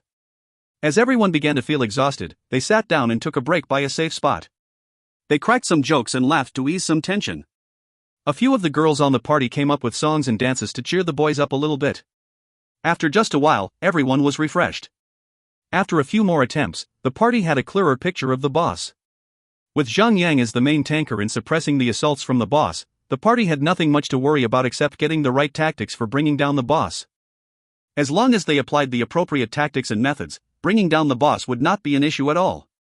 It would just be a matter of time. One night had passed. The party managed to slay the 10th boss right before it was time for most of the party members to log out of the game and get to work. By killing the boss, Lone Desert Smoke had caught up to Crimson Rage's progress. That had put a huge question of doubt on whether Crimson Rage would still triumph in the contest of securing the first clear title of the dungeon. Zhang did not stay in the dungeon for the following days. Instead, he went on to help the little brat in completing the quests for her Darkness Inheritance. They spent hours taking down some mini-bosses. Even though the little brat and Han Shui could have completed the quests all by their own, but Zhang wanted her to get her Darkness Inheritance as soon as possible to boost the strength of his guild. With his aid, the progress of completing the quests became much quicker than expected. With how Crimson Rage and Lone Desert Smoke were rampaging across the dungeon stages, other guilds were not willing to be left behind. They started to send their own members with inheritances to the front lines.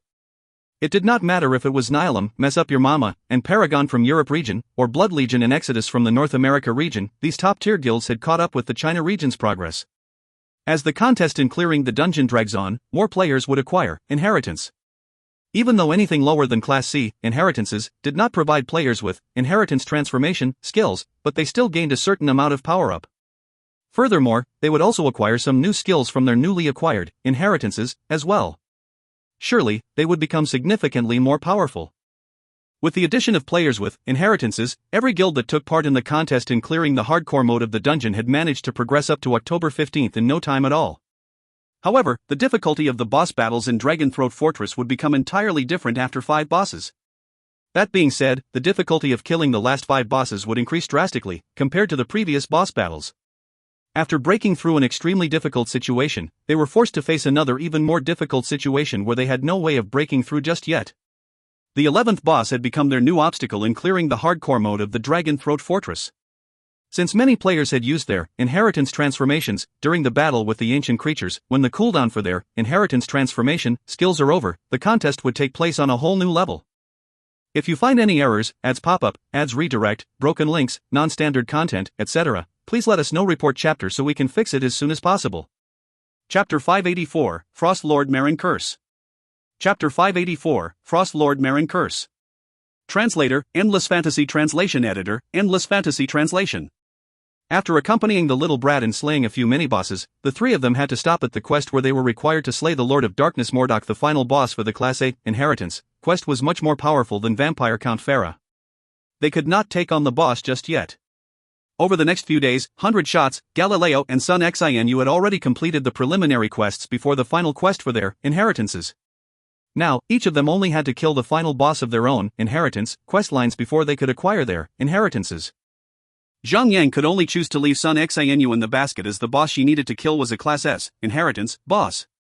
Unless Felice goes wild again like she did before, the boss would not be going down anytime soon. That Dragonhawk lady was really a nightmare when she went berserk. Since they were still incapable of slaying the final bosses for Class S and Class A inheritance quests just yet, but they would still have a glimpse of hope in taking down the final boss for Class B inheritance quests. As long as Zhang has his God of War transformation ready at hand, and some luck in triggering the special effect of Glare of the Death God, everything should work accordingly like how it did during their battle with Vampire Count Farah. They would really stand a high chance of taking down the boss and completing the quest. Though Vampire Count Farah was a little subpar as final boss for Class B inheritance quest, Zhang now had quite a number of upgrades on his equipment. With his God of War transformation activated, the total amount of his HP would reach up to 7,650,000 HP. That would be almost double the amount of HP he had back when they were taking on Vampire Count Farah. After some considerations here and there, Zhang decided to help Lost Dream and the other 2 members get their Class B inheritances first. When they have 4 Class B inheritance transformations and 1 Class S inheritance transformation ready, the Lone Desert Smoke should be able to take down the last 5 bosses of Dragonthroat Fortress in a row. Zhang Yang brought Sun Xinu, Lost Dream and the other party members along as they departed for the quest. They endured much pain and suffering while battling against the high-leveled monsters. After struggling for half a day, the party finally arrived at their destination. The Frost Lord Marin Curse was standing in the middle of the marshland of Haxerland Basin. It was a large creature formed from frost and ice. It had a humanoid appearance that was hundreds of meters tall. The angular, clear, glass-like frost on the surface of the body threw off star-shaped reflections of iridescent light as the beast moved about, stoically shaking the loose snow off itself. It was such a sight to behold. Frost Lord Marin Curse, Ethereal, Elemental. Level, 150. HP, 150 million. Defense, 9,950. Attack, 75,409 to 95,409, determined as a physical attack, but deals frost damage. Skills. Frost Aura, reduces 50% movement speed of all targets within effective range. There is a 1% chance of freezing the target. Freeze effect lasts for 5 seconds. When frozen targets are struck by Marin Curse, the critical rate on the targets is increased by 50%. Frosty Edge, summons frosty pikes from above, raining down upon all targets within the area of 10 by 10 meters. Causes 50,000 frost damage to all targets once every second. Lasts for 10 seconds. Ice Ring, unleashes a ring of frost, causing 30,000 frost damage to all targets within the range of 20 meters. Targets will be afflicted with a freezing effect which will last for 5 seconds. When frozen targets are struck by Marin Curse, the critical rate on the targets is increased by 50%.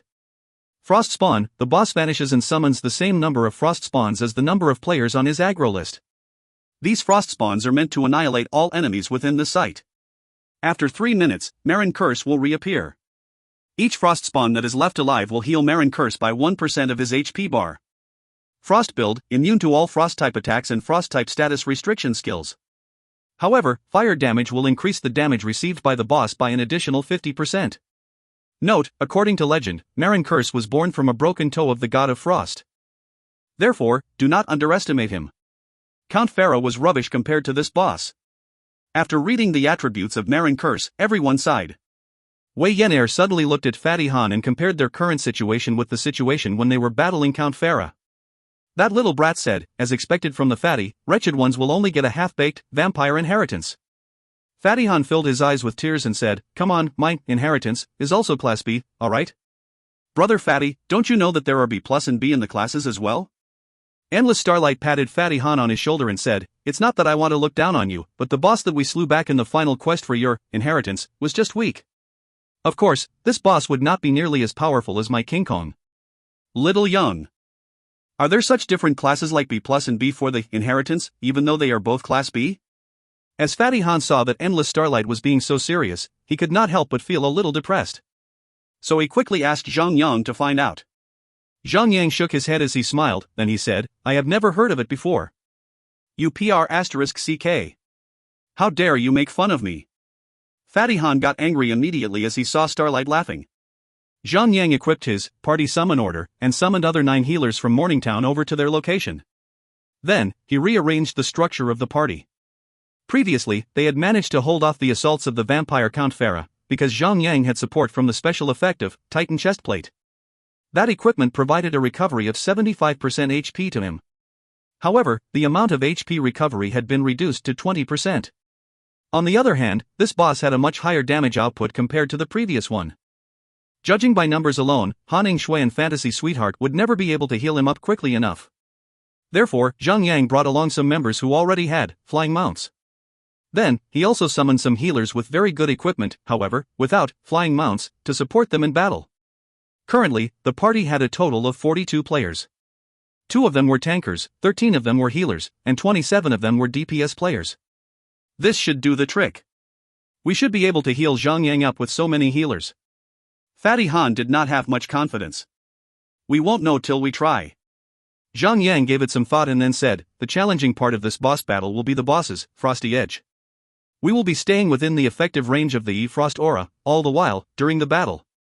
Our movement speed will surely be reduced. Most of us will surely be frozen as well. We wouldn't be able to dodge that, and we will be exposed to a high chance of receiving critical damage. Therefore, everyone, get your own anti-status restriction skills ready. Only use them to unfreeze yourself when you're struck by the Frosty Edge.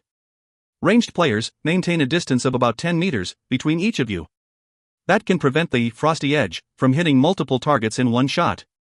As for the melee players, we have no choice but to go head-on. You know what to do. Zhang took a deep breath and said, "Now, move out." He activated his God of War transformation.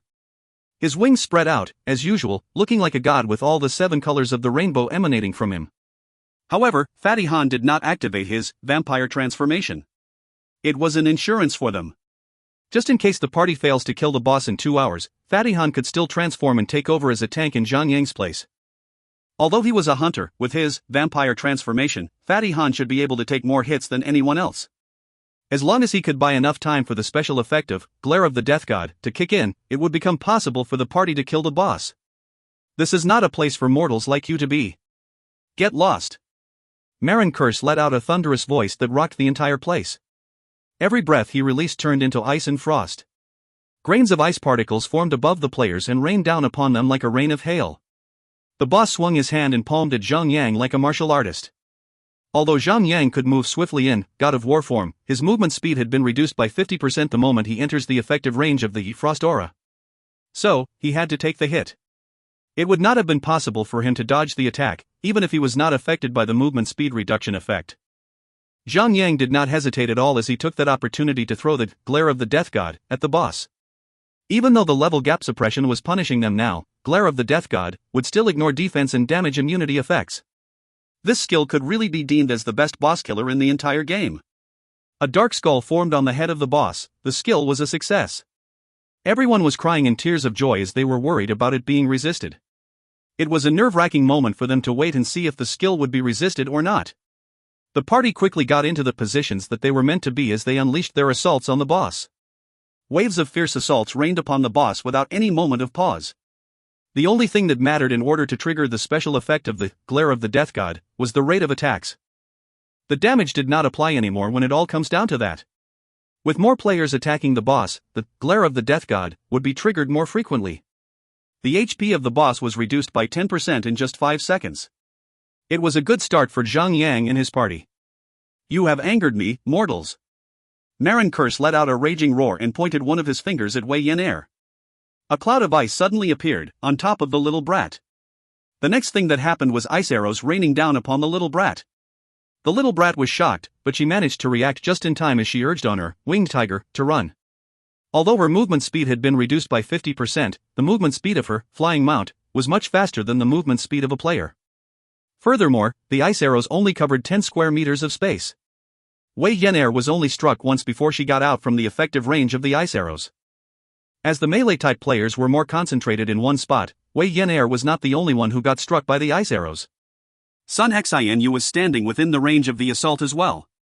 Fortunately, the central point of the attack was the little brat, so Sun Xianyu managed to get out of the range right before the ice arrows hit her. The battle had just begun. Although the equipment on everyone had improved significantly ever since they took on Vampire Count Farah, the total amount of damage they could deal to the boss after each passing second was still far from enough. It could be described as pitifully low. This was all thanks to the level gap suppression function of the game. On the other hand, the boss could deal about 110,000 damage to Zhang Yang with just a normal slam. If the level gap suppression function would trigger 5 times of damage, the damage that the boss could deal on Zhang Yang would reach up to 300,000 damage, but that was not a critical hit. It would become even worse than that if the boss strikes Zhang Yang with a critical hit. The boss also had Frost Ring, which could freeze all targets within the effective range of the skill. If Zhang Yang could not unfreeze himself in time, the worst-case scenario was that he would be receiving a total of 600,000 damage in a single hit from the boss. Without the support of an inheritance transformation, any tanker would be instantly killed. Of course, that was possible, because of the level gap suppression function of the game. Furthermore, that amount of damage would only be possible if the level gap suppression function of the game had triggered 5 times the regular damage. It would not be possible for the boss to deal such high damage under normal circumstances. The 13 healers were healing Zhang Yang with their might. After all, Zhang Yang had over 7 million HP. They did not have to worry about overhealing Zhang Yang at all. All they were required to do was to heal until they ran out of MP. When that happens, they would just rest while waiting for their MP to recover, as they would fully utilize the rule of the 5-second gap to recover their MP bars. That was possible because Zhang Yang had a long HP bar.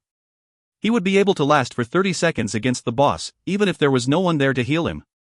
In other words, the healers could take half a minute break whenever they had healed Zhang Yang back to his full health state. That gave the healers a greater margin of error as they heal Zhang Yang. Even though Zhang Yang was supported with so many healers from the rear, this boss was a real tough son of the B*TCH to kill. The boss was constantly activating Frosty Edge, giving the party a hard time. Everyone was forced to move around dodging deadly ice spikes that were showering down on them while they were within the effective range of the skill.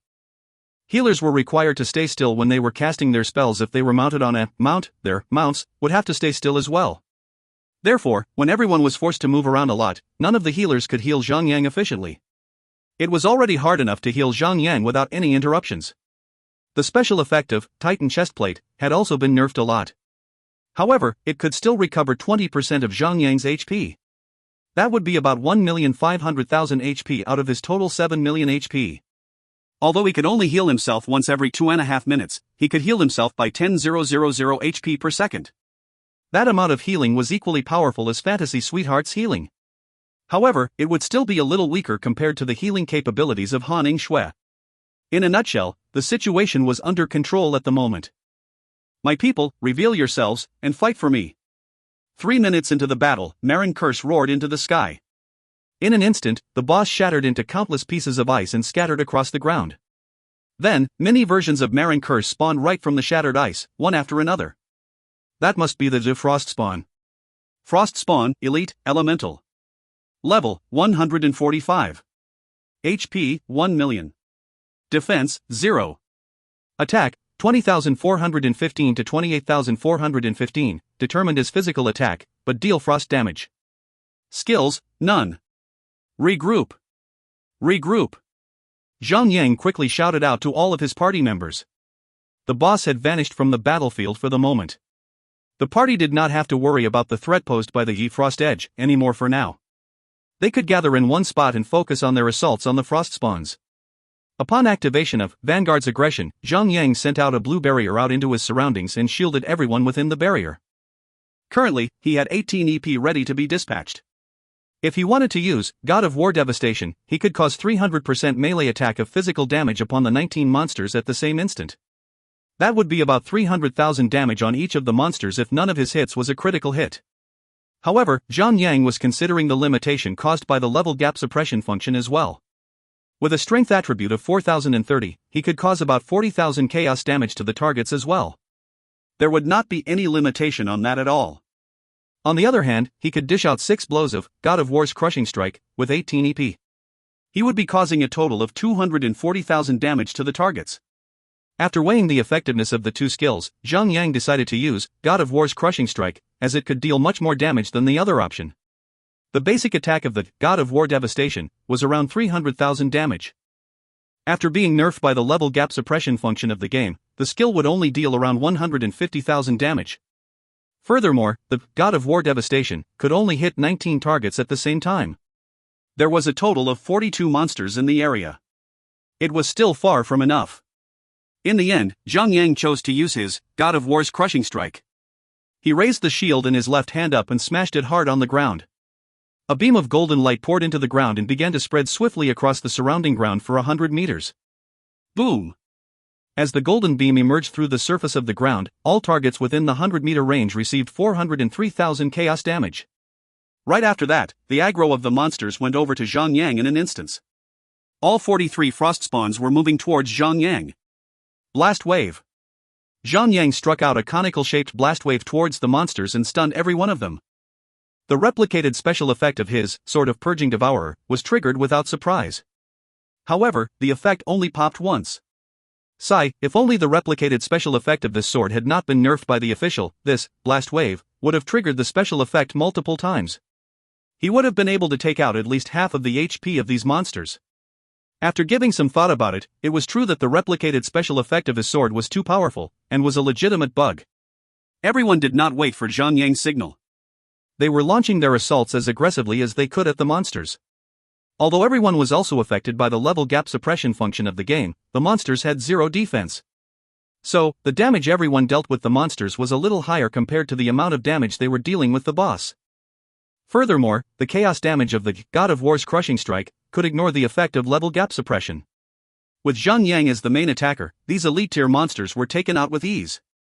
If you find any errors, ads pop up, ads redirect, broken links, non-standard content, etc., please let us know. Report chapter so we can fix it as soon as possible. Chapter 585, A Chopped Off. Chapter 585, A Chopped Off. Translator, Endless Fantasy Translation Editor, Endless Fantasy Translation. The next minute gave the party a moment to take a deep breath and rally up. They took the opportunity to use some bandages and wait for their skills to cool down. The magic-type players recovered quite an amount of MP during that period of time. The third minute had passed. The corpses of frost spawns melted into puddles of water. Then, the water gathered around together and reformed the massive body of Marin Curse. Everything went back to normal. Everyone was attacking the boss in their previous places. One sword stroke is about to get married. Fatty Han suddenly said it out loud. According to some rumors I just heard, the Imperial Sky had purchased tons of firecrackers.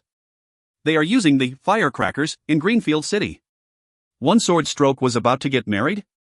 With Luo Xin Yen? Zhang Yang could not help himself, thinking that it was odd.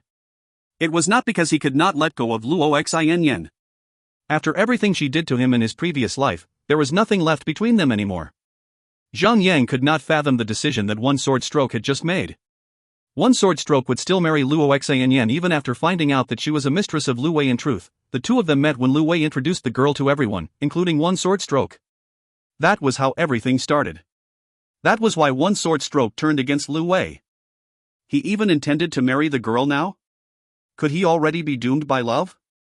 Who's his wife then? Everyone was a little curious. After all, one sword stroke was considered one of the celebrities in China region. He was officially known as the second most powerful tanker in the entire game. The best tanker was, of course, Zhang Yang. She's my wife's classmate. When Fatty Han mentioned the words my wife, his eyes were glittering. He seemed to take great comfort in that. However, can Lu Wei accept such humiliation, then? Well, the incident between one sword stroke and Lu Wei had been quite a hit on the forums. Most of the players who visited the forum would know the squabble between those two. What can he do if he cannot accept it? Can he bite? Endless Starlight squinted with his mouth twitched. Because of Zhang Yang, everyone was hostile towards Lu Wei. Most of them even hated him very much. Lost Dream smiled coldly and said, obviously. You have not seen what powerful men can do when they are provoked. Will it be very bad? Daffodil Daydream was hoping that she could see the happy ending, no matter the person. That's really hard to say, for now. Lost Dream shook his head. When the strength of a family has reached a certain level, they will have many enemies. Their capabilities will be beyond your imagination. Furthermore, the worst, intolerable thing for men is having your girl cheat on you behind your back. I guess Lu Wei will never be able to let go. Anyway, it has nothing to do with us. Let's focus on slaying the boss, then. 100 shots put the topic to rest. Ha! It's boring if we only keep fighting the boss, you know. Under the large influence of the level gap suppression effect, the damage that the entire party could deal on the boss was unacceptably low. Fortunately, the AoE attacks of Zhang Yang was powerful enough to take out all of the frost spawns. So, no one in the party had to suffer any damage at all. Or else, the party would have been wiped out by the elite tier monsters. 1 hour later, the boss only lost 42% of its HP. Zhang Yang and his party were still far away from victory. Unfortunately for them, the second attempt of Glare of the Death God was resisted by the boss. Truth to be told, this skill had an extremely high chance of being resisted by higher-tiered bosses. However, everyone could not help sighing and sobbing constantly, because this was an extremely important battle for them. It would affect the movement of their guild in the upcoming days. Fatty Han and Endless Starlight were working together in teasing Zhang Yang, as they kept saying that Zhang Yang should not leave his hands unwashed after taking a poop.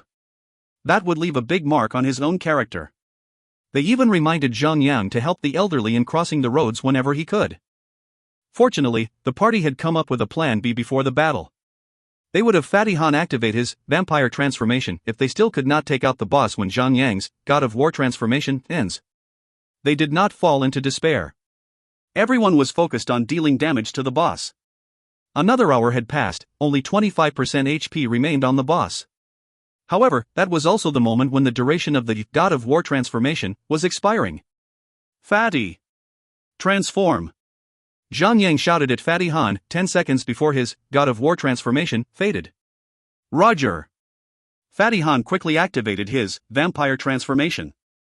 In an instant, a pair of gray bat wings spread out from his back. Two long fangs came right out from his mouth and his skin turned pale all of a sudden. Fatty Han looked like a dried-up corpse. Wow! Fatty Han looks really abnormal now. Wei Yan'er laughed out loud. It's transformed. Transformed. Fatty Han did not mind if people call him fat. However, he could not accept people for making fun of him like that. So he was trying to argue with the little brat while releasing arrows towards the boss. 3, 2, 1. That was the moment when God of War transformation finally faded. Zhang immediately activated Shadow of the Void and escaped into a void dimension. After he had removed himself from the aggro of the boss, Zhang reappeared and joined the battle. Other than Zhang, Fatty Han was dealing the highest damage to the boss currently. So, the moment Zhang disengaged from the battle, Fatty Han became first on the aggro list of the boss. Damn mortals! I'm going to crush you! Destroy you! The Frost Lord turned to Fatty Han and gave Fatty a good slam with his hand. 161080. An extremely high damage value popped up on top of Fatty Han.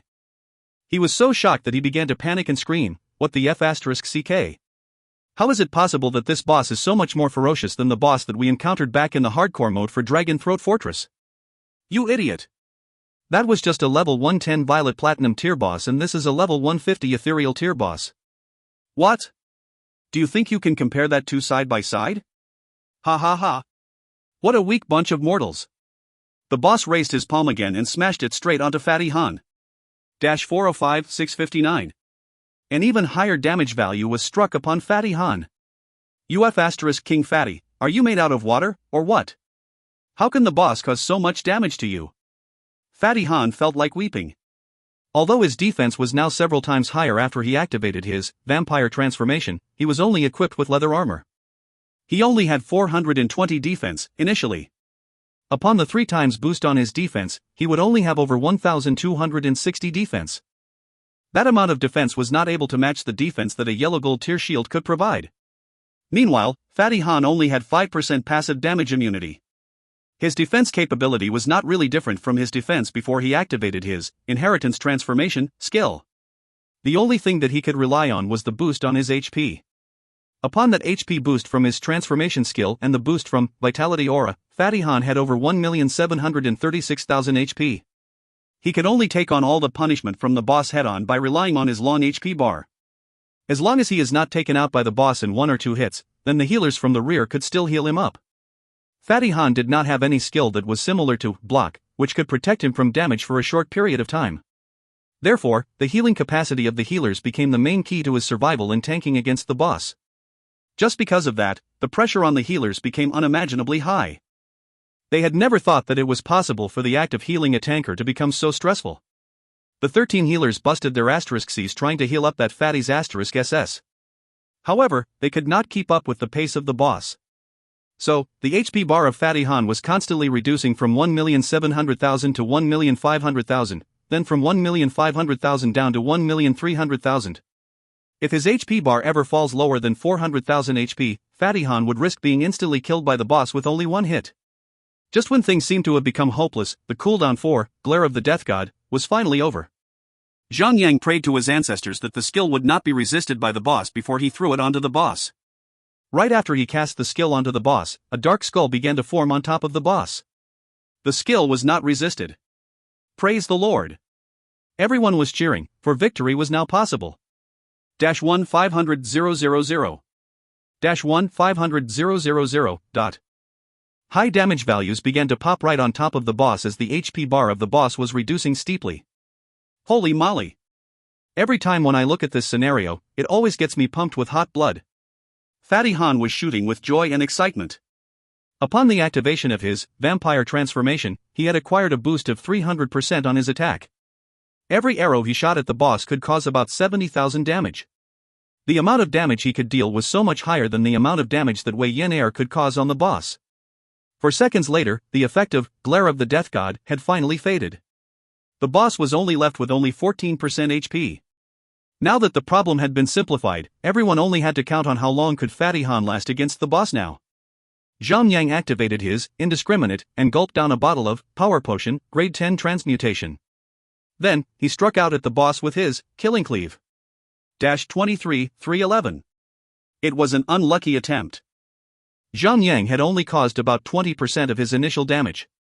Hey, there is not a sense of accomplishment at all from battling a boss which has a level gap suppression over us. What can that little amount of damage really do to the boss? He shook his head while giving out a heavy sigh. That's true. That few thousand points of damage. No. Only a few hundred sometimes. Those numbers are why I'm depressed. Lost Dream shook his head as well.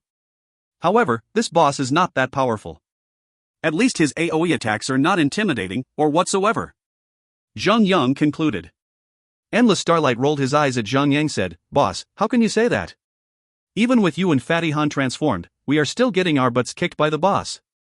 What are you thinking? Zhang continued to shake his head, then he said, if the boss has an even more powerful AoE attack, we would not have survived it just now.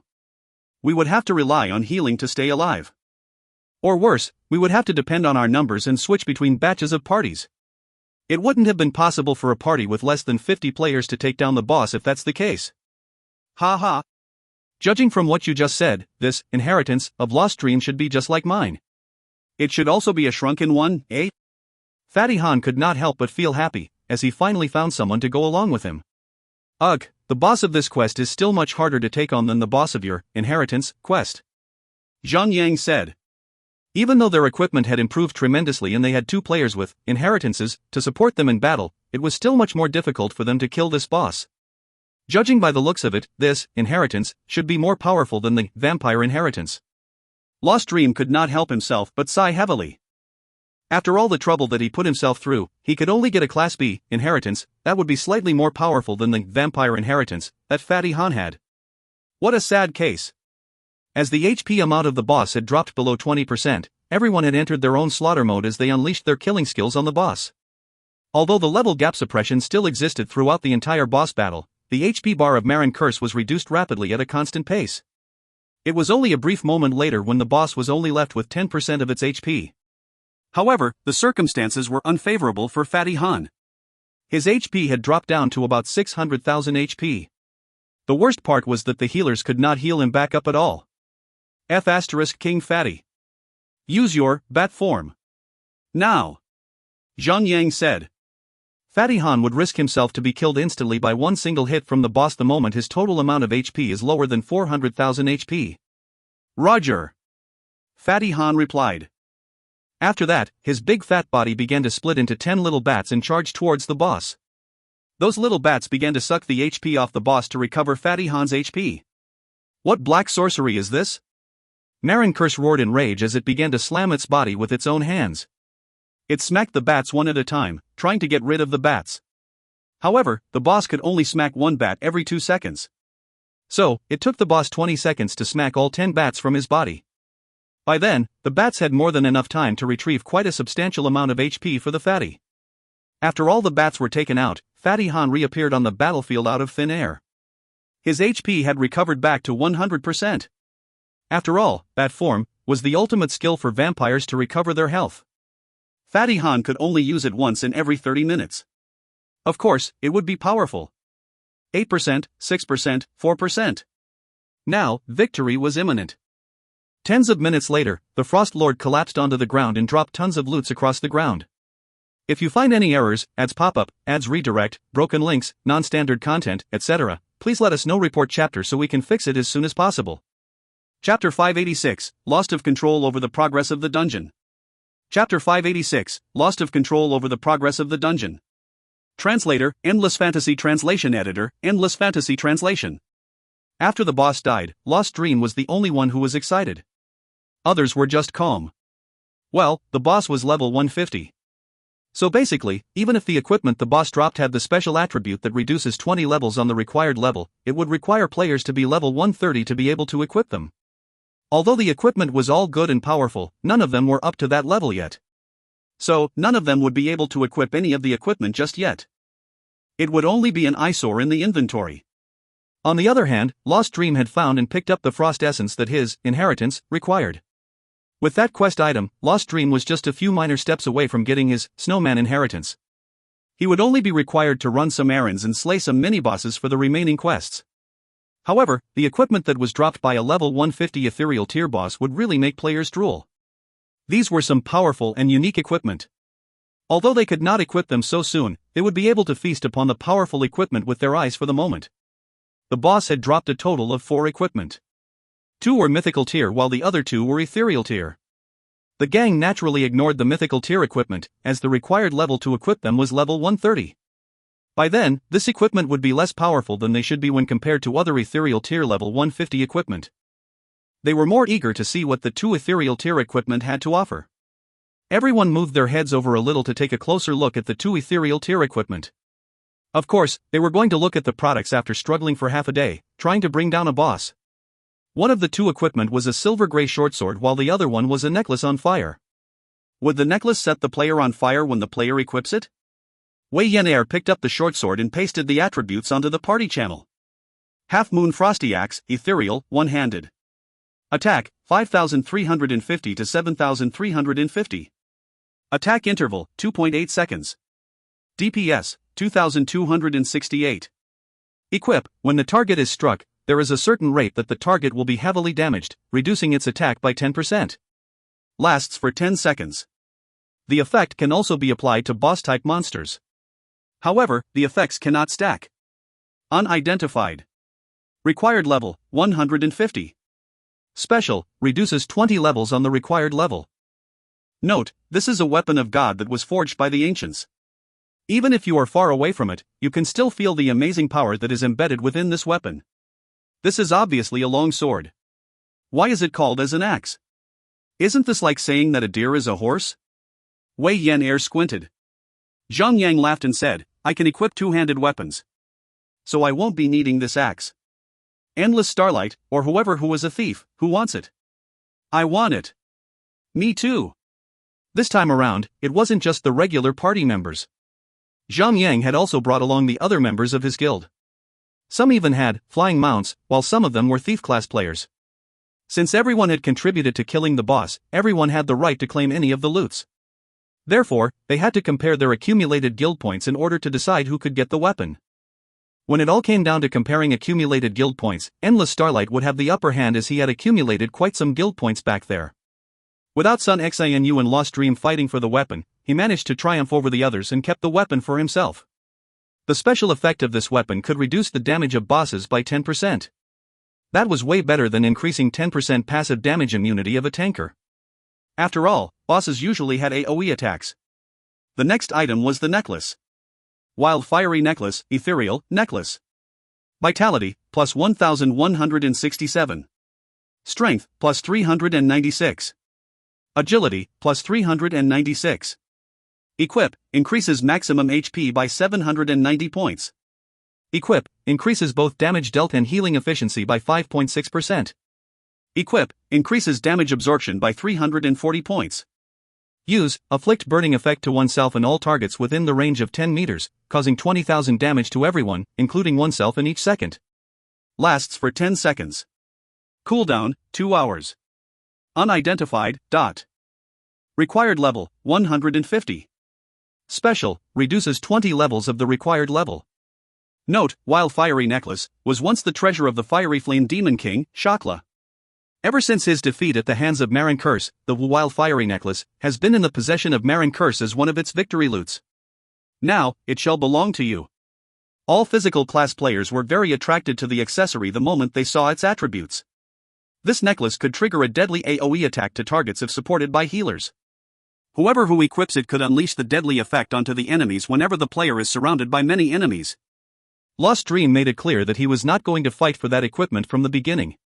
As he was content with acquiring the quest item for his inheritance quest, he would like to let others have the joy of getting that equipment. After a session of auctioning, the necklace was taken by the little brat. She put it on immediately, but there was no effect at all, because she had not reached the required level yet. Do I look pretty with this on? Wei Yan'er began to show off her new jewelry. The little brat had a pair of clear eyes and white teeth.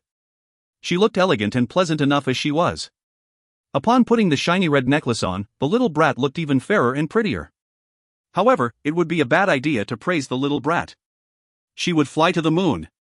Zhang Yang replied her coldly, not that bad at least. Your taste is awful. Wei Yan air humphed. The other two mythical tier equipment had also found their owners. However, their owners had to reach level 150 in order to equip them. That would mean that they would have to wait for a long time more. Upon completion of the quest, everyone began to tear their teleportation scrolls and left. Meanwhile, Lost Dream persistently went on with his remaining quests to get his Class B inheritance. After all, he was just a few steps away from getting the Snowman inheritance. So he would like to get it done as soon as possible. By then, there would be 3 players with inheritances in Lone Desert Smoke. That should give them enough strength to take down the remaining bosses back in the hardcore mode of Dragon Throat Fortress. Because the inheritance transformation skills of Zhang Yang and Fatty Han were under cooldown at the moment, the party could not continue on slaying the final bosses for the inheritance quests of 100 Shots in Galileo. So, they had to wait for another 3 days before they could carry on with the task. They needed their inheritance transformation skills to support them in order to kill those extremely powerful bosses. Lost Dream completed the remaining of his inheritance quests swiftly. It only took him 2 days to clear out the remaining quests and to become the 3rd player in the Lone Desert Smoke with an inheritance. Frost Armor passive, reduce received damage by 5%. When struck by melee attacks, can reduce the movement speed of the target by 50%. Lasts for 10 seconds. Frost Strength passive, increases your damage by 40% permanently. Frost Transformation transforms into a snowman. Maximum HP increased by 20 times. Defense increased by 3 times. There is a 70% chance of being immune against magic attacks. Attack increased by 3 times. During your transformation period, you earn 1 energy point, EP, every second. You need EP in order to activate some of your special skills. Frost Transformation can only last for 2 hours. Cooldown, 72 hours. Frostbite, add the power of Frost Strength to your weapon. Upon hitting your target, you can cause additional 100% frost damage to the target. Frostbite will consume 1 EP in each second. The skill will last until you deactivate it or your EP bar is depleted. Cooldown, 30 minutes. After reading the inheritance skills of Lost Dream, everyone was thrilled. Vampire Inheritance and Snowman Inheritance were both Class B inheritances. Therefore, the normal enhancement that these inheritances could provide to players were basically similar. Both of them could increase 40% damage and 5% of passive damage immunity. However, Snowman Inheritance had an additional attribute that would reduce the movement speed of melee attackers. Although it was not a ridiculously powerful skill, one additional special effect is always better than having none at all. After all, the skill was passive and it was free to use. More importantly, upon activating the inheritance transformation, the Vampire Inheritance focused on HP recovery while the Snowman Inheritance focused on boosting attack.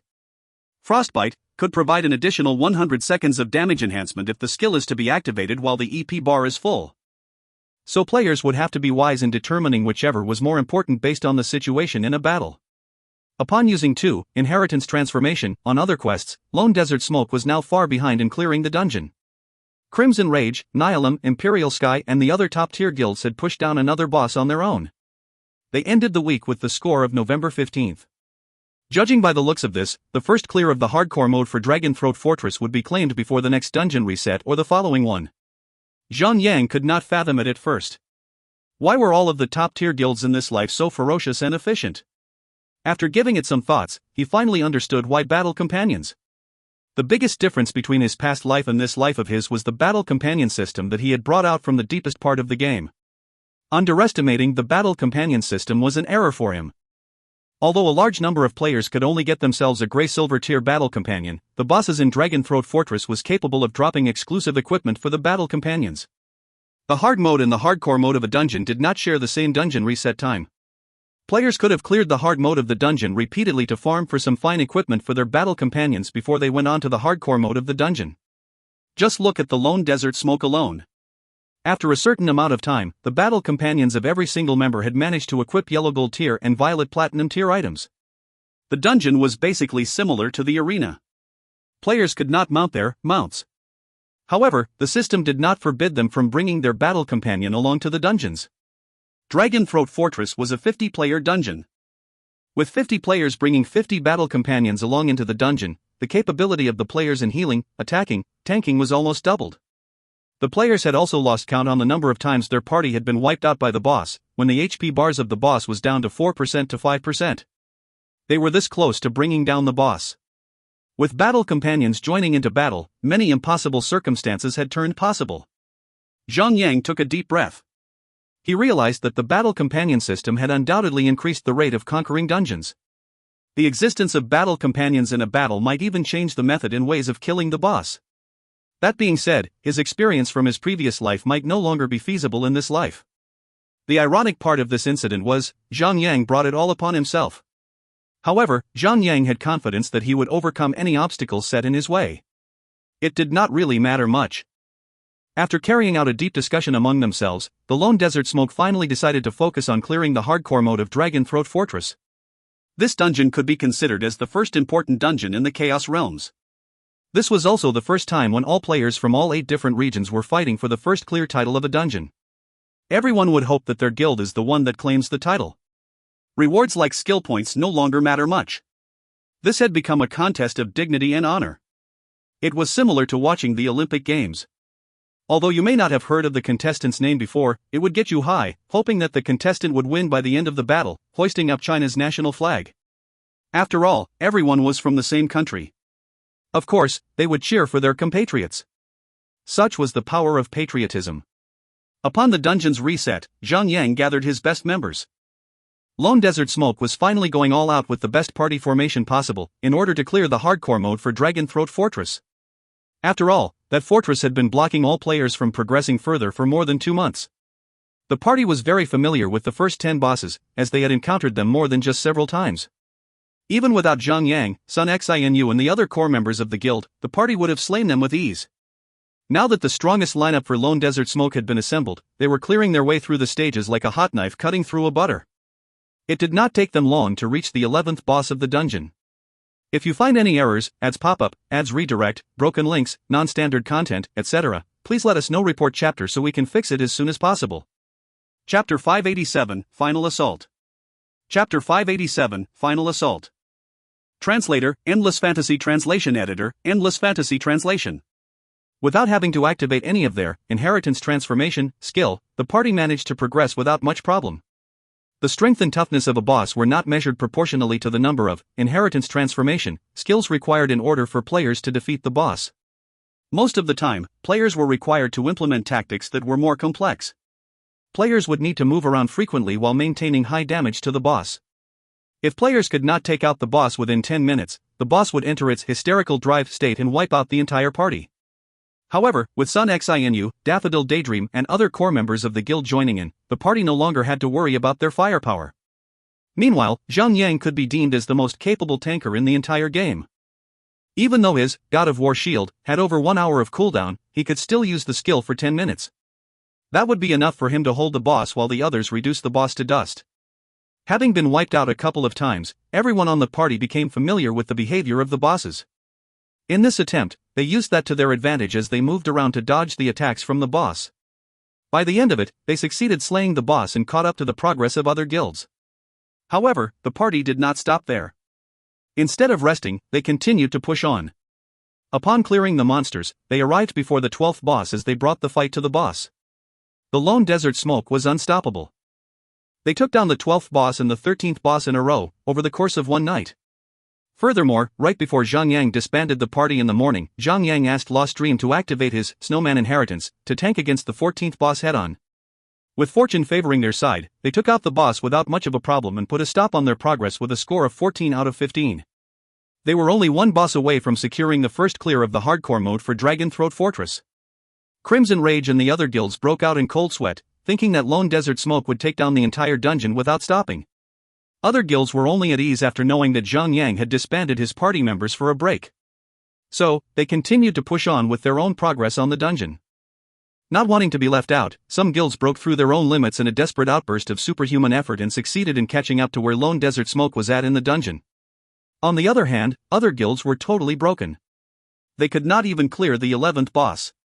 Many of them had laid down their arms in hopelessness. However, the final boss of the dungeon, Argent Hammer of Battle Hymn, had put a complete stop to the dungeon progress of every single guild. During their attempt to take down the boss, many players had activated their inheritance transformation skills, but yet, they cried in defeat under the aggressive assaults of the boss. Well, the boss made a clear point that inheritance transformations was not a solution for everything. Even though inheritances could greatly enhance the ability of a player, but one player could only do so much when confronting a boss. It would not be easy to carry the burden of an entire team. Furthermore, Dragon Throat Fortress was a 50-player scale dungeon. The boss was designed to withstand the assaults of 50 players at the same time without any problem at all. It would be naive to think that soloing the boss is possible. Of course, if it was a boss from a 5-player scale dungeon, then a player with Class B inheritance transformation would be powerful enough to solo the boss. The day passed. All office workers returned home and had their dinner. After resting for a while and loitering about, they logged into the game again. Zhang gathered his party members up once again and continued to clear the dungeon. They were ready to face the final boss of the dungeon. Currently, there were at least 20 guilds challenging the boss. Everyone tried their best to slay the boss, and tension was building up in every passing second.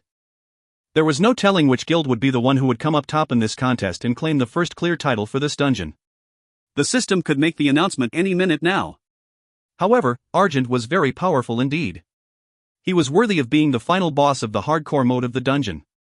Even after players had activated their inheritance transformation, they had yet to find a way to take down the boss. The fact that the boss was still standing firmly on his post had proven that this boss was extremely difficult to kill. After spending more than an hour clearing out the monsters, Zhang and his party arrived before the Great Orc President, Argent, for the first time. It was a red-skinned orc as tall as 4 meters. His body was gigantic and his muscles bulged out. He held a halberd that was much longer than he was, in his right hand. The boss looked incredibly intimidating as he sat on a throne with pride. President Argent. Hammer of Battle Hymn, Violet Platinum, Humanoid. Level, 115. HP, 300 million. Defense, 3060. Attack, 30,286 to 42,286. Skills. Windwalk, enters a state of invisibility and clears out everything from the aggro list. Increases movement speed by 100%, increasing the next damage dealt by 100%. The effect can only last for 1 minute, or until the user performs an action other than moving around. Stormblades, swings the weapon in hand and causes damage to all targets within the range of melee attack in every second. The damage dealt will be based on the attack of the weapon held. Lasts for 10 seconds. Berserker's Strike, unleashes a raging strike upon the target and cause a damage of 200% melee damage to the target. Will be used right after Windwalk. Hysterical Drive, when the battle exceeds 10 minutes, Argent will enter into a state of hysterical drive. Increases attack by 10 times. Increases movement speed by 10 times.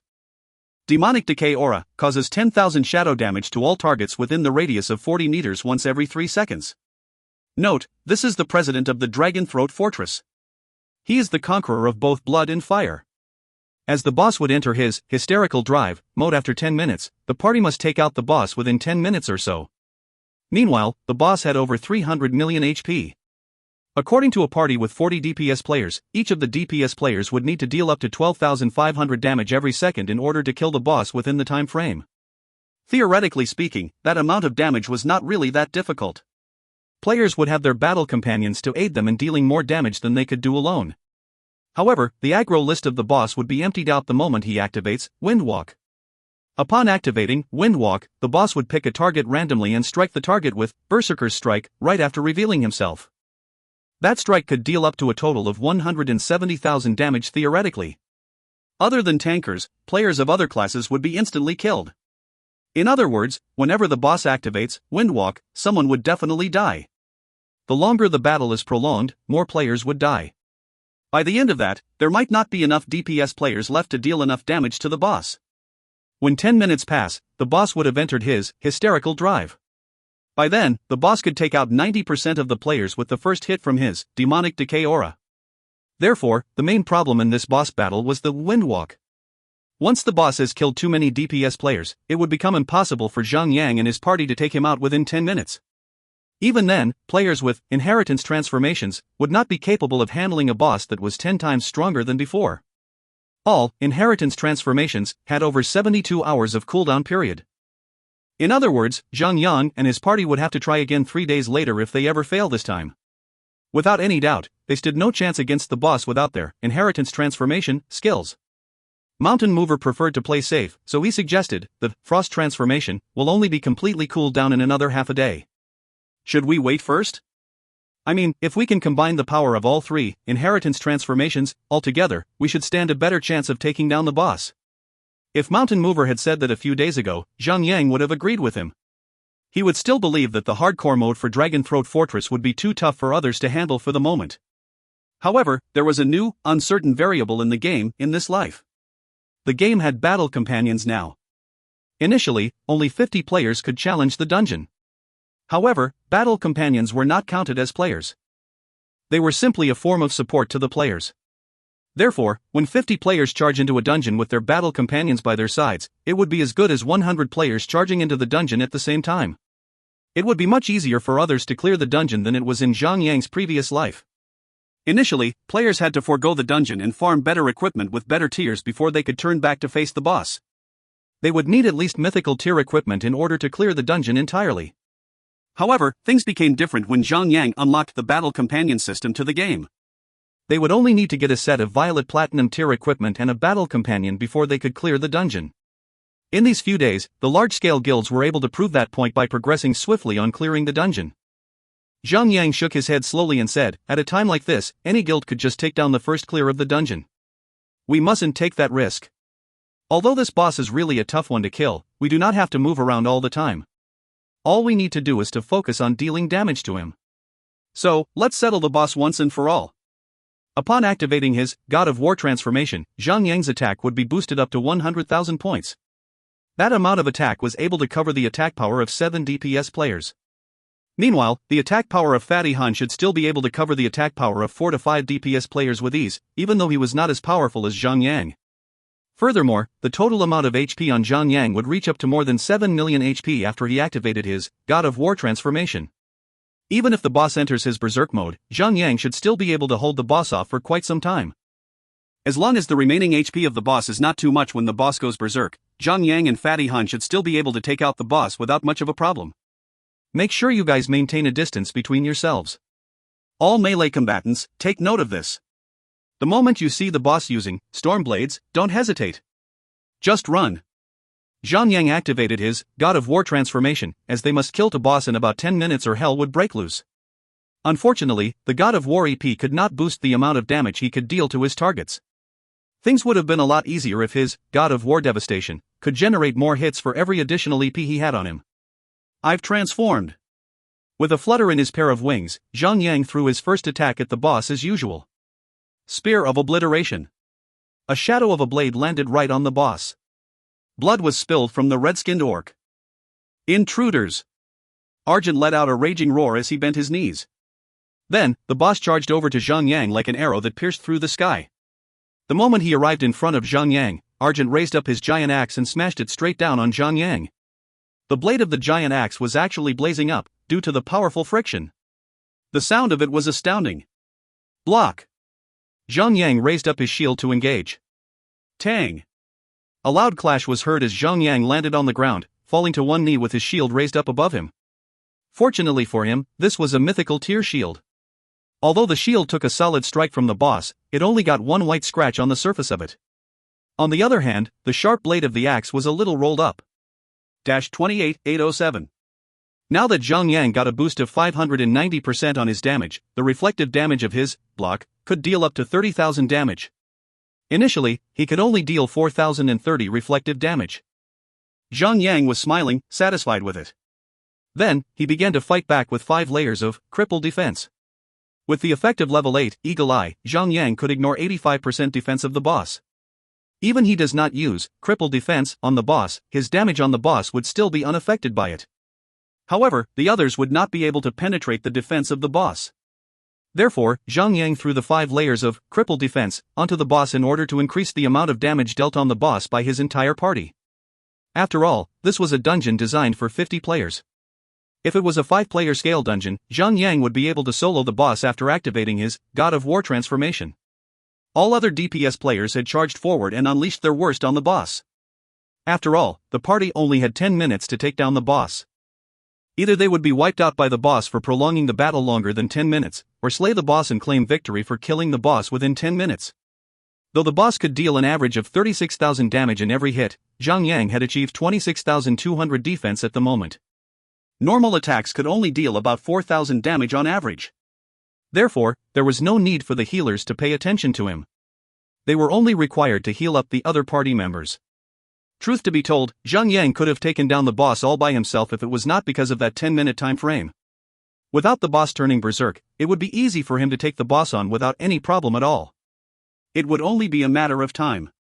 My God! Isn't our guild master a little too oppressive? The boss could only deal about 3,000 damage on him. I've heard rumors. They say that the main tanker of Sunset Amber was almost killed instantly after receiving one of those Berserker's Strike hit. Ha ha. Are you serious? Their tanker can't be that noob, right? While everyone was praising and surprised, the boss battle had finally commenced for real. Everyone went into their positions and gulped down a bottle of power potion. After that, they gave everything they had in dealing the highest damage possible on the boss. Without the level gap suppression function in the picture, the party was performing a terrifying amount of damage. Zhang Yang had also thrown Glare of the Death God over onto the boss resisted. What a sad case. However, the skill itself was a cheat. It was understandable for it to be frequently resisted. Furthermore, with the current strength of his party, it was not entirely impossible for them to take down the boss within 10 minutes. The moment the boss battle had begun, the effect of Demonic Decay Aura kicked in. The skill inflicted everyone with shadow damage once in every 3 seconds. The healers had their hands full. After all, the pressure on the healers was tremendously heavy in such battles. However, because Zhang Yang did not require any healing attention, the healers had one player less to worry about. Furthermore, Zhang Yang was a tanker, the player that needed healing the most. That had lifted a lot of stress off the healers. Therefore, having 7 healers on the party seemed to become more than enough. However, the battle had just begun not long ago. It would be better to have more reinforcements than not enough reinforcements. 20 seconds later, Zhang Yang swung his sword at the boss as usual. However, the boss suddenly vanished and Zhang Yang only struck air. The boss seemed to have vanished like how thieves usually do. However, players could still strike at thieves in stealth mode. The boss seemed to have entered into another dimension. Nobody was able to hit it. Windwalk. Zhang Yang got anxious. He kept turning around, observing every inch of his surroundings. Just half a second later, the boss suddenly reappeared right behind one of the spellcasters. With a leaping slash, he plunged that gigantic axe of his right onto that spellcaster. Daffodil Daydream would have reacted in time. She could have activated her Ice Barrier to nullify the attack. However, not everyone had the reflexes of a top 10 spellcaster. As the spellcaster had hesitated for that one moment, the axe crunched straight into the spellcaster's head. 143-576. The spellcaster was instantly killed. Zhang Yang threw another Spear of Obliteration at the boss and got the aggro of the boss back onto him. He flapped his wings and charged straight at the boss. Truth to be told, for that one moment when the boss reappeared, Zhang Yang could have used his sacrifice on that poor spellcaster. He could have saved the spellcaster in time if he had not wanted the spellcaster to save himself by using his Ice Barrier. Furthermore, Sacrifice had 1 minute cooldown. Zhang Yang hoped that he could use Sacrifice on classes who did not have their own life-saving skills. For instance, Wei Yan Air. Although the little brat could deal a substantial amount of damage to her targets, but if she ever gets targeted by the boss, she would definitely be as good as dead without Zhang Yang's sacrifice. Another 20 seconds had passed.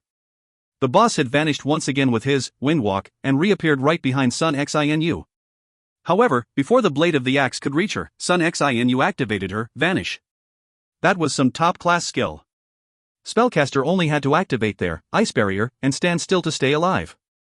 However, a thief like Sun Xinu would need to grasp the moment down to a window of 0.01 seconds in order to activate the iframe of her skill, but the battle continued on. The boss was activating Windwalk at a constant pace. He would use it once in every 20 seconds and instantly kill one player at a time. Against such a powerful skill, Zhang Yang seemed to be helpless against it. The boss only required 0.1 seconds to vanish and reappear with a fatal blow. Meanwhile, Zhang Yang had no idea on where the boss would reappear. He would need to turn around frantically to look for the boss. If the boss happened to appear right within his sight, then Zhang Yang would have been able to activate Sacrifice on the boss's target. If that wasn't the case, then Zhang Yang would be powerless against the boss. 1 minute, 2 minutes, 3 minutes, the amount of HP remained on the boss was reducing constantly. However, the number of party members was plummeting as well. The boss could take out one player each time he activated his Berserker's Strike. On the other hand, the storm blades of the boss was extremely deadly as well. Any melee combatants who were a little too slow in running away would die after receiving 2 to 3 hits from the storm blades. 9 minutes 50 seconds. Only 8 members remained on the part, and the boss still had over 7% HP left.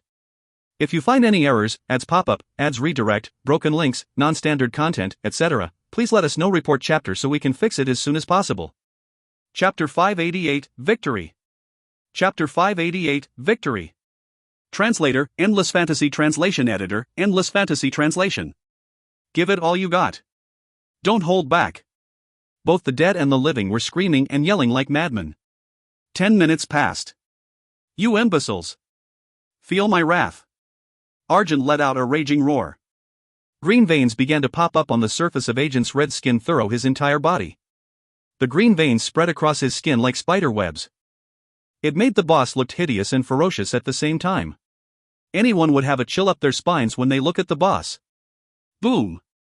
The boss clashed his axe against the sword of Purging Devourer and sent Zhang flying. At the same time, his demonic decay aura was causing 100,000 shadow damage to the 8 players who were all still alive. However, that first tick of shadow damage had taken out 5 players at once, leaving only Zhang, Fatty Han, and Endless Starlight alive. Guild Master. Brother Fatty. We're counting on you guys. Everyone was cheering for the two. After all, only players who have activated their inheritance transformation would be able to survive the damage of the demonic decay aura.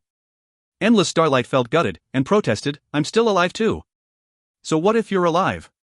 You can't hurt him either way. Endless Starlight filled his eyes and cheeks with tears. When the second tick of the demonic decay aura struck, Endless Starlight could only face the truth and collapse on the ground.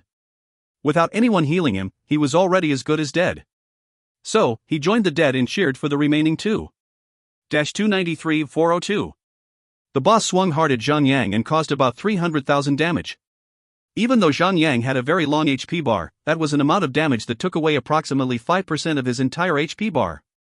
Just when the situation seemed bad enough, the boss activated Windwalk and disappeared. The next split second, the boss reappeared right behind Fatty Han. With a leaping smash, he smashed the giant axe at Fatty Han. Unfortunately, Zhang did not have time to use his sacrifice again. So he could only watch Fatty Han being struck by that heavy smash helplessly. -1-402-086. Fatty Han received a substantial amount of damage and he was almost killed instantly.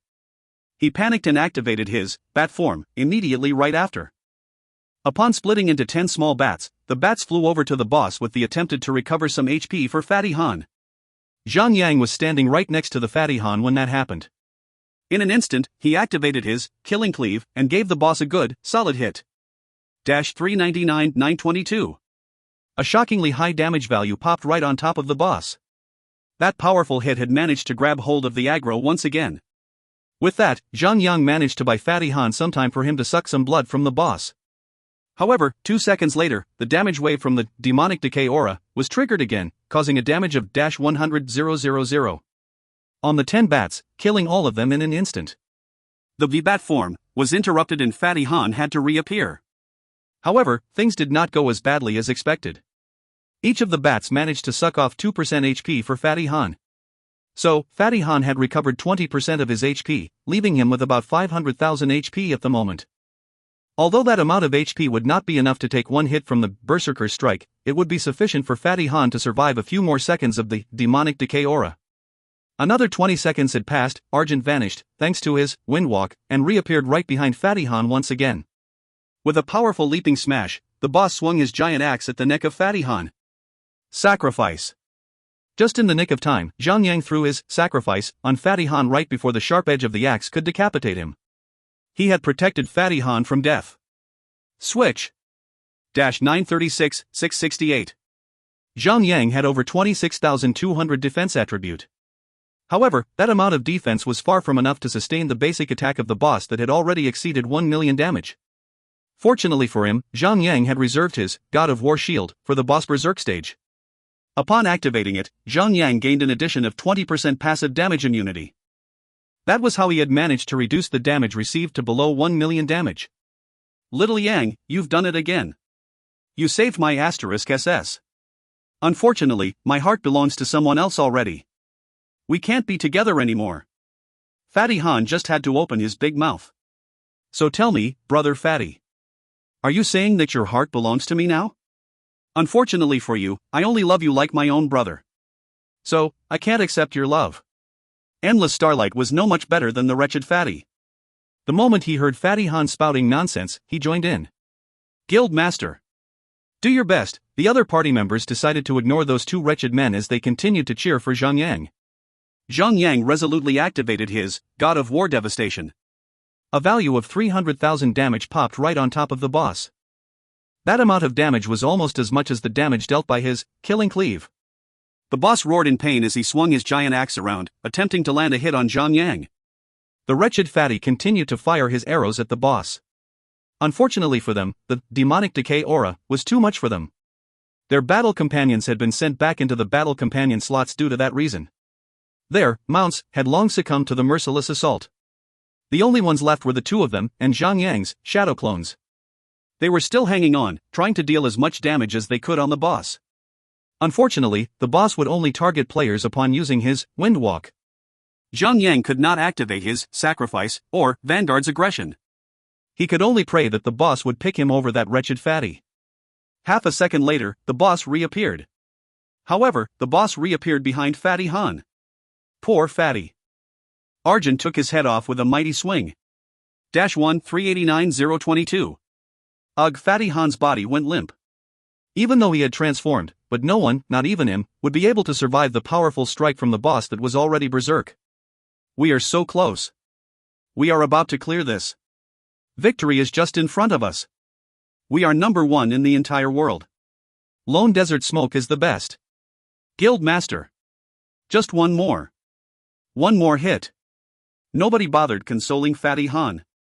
Not when the boss was left with only 1% HP at the moment. Zhang Yang let out an intimidating battle cry.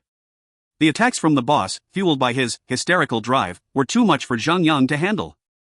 Zhang Yang was forced to activate his shield wall and Radiance of the God of War. He had no time to hesitate at all. Currently, the boss was only left with 1% HP, which was only about 2 million HP. No time to lose. Going all out with no regrets. Horizontal Sweep. Destructive Smash. Frost Strike.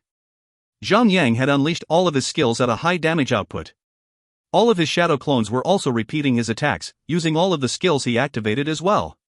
Even though the shadow clones could only deal 10% of the damage that Zhang Yang could deal, every little bit counted at this stage of the battle. After all, that 10% damage of his God of War transformation was no small matter. Suddenly, Zhang Yang could feel a heat starting up in his right hand. That strange feeling rushed straight up to his chest again. A golden dragon emerged from his sword of purging devourer and charged straight at the boss. Everything happened so quickly that Zhang Yang could not react at all. Rising Dragon Strike. -1024-444. It felt so awesome. Arg. The boss let out a miserable roar as his last chunk of HP was emptied out by the Rising Dragon Strike. The boss was thrown to the sky, 3 feet high, and collapsed straight on the ground heavily. The crimson red eyes started reverting to their original color. Only death could reverse the corruption of the demons. Ding. You and your team have acquired the Dragon Throat Fortress, Hardcore Mode, First Clear title. As the leader of the party, please key in the name of your party. Your name will be published in the list of the First Clear title, allowing the world to praise you. That moment onwards, the server notification began to boom across Zhang Yang's ears. The key-in interface appeared right in front of him. After putting the obligatory advertisement slogan, the news was announced repeatedly on the server. Server announcement: Lone Desert Smoke has succeeded in acquiring the Dragon Throat Fortress, Hardcore Mode, First Clear title. Their great deeds will be published on the list of the Hardcore Mode First Clear title. Please cheer for them. This time, the list of Hardcore Mode First Clear title did not have a remark that specifically mentioned China region. That could only mean it was the only First Clear title of all 8 regions. This was the first clear that involved the entire server. Yeah, the party cheered. We won. Every member of the Lone Desert Smoke was cheering in unison. Yes, that's right. Lone Desert Smoke has won the title on behalf of the entire China region. As the announcements rang out, all China players were feeling proud. They could push their chests up while walking on the streets, especially when they see players from other regions. The first clear title of a hardcore mode in the entire world had been claimed by China region. How cool is that? Those who were killed during the boss battle began to run back to their dead bodies. After everyone was resurrected, they gathered around to look at the loots. Zhang put Mountain Mover in charge of distributing the loot among the party members.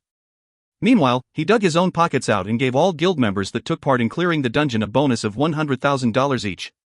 He even clarified that he would have given the money out, even if they did not get the first clear title. It took them approximately 2 months to clear the dungeon, from the first boss to the final boss. There were more than 100 guild members of Lone Desert Smoke involved in clearing the dungeon. Although he only gave each of them $100,000 as a reward, it totaled up to $10 million. However, that amount of money was just an insignificant amount to him. With his current wealth, he could just easily give that amount of money out like it was nothing. Furthermore, this was the first clear title involving all 8 regions. That title meant something special. So it would not be a waste for him to spend such money. After all, they had struck an impression upon the entire world. Lone Desert Smoke was even more famous now. Naturally, the brand of Silky Soft would become even more renowned. That aside, it seemed that the overseas expansion plan of Silky Soft Holdings was going to proceed without a hitch, after all. Zhang added the skill point that he acquired from the system reward to his Shadow Clone. He could summon 2 Shadow Clones at the same time, now. That would mean his damage efficiency could be increased by 20% for 2 minutes. It was a notable rise in power. However, each map in the Chaos Realm spanned over a large gap. The next minimum level upon entering the next dungeon would be higher than before. Now that they had already cleared the map with a level gap of between level 100 and level 120, it would mean that the players would need to grind up to level 120 before they could enter the next dungeon. Of course, they would only need to do that if they want to challenge the map without any restrictions by the level gap suppression function of the game. The next dungeon would be a level 120 dungeon. Furthermore, that dungeon would be another large-scale 50-man dungeon. Therefore, Zhang would have to wait for quite some time before he could acquire skill points by clearing a dungeon. Acquiring the first clear for Dragon Throat Fortress was something special. Even the officials were trying to make a big deal out of it. They specially made an exclusive documentary out of it. They listed out the names of those who acquired the first clear title for the dungeon from normal mode to the hard mode, and from the hard mode to the hardcore mode. They even listed out the names of guilds and the bosses killed by them. Nihilum and Crimson Rage were able to get much attention from the public. Of course, by the end of the day, the Lone Desert Smoke was the center of the topic. The officials had even sent their own reporters to interview all the core players of Lone Desert Smoke. They even made the interviews live on their own channel for others to watch. Fatty Han was tuned up the moment he saw the reporter was a bombshell with 2 big and round honkas right on her chest. His eyes glittered all the way as he spoke. Instead of answering the questions, he became the one asking the questions. The wretched Fatty had even asked about measurements of the reporter's chest, waist, and hips. Well, the bombshell was giggling all the way, only arching her back, pushing her boobies further out at him. The consequences for doing that in a live stream was very clear to Fatty Han. He had to face the female tiger back at home. As for his argument, well, everything was crystal clear on the live stream. No matter what he said, he could not be saved. Truth to be told, although this wretched Fatty is easily attracted to beautiful women, he would not dare to do it. He would just wag his tongue about, without truly taking it all the way. Therefore, the drama between that wretched Fatty and the female tiger was only full of sound and fury but had little action. The two of them went back to being happily ever after in no time at all. Han Shui and Wei Yan, who were expecting a spectacular drama that would find its place in soap opera, were very disappointed to see it end so uneventfully. The contest of acquiring the first clear of the dungeon was put to rest. All guilds began to turn their attention towards grinding their levels again while trying to snatch some boss kills and acquiring high-tier inheritances to build their strength. They were getting ready to strike for the second world level first clear of a dungeon. If you find any errors, ads pop up, ads redirect, broken links, non-standard content, etc., please let us know. Report chapter so we can fix it as soon as possible. Chapter 589, Crown of the Living Frost. Chapter 589, Crown of the Living Frost. Translator, Endless Fantasy Translation Editor, Endless Fantasy Translation. Lone Desert Smoke included, every guild in the entire game was busy grinding their levels. Most of them had entered the Chaos Realm in search of the inheritance. Those who were still below level 100 were trying even harder to get their levels up in an attempt to reach the required level to enter the Chaos Realm. They had yet to feast their eyes on the vast and new world. Furthermore, most of them wanted to join in their own forces against other forces from other regions. As each region had their very own proprietary map, it should be enough for players from each region to grind their levels without much problem. Unless they were required to run an errand in order to complete a quest, players had no reason to set foot on the map of others. Therefore, the quarrels and wars between players of different regions were not very intense as of now. A few small-scale party battles broke around the borders, but nothing big had taken place yet. In a nutshell, everyone from all 8 different regions was very focused on grinding their levels. The situation would only change when the players are ready to enter a new map. By then, war would become inevitable as players from different regions would want to secure new territories, leveling areas and resource points for their own regions.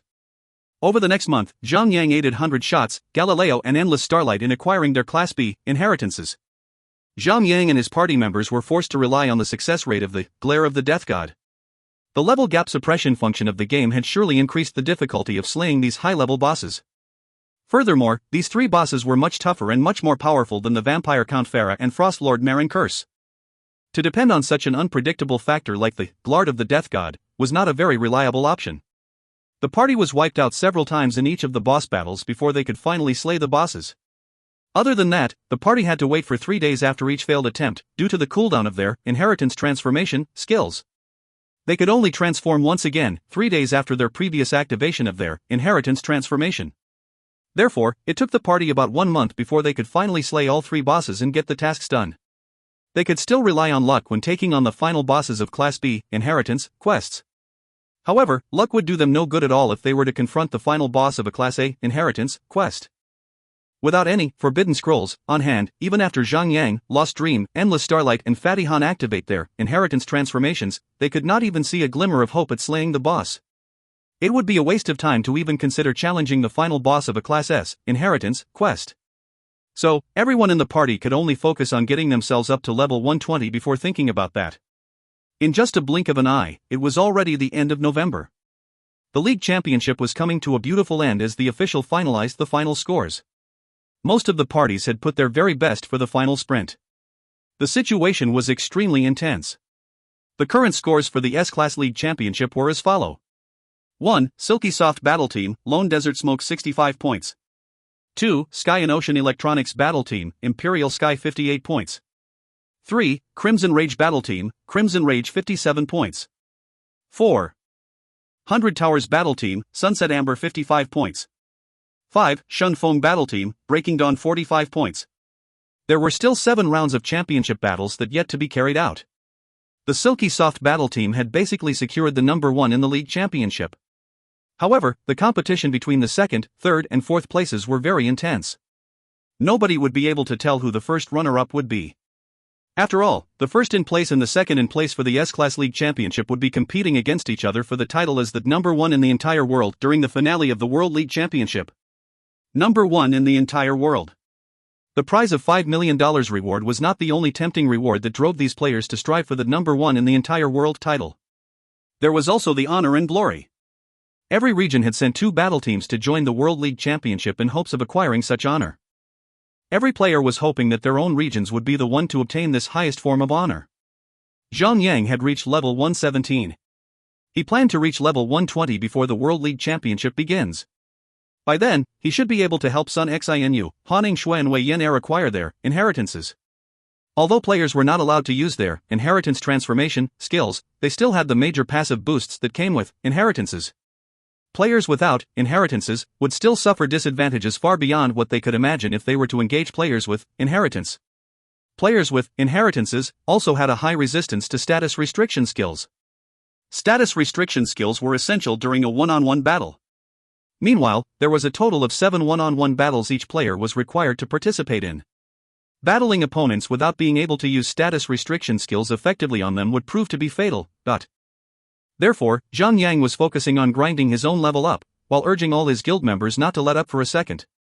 Everyone should grind for level 120 to eliminate that annoying level gap suppression function of the game. Without that annoying function, Zhang would be able to bring along his party members and possibly earn 2 more players with Class S inheritances, and 1 more player with a Class A inheritance, for Lone Desert Smoke. Atop Thunderhawk, Zhang now hovered above a land of ruins. He had focused on grinding his level up and sending his herb foraging familiar to pick some high-quality herbs for him. By doing so, he could balance out his heavy consumption of ingredients.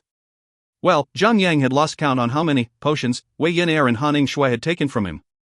If this goes on without having his herb foraging familiar helping him to restock so efficiently, Zhang would have to pick up herbs all day long without having any time to grind his own level. Camping at one site to grind would be a little more efficient than taking quests, running around to complete them. However, slaying the same types of monsters in the same area repeatedly would both be physically and mentally tiring. Completing a quest would be much more interesting and fun. Originally, this was an elegant palace where civilization flourished at its prime. Unfortunately, the palace was now left in ruins. There were innumerable broken beams among the ruins and there was not a single room left intact. Zhang could see the partitions made by the walls clearly as he flew around in the sky. This place had become inhabited by the specters. There were spectral monsters dressed like maidservants of the palace wandering about in the entire area. Zhang had received a quest that required him to collect 10 pieces of flawless gemstones from the monsters in this area. After seeing the monsters, Zhang descended down to the ground in excitement. Felice had also transformed into her Thunderhawk form, as she seemed to share his eagerness. Big brother, should Felice charge in and begin the battle? This little girl was in fact rather brutal. Whenever they engaged in a battle, she would terrify Zhang with her violence and ferocity. In fact, she was actually quite similar to Wei Yin. Felice was truly related to the goddess of war. Anyone could see that she was hooked on battles. Alright, go ahead. Zhang nodded and gave his permission to Felice. With such an aggressive battle companion, he would really earn a substantial amount of experience points within a short period of time. Compared to that messick who always fled when his life is at stake, Felice was so much better. 39502. Felice launched a fire missile at one of the specter maidservants and caused a nice amount of damage to the monster. That hit took out 3% of the monster's HP bar. Wandering maidservant, elite, specter. Level, 125. HP, 1,250,000. Defense, 1,300. Magic attack, 6,478 to 7,478. Skills. Shadow Strike, strikes the target with shadow energy, causing 200% magic attack of shadow damage to the target. Chanting time, 2 seconds. Screech of Death, terrifies a target and causes the target to flinch in terror, causing the target to scurry away like a rat to its hole. Lasts for 10 seconds. Note, these spectral maidservants have been wandering around for decades, or even centuries. They are loyal to their masters. They will strike down any unwanted guests down with no mercy. Protecting the princess has always been their single, indomitable goal. That was also the main reason why they have become specters. Intruders of the princess's imperial burial site shall be eliminated at once. The spectral maidservant let out a screeching roar as she turned the ignited flames in her empty sockets towards Felice. At the same time, the monster had already activated her Screech of Death. Right after that, Felice began to fly around as if she had lost control of herself. A terrifying skull appeared right on top of her head. She had been afflicted with the terror effect. The spectral maidservant began to chant her Shadow Strike right after that. It seemed that this monster was good at chaining her skills. Restricting the target followed by the chanting of a longer, more lethal spell was surely an effective way of battle. Unfortunately, Zhang was not a bystander. He patted Thunderhawk and charged towards the maidservant. With a powerful swing of his shield, the monster struck in the face so heavily that it took a few steps back. If the chanting progress could be interrupted, the monster was better off not chanting anything in front of Zhang. After all, Zhang could easily interrupt the chanting progress with one supporting attack. After a series of bashing and smashing, the spectral maidservant collapsed onto the ground and dropped a few inscribed clothes and a few silver coins. There was no sign of any quest items that Zhang needed. Zhang did pay it much heed. He did not expect any monster to just drop a quest item. Since the palace ruins was rather vast and the number of monsters was as many as the hairs on an ox, Zhang decided to take his time collecting quest items. Killing the monsters would bring him a lot of experience points. So, he carried on at leisure. Only one, flawless gemstone, would drop upon killing about 5 monsters. Zhang would need to kill approximately 100 wandering maidservants in order to acquire 20 pieces of flawless gemstones. It took him a while before he collected enough flawless gemstones. Zhang patted Thunderhawk and both of them made their way back over the indented path of the valley to hand in the quest items to the NPC. It was a goblin that given Zhang the quest. His name was Linkles. The moment when he saw Zhang coming back to him with those gemstones for the quest, he immediately revealed a greedy expression as he quickly shoved all gemstones into his backpack. Then he said, hee hee. For an ugly human, you did pretty well back there. My friend, are you interested in having a big go with me? Ding. You have completed a quest, Flawless Gemstones. You received a reward, 3 million experience points. Zhang Yang smiled and said, a big go? Tell me about it, how big exactly? Linkles hopped onto a large rock and patted Zhang Yang's shoulder, then he said, have you ever heard of the Princess Helena? Nope. What a sad case. She was deemed as the greatest beauty that had ever walked beneath the sun, among you mortals. According to rumors, her smile could make the great eagles forget that they ever had wings. Even the crabs will forget how to breathe under the water. Unfortunately, a plague came over the land and robbed that beautiful woman of her life. Linkles said it with a regretful face. Hey, goblin. Drop the act. You only feel pity for the treasure that was buried together with her. Zhang Yang immediately saw through the real desires of that greedy little goblin. Ugly human. You have humiliated the pride of us goblins. I want a duel with you. Linkles jumped 3 feet up and leaped around like a monkey in front of Zhang Yang. Fine, however, I'm just one man. I cannot possibly take so many things from there. Zhang Yang raised his hands up in a you got me, do as you wish gesture. Linkles calmed down almost immediately. He obviously chose the gold coins over his pride. After all, what Zhang Yang was about to bring him could be everything that a goblin could dream of. He rubbed his bald dome and said, human, I need you to take Helena's crown of the living frost. That is the truly valuable thing that is worth a few cities. Ding. Linkles has a quest for you, crown of the living frost. Would you accept it? Accept. Hey, human. Why are you still staring at the sky? Get going already. Time is gold, you dumb *SS. Linkles snapped all of a sudden. That King goblin. Zhang Yang quickly pulled Felice away from a potential act of murder and the two of them went up the back of Thunderhawk. The little lady was that close to waging war between the humans and the goblins. Crown of the Living Frost, difficulty, rank B. Description: Linkles wants you to enter the palace ruins and locate the whereabouts of Helena's mausoleum. When you do, find a way in the place and find the Crown of the Living Frost. According to the great goblin Linkles, the location of the royal mausoleum should be in the northwest corner of the palace. Hey, human. It's very simple, isn't it? Quickly. Time is gold. You dumb *SS. Completion, acquired, Crown of the Living Frost, 0 to 1. If you find any errors, ads pop-up, ads redirect, broken links, non-standard content, etc., please let us know. Report chapter so we can fix it as soon as possible. Chapter 590, Princess Helena. Chapter 590, Princess Helena. Translator, Endless Fantasy Translation Editor, Endless Fantasy Translation. The moment he returned to the palace ruins, Zhang Yang went straight up to the northwest corner of the palace and scouted about. He tried to pinpoint the exact location of the royal mausoleum. It was not difficult at all. Zhang Yang had already located the mausoleum by a garden full of flowers and trees. He landed in the garden and saw that the tombstone built by the mausoleum clearly had Helena's name right on it. It was truly the resting ground of Princess Helena. However, the moment Zhang Yang landed, he was welcomed by 10 maidservants. They broke out of the ground all of a sudden and surrounded Zhang Yang, Felice, and Thunderhawk. Upon hearing a deafening screech, Zhang Yang immediately lost control of his own body and began to run around, trying to escape. He was afflicted by the negative effect of Screech of Death. Zhang Yang quickly activated his warrior's will to break free of the control.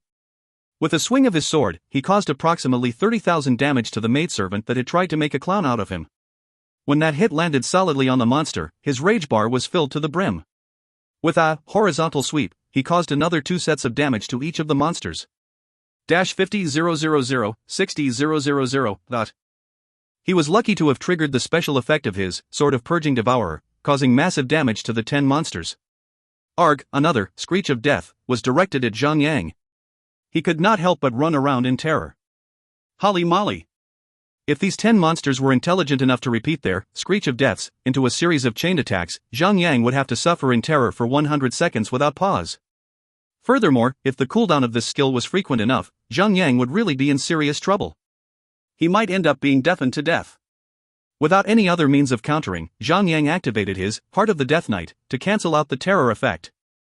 At the same instant, he activated his Shadow Clone.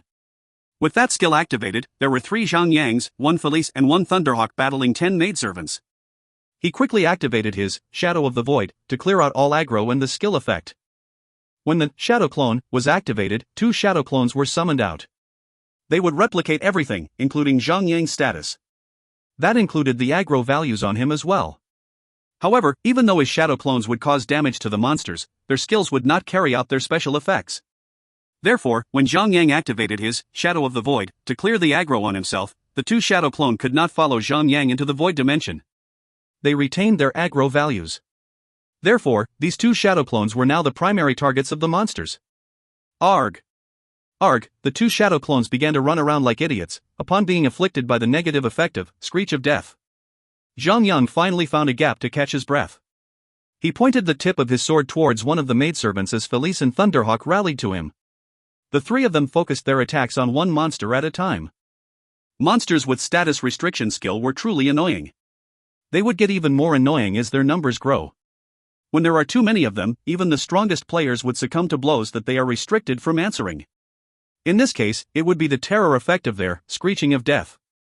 In order to break the continuous chain of terror effects, Zhang Yang should take out a few of the monsters first, and the chain series of the status restriction effect should be broken. Or else, he would never be able to break himself free again. The remaining 9 monsters were focusing their attacks on the two shadow clones. Due to the stunt that Zhang Yang pulled with his Shadow of the Void earlier on, the aggro of the monsters were still fixed on the two shadow clones of Zhang Yang. The monsters were so focused on spamming their Shadow Strike and Screech of Death on the shadow clones in an attempt to afflict them with the status restriction effects. However, even though the attack power of these shadow clones were only 10% of Zhang Yang's initial attack power, they were just as durable as the real thing. Their HP bars were equal to Zhang Yang's. Therefore, the monsters could not take out the two shadow clones immediately. Furthermore, the two shadow clones were sharing the load. In other words, half number of the monsters were attacking one shadow clone while the remaining monsters were attacking the other shadow clone. So the monsters were no longer be able to chain up the status restriction effect of their Screech of Death. Furthermore, the two shadow clones were able to cause quite some damage to the monsters. Although they could not cause as much damage as Zhang Yang and Felice, it should not be underestimated. The firepower of Zhang Yang, Felice, and Thunderhawk altogether was extremely powerful. After approximately half a minute, the first spectral maidservant had let out a miserable cry and had turned into a stream of white light. Zhang Yang lured and kite the second monster over before the three of them focused on attacking the monster. In just another brief moment, they had taken out the second and the third monster. 2 minutes later, the duration of the two shadow clones was over. The clones then dispersed into wisps of black smoke and dissipated into thin air. However, there were still 6 maidservants remaining. Furthermore, the monsters had just activated their Screech of Death on the shadow clones. They were without those skills for a time being.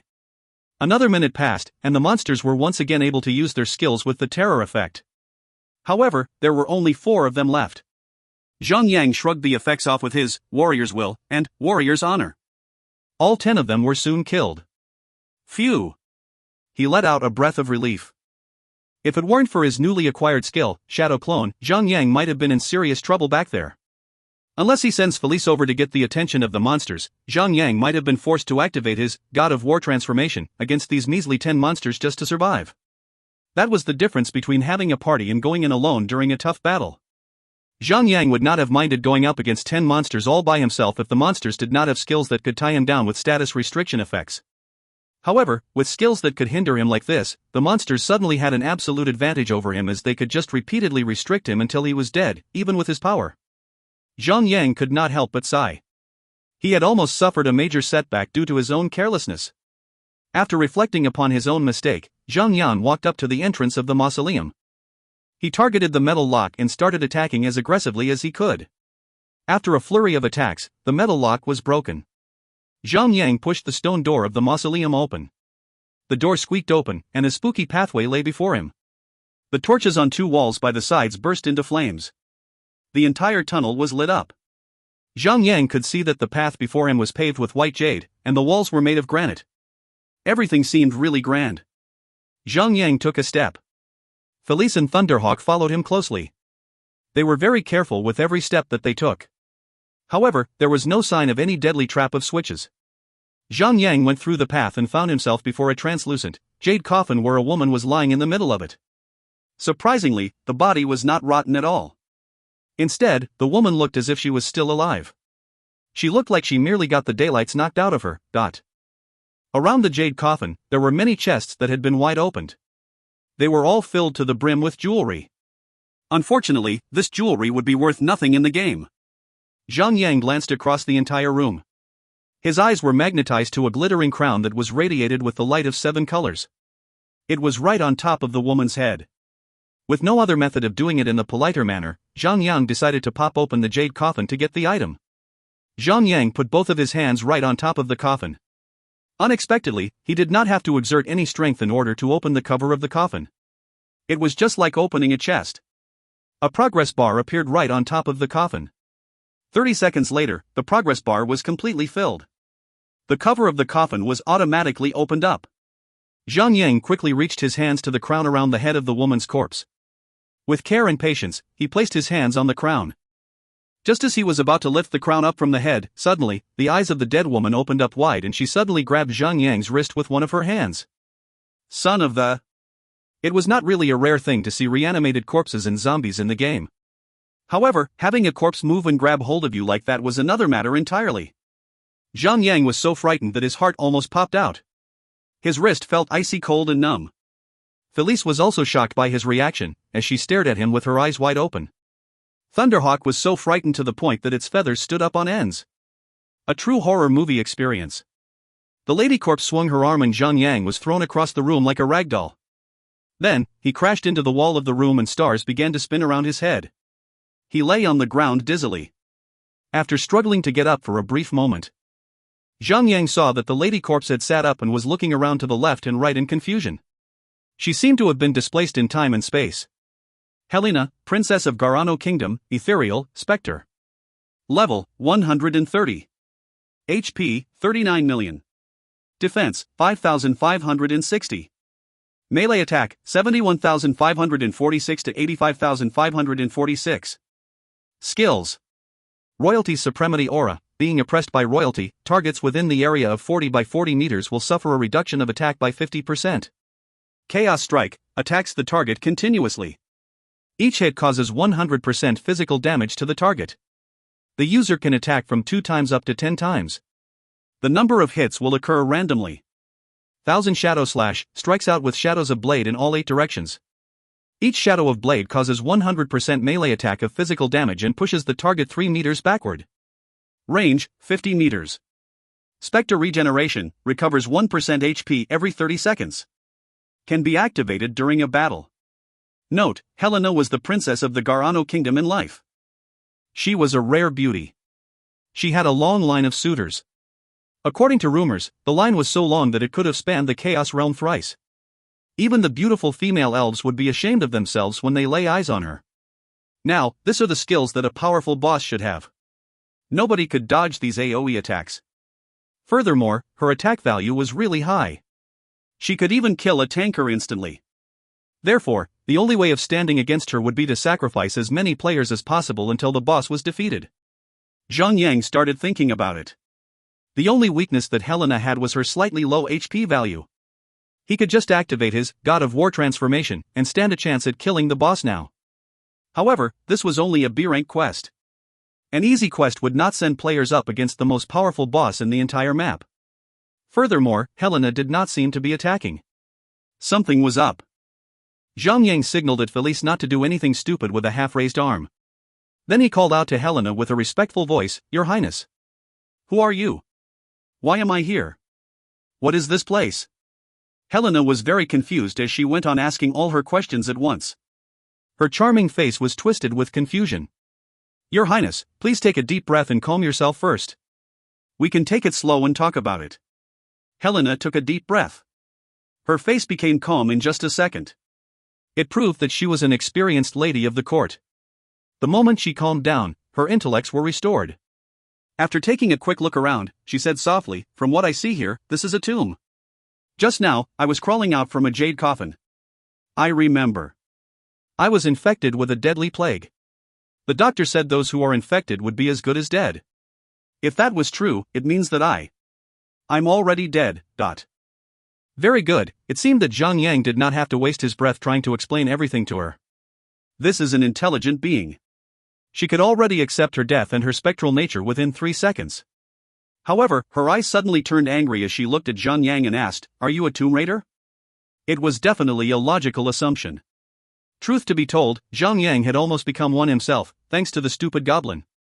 However, he was not stupid enough to admit that. Zhang Yang quickly shook his head. He spoke in a just manner, Your Highness, please don't get me wrong. I'm an adventurer from White Jade Castle. It would be impossible for me to be a filthy tomb raider. Truth be told, I was sent here by Queen Serena herself to investigate the cause of the plague. Queen Serena? Queen? Helena tensed up a little upon hearing the word queen. When did a queen appear on these lands? What year is it now? It's the year 10,086. What? Helena was shocked, so it has been so long since I died. 21 years. It's been 21 years. Looks like this princess is quite young. Zhang Yang did not say anything after she stopped talking. He did not want to do anything to aggravate the matter. After all, she might just lose herself and vent it all out on him. Zhang Yang would not want to waste his God of War transformation for a stupid reason. Fortunately, Princess Helena was a calm and wise lady. She managed to calm herself down very quickly each time. She walked quickly towards the door, as she wanted to take a look outside the mausoleum. Zhang Yang followed her closely. The crown of the living frost was still on top of her head, so there was no point for Zhang Yang to remain in the room. After walking out from the mausoleum, Helena raised her head and looked into the sky. Then, she let out a roar that shook the air. Her voice was heard across the distant land as well. From afar, countless spectral maidservants came towards her. The number of the monsters was so abundant that Zhang Yang felt a chill going up his spine. He would definitely be as good as dead if he ever gets targeted by so many monsters. The only solution on his mind now was to hop onto Thunderhawk and fly as far away as possible. Your Highness! Princess Helena! Even though these spectral maidservants were just low-tier monsters like the skeleton soldiers, they were approaching Princess Helena. After all, it was their loyalty to her that had made them this way. Everyone when Princess Helena saw that her maidservants had been turned into specters and were walking towards her like an army of the walking dead, she was instantly struck by grief and rage. She took a deep breath again and turned to Zhang Yang. Then she said, Adventurer, I should have sentenced you to death the moment you trespassed my tomb. But now, I will give you a chance to redeem yourself. Go forth and inquire about a certain person's whereabouts for me. His name is Banked Roland. Find out where he is and get as much information as you can for me. Ding. Princess Helena has a quest for you, search for news. Do you accept? Since he had nothing in his hand at the moment, Zhang Yang nodded and accepted the quest. Then he said, Your Highness, Zhang Yu is willing to serve you. However, it would not be easy at all to search for someone's whereabouts in the entire Chaos Realm. It might be even worse than finding a needle in a haystack. So Zhang Yang quickly asked, Your Highness, who is this Banked Roland? It would be very hard to find a person just by name. Helena hesitated for a moment, and said tentatively, He is my lover. Back then, he made a promise to me. I have been waiting for his return here ever since. Even after the plague, I did not ever leave. But he never returned to me. I need to know, did something happen to him or did he abandon me? Did he disappoint me? Our love? I need to know. Truth be told, I can leave this place to search for him myself, but... Look at them.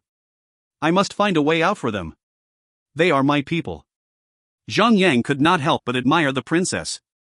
She would put her people before herself. He saluted her and said, Your Highness.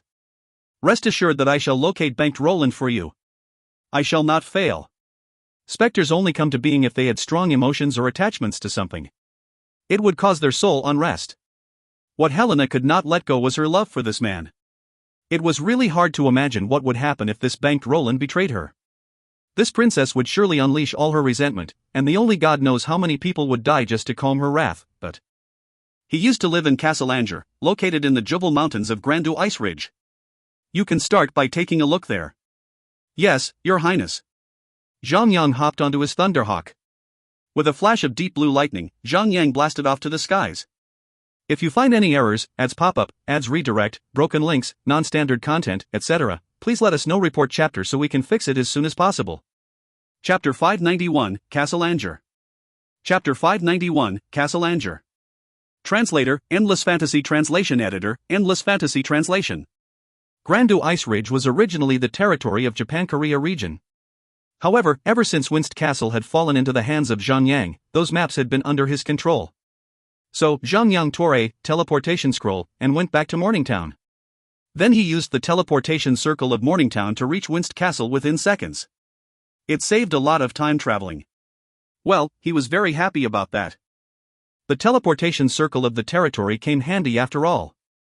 If the players of Japan-Korea region were to know that Zhang was using their territory gateway only for his own convenience, they would be punching their own teeth out, you son of the B*TCH.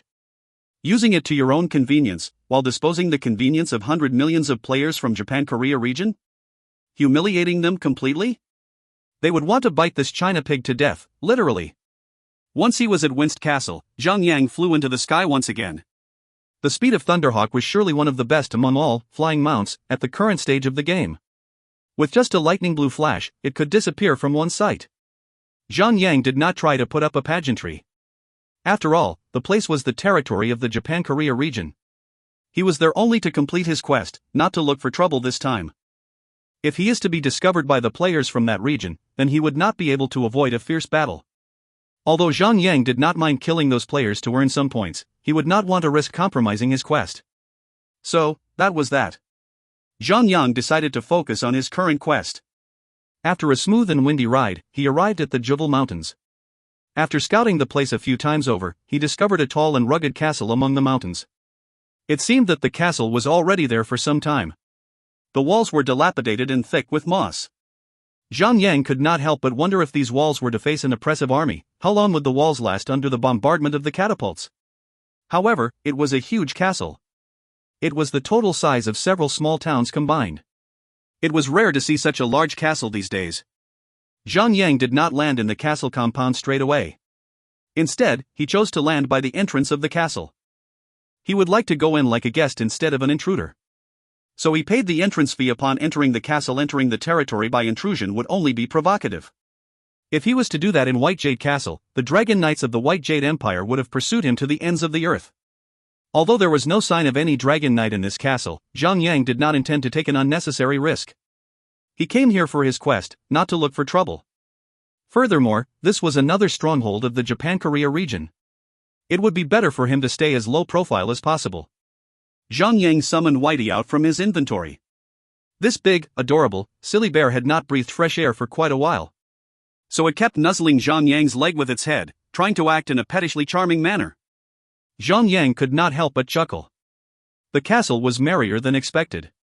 The place was crowded with people. There were merchants and sellers shouting on the two sides of the streets trying to get people to look at their goods.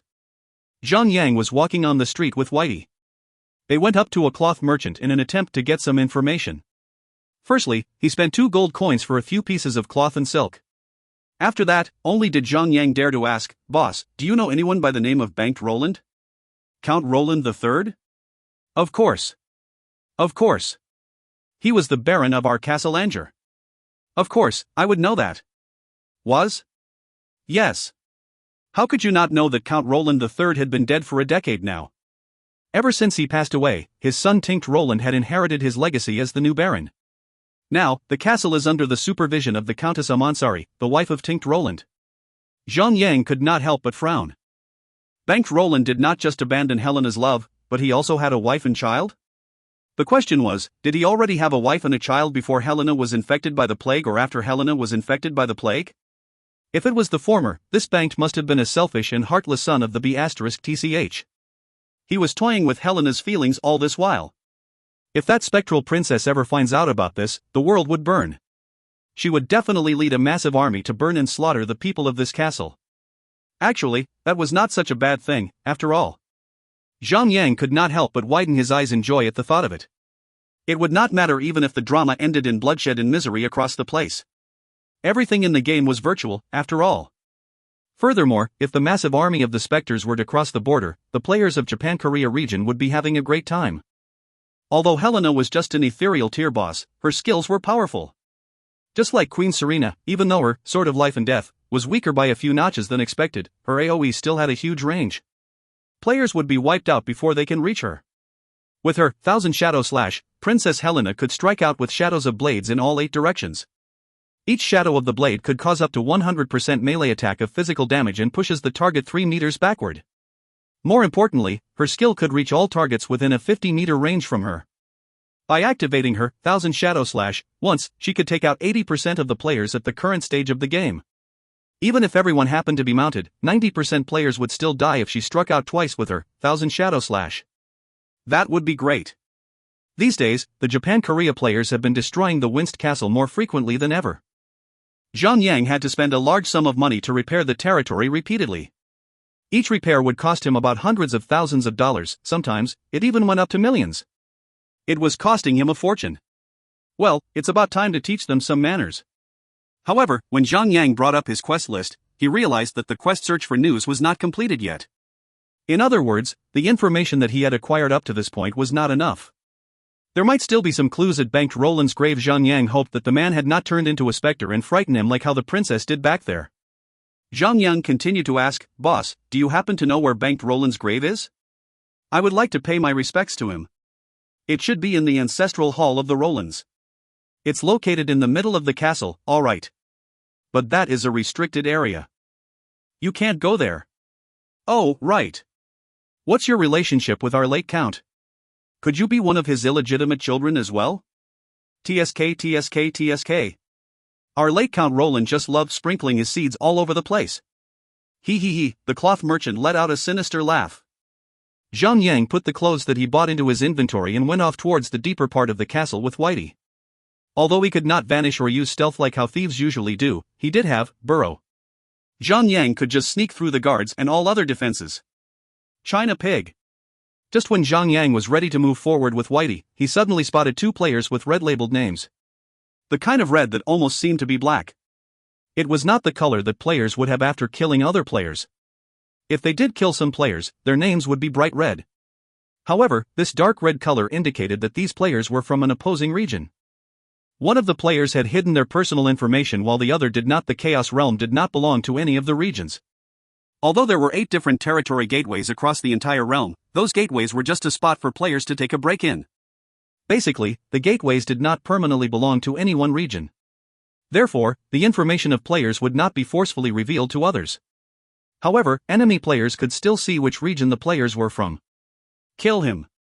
One of them was a thief, while the other was a berserker. After exchanging affirmations, the two of them charged at Zhang Yang. The moment weapons were unsheathed, the merchants at the roadsides began to scream and run in terror. The situation erupted. Zhang Yang hopped off Whitey's back and charged at the berserker.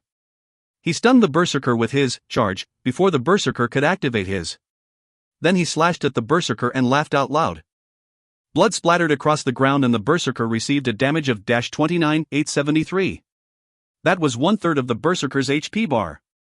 On the next moment, Zhang Yang swung him, Sword of Purging Devourer, through the air as he spun on his heels. More blood was spilled. He had struck the invisible thief and had knocked the thief right out from his stealth mode. -88,974. That swing was no ordinary attack. Zhang Yang had activated his God of War Devastation, which caused 3 times the damage of his initial melee damage. The thief who did not reveal his player information was instantly killed by that hit. Nanda Kore. The berserker with the name Tenwo Ichiro turned ghastly pale. He took in a cold breath and shouted in a shaky voice, "You're Zhanyu, a shield wielder with incredibly high damage." That was the impression of players from Japan-Korea region on Zhang Yang. Because Zhang Yang was wearing a helmet which covered most of his face, it would be very difficult to recognize a player without the player's information revealed. So, the only way of guessing was by the way the player acted. How could he have guessed that so accurately? Zhang Yang laughed and said, "Ding ding. Correct. Sadly, no rewards for you." The 1-second global shared cooldown passed. Zhang Yang activated his horizontal sweep and caused -61,229 damage to Tenwo Ichiro, sending him straight to the graveyard. Without wasting any more time, Zhang Yang quickly fled the scene. Zhang Yang knew that the players of Japan-Korea region wanted him dead, to eat his flesh and drink his blood. If they find out that he was all alone in their territory, they would definitely gather their men and attempt to surround him. Unless Zhang Yang activates his God of War transformation, he would not stand a chance against hundreds or thousands of players at the same time. Furthermore, judging from the hate that these players had for him, they would come in numbers of up to tens of thousands. Without any hesitation at all, he quickly rode Whitey and charged towards the deeper side of the castle. In just a brief moment, he arrived at the front of an imposing manor. There were 10 fully armored guards guarding by the entrance of the manor. Right on top of the manor, there was a label. The Count's Manor. The words were crystal clear as F***CK. So, Zhang Yang quickly kept Whitey back to his inventory and activated Burrow to begin his infiltration. He dug into the solid jade ground. Then he made his way into the manor like a fish in water. The manor was like a country among countries. It was huge. It took quite a while before Zhang Yang could finally locate the whereabouts of the ancestral hall. The Chinese people call it an ancestral hall. The place was an underground tomb site. Zhang Yang went straight through a metal door and entered the mausoleum of Roland. Fortunately, the place was not too vast. The room was only hundreds of meters square wide. There were tomb slots on all four walls of the room. Each of the tomb shelves contained a coffin. There was also a plate that displayed the name of the coffin's occupant. Zhang Yang looked around for a bit. After just a while, he found the label of Banked Roland. He pulled the coffin out effortlessly. Screech! Zhang Yang prayed hard that this corpse would not suddenly come back to life like the last one. He reached out for the cover of the coffin and a progress bar appeared right on top of the coffin. 30 seconds later, the cover of the coffin automatically opened by itself. Creak! The atmosphere in the room was creepy and spooky at the same time, thanks to the dim light and the sound that echoed throughout the large hall. Ugh! The moment the lid of the coffin slid open, a dried-up corpse sat up. His face was emaciated, and he was making some strange, spooky sounds like a zombie. Pack!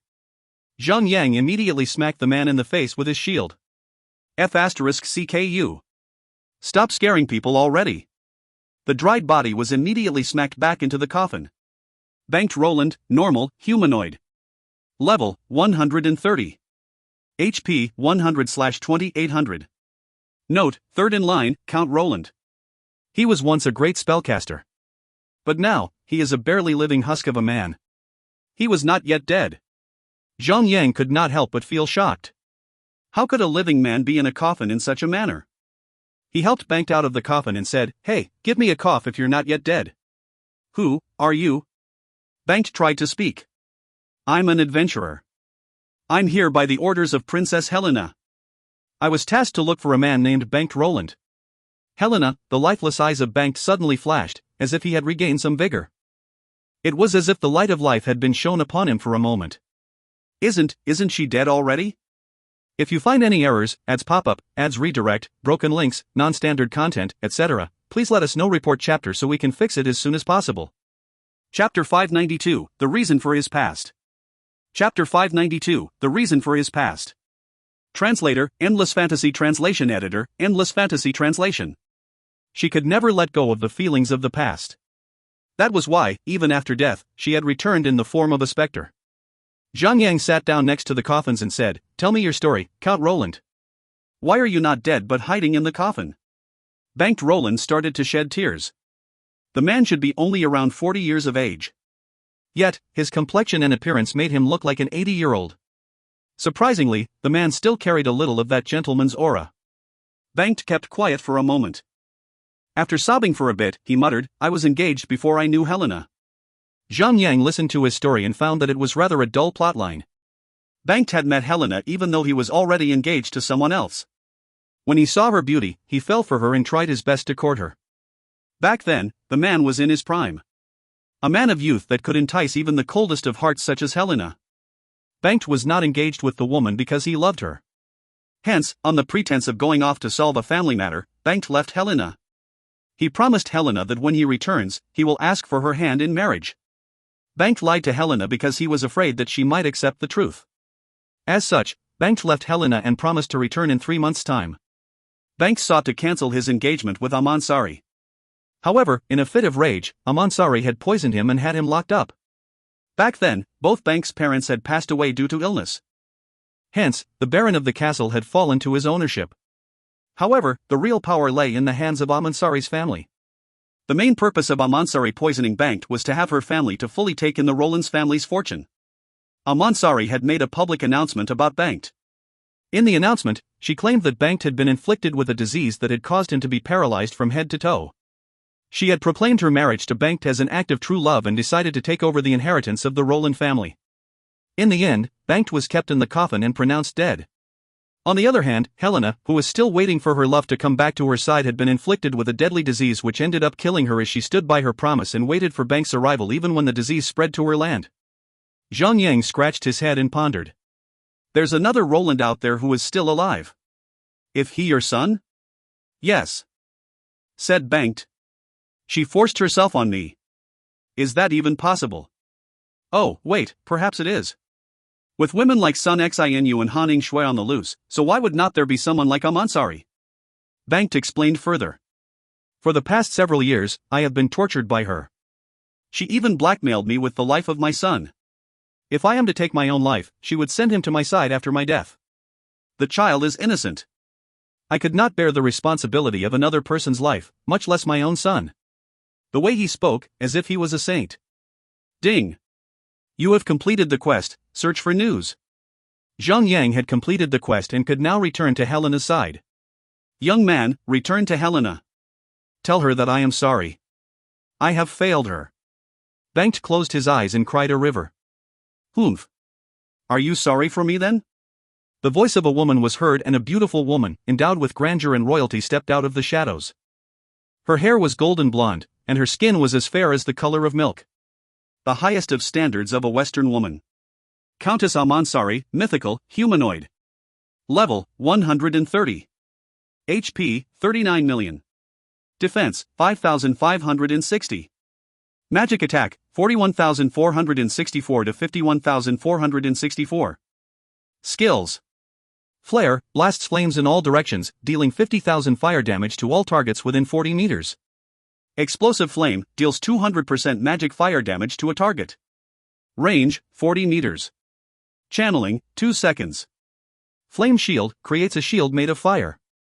Protects the caster for 1 minute or after absorbing 1 million damage. Attackers will receive 10,000 fire damage on every attack received. Note, Anjur Castle's puppet master. The NPC Count Amansari had a green name tag, so killing her would do Zhang Yang no good.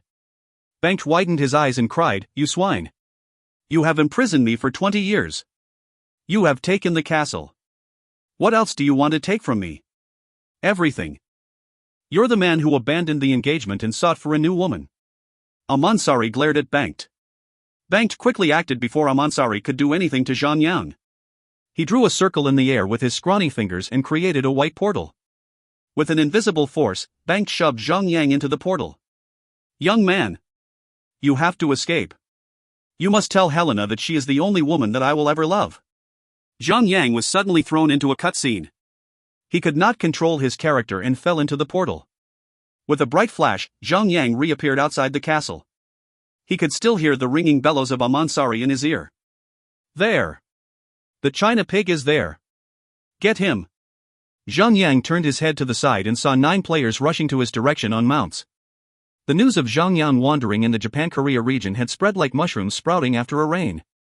Zhang Yang was still a little dizzy after going through the portal. However, he quickly jumped on his mount and made his way back to the mainland. The 9 players who were rushing over and calling Zhang Yang with profanities had only just spotted him then. Things changed when Zhang Yang stood still and waited for them to get closer to him instead. A stance where only the strong could do. Right then, the 9 players had noticed it and exchanged a worried look before running away in the opposite direction. Zhang Yang laughed out of habit. Although he knew that his name had already spread across the land, and along with it, the sense of alert and fear came with his character itself. It was proven when they turned tail and ran, even when there were 9 of them and only 1 Zhang Yang. Finally, the days when he can be left alone has arrived. If Zhang Yang wanted to chase them, he could. Violet Thunderbird's tier was mythical. It could easily chase down Violet Platinum and Yellow Gold flying mounts. Among all 9 of them, only 1 player had a flying mount while the rest only had the normal type. None of them could escape the grasp of death if Zhang Yang wanted them dead. But then again, why should he let them get away? He could kill them and let them spread his murderous power after they revive themselves. Zhang Yang leaped onto the Thunderhawk and shot towards a spellcaster. Zhang Yang grabbed his sword and was ready to pull it out. However, before he could draw his blade, the opponent had activated Ice Barrier and gained 10 seconds of invincibility. What a letdown. Never mind, next target. Zhang Yang banked sharply in the air and zoomed towards a hunter. He sliced downward and dealt over 28,000 damage to the hunter. The first attack had already removed 1/3 of his HP. Zhang Yang lifted his sword up high and struck the hunter's chest with Destructive Smash, piercing the hunter's chest all the way through. Felice dropped down to the ground and thrust her spear into the same man.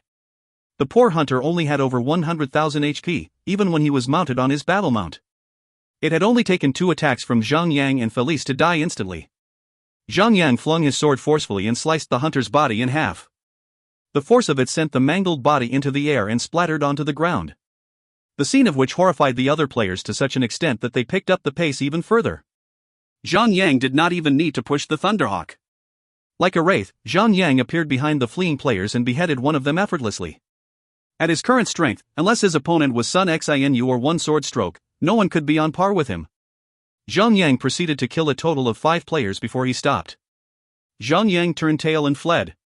There was a large army of players coming from the castle's direction towards him. He would not need to flee if he uses the transformation skill of the God of War. With the number of player exceeding by the thousands, he might get his own head beheaded. If Zhang Yang wanted the player dead, no one could escape the Reaper of Death. That has been established. On the other way around, if he wanted to run, no one could chase after him.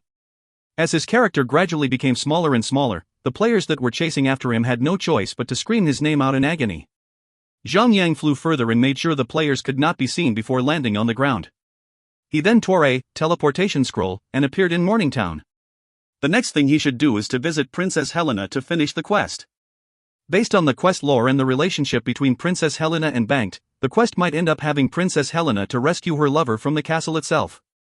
Perhaps, she could be a handy assistant. It would be good to borrow her strength to kill as many Japan-Korea region players before they disperse. Zhang Yang flew out of Morningtown and made it to the rundown palace ruins after 3 hours. Little Young. Did you impregnate a girl in the Japan-Korea region? I just picked up a kill on-site order on the forums. Fatty Han started rumbling. Zhang Yang laughed and said, "Nay. I was over there to do a quest and some of them tried to kill me. If they had not disturbed me, I would have left them alone." Ha ha. Good one, bro. But, you could have been a better bro if you have called me over. How could not you invite me for a fight? Especially when the opponents are the Japanese and Koreans. F***CKU. Grandu Ice Ridge is so close to you. You could visit the place anytime you want to. As they were happily chatting, Endless Starlight suddenly cried out in the conversation room. Something's happened. Something's happened. What? Is the sky falling down? Even if the sky falls down, I'll be there to catch it, said Fatty Han proudly. Ha ha. That would really be a sight to see, then, said Endless Starlight anxiously. What's really happening? Asked Zhang Yang. Everyone knows that One Sword Stroke got married yesterday, yes? But when the newlyweds left the church, both of them were abducted by a group of thugs. One Sword Stroke was tied up and castrated. His new wife was gang raped by more than 10 men. The video has even been uploaded to the internet. It's even in the 7 p.m. news. Zhang Yang did not need to even think twice to know that it was all Lu Wei's bidding. In his previous life, he had even dared to fire a gun in the middle of a famous hotel room. Hiring thugs to do his bidding was but an everyday thing to him. Since it was a crime that did not involve killing, naturally Lu Wei had many means and methods of making things happen without sullying his own hands. But Zhang Yang knew that Lu Wei would not sit back and do nothing when One Sword Stroke had stolen his property, but he had never expected that Lu Wei would be brutal to that extent. Castrating One Sword Stroke was a public warning to everyone that some women were just not up for grabs. As for Luo Xin Yang's naked public disgrace, it was a warning that no woman can shame him publicly. If anyone were to repeat the same mistake, the same treatment will befall them as well. That bastard, Lu Wei. Fatty Han spat a mouthful.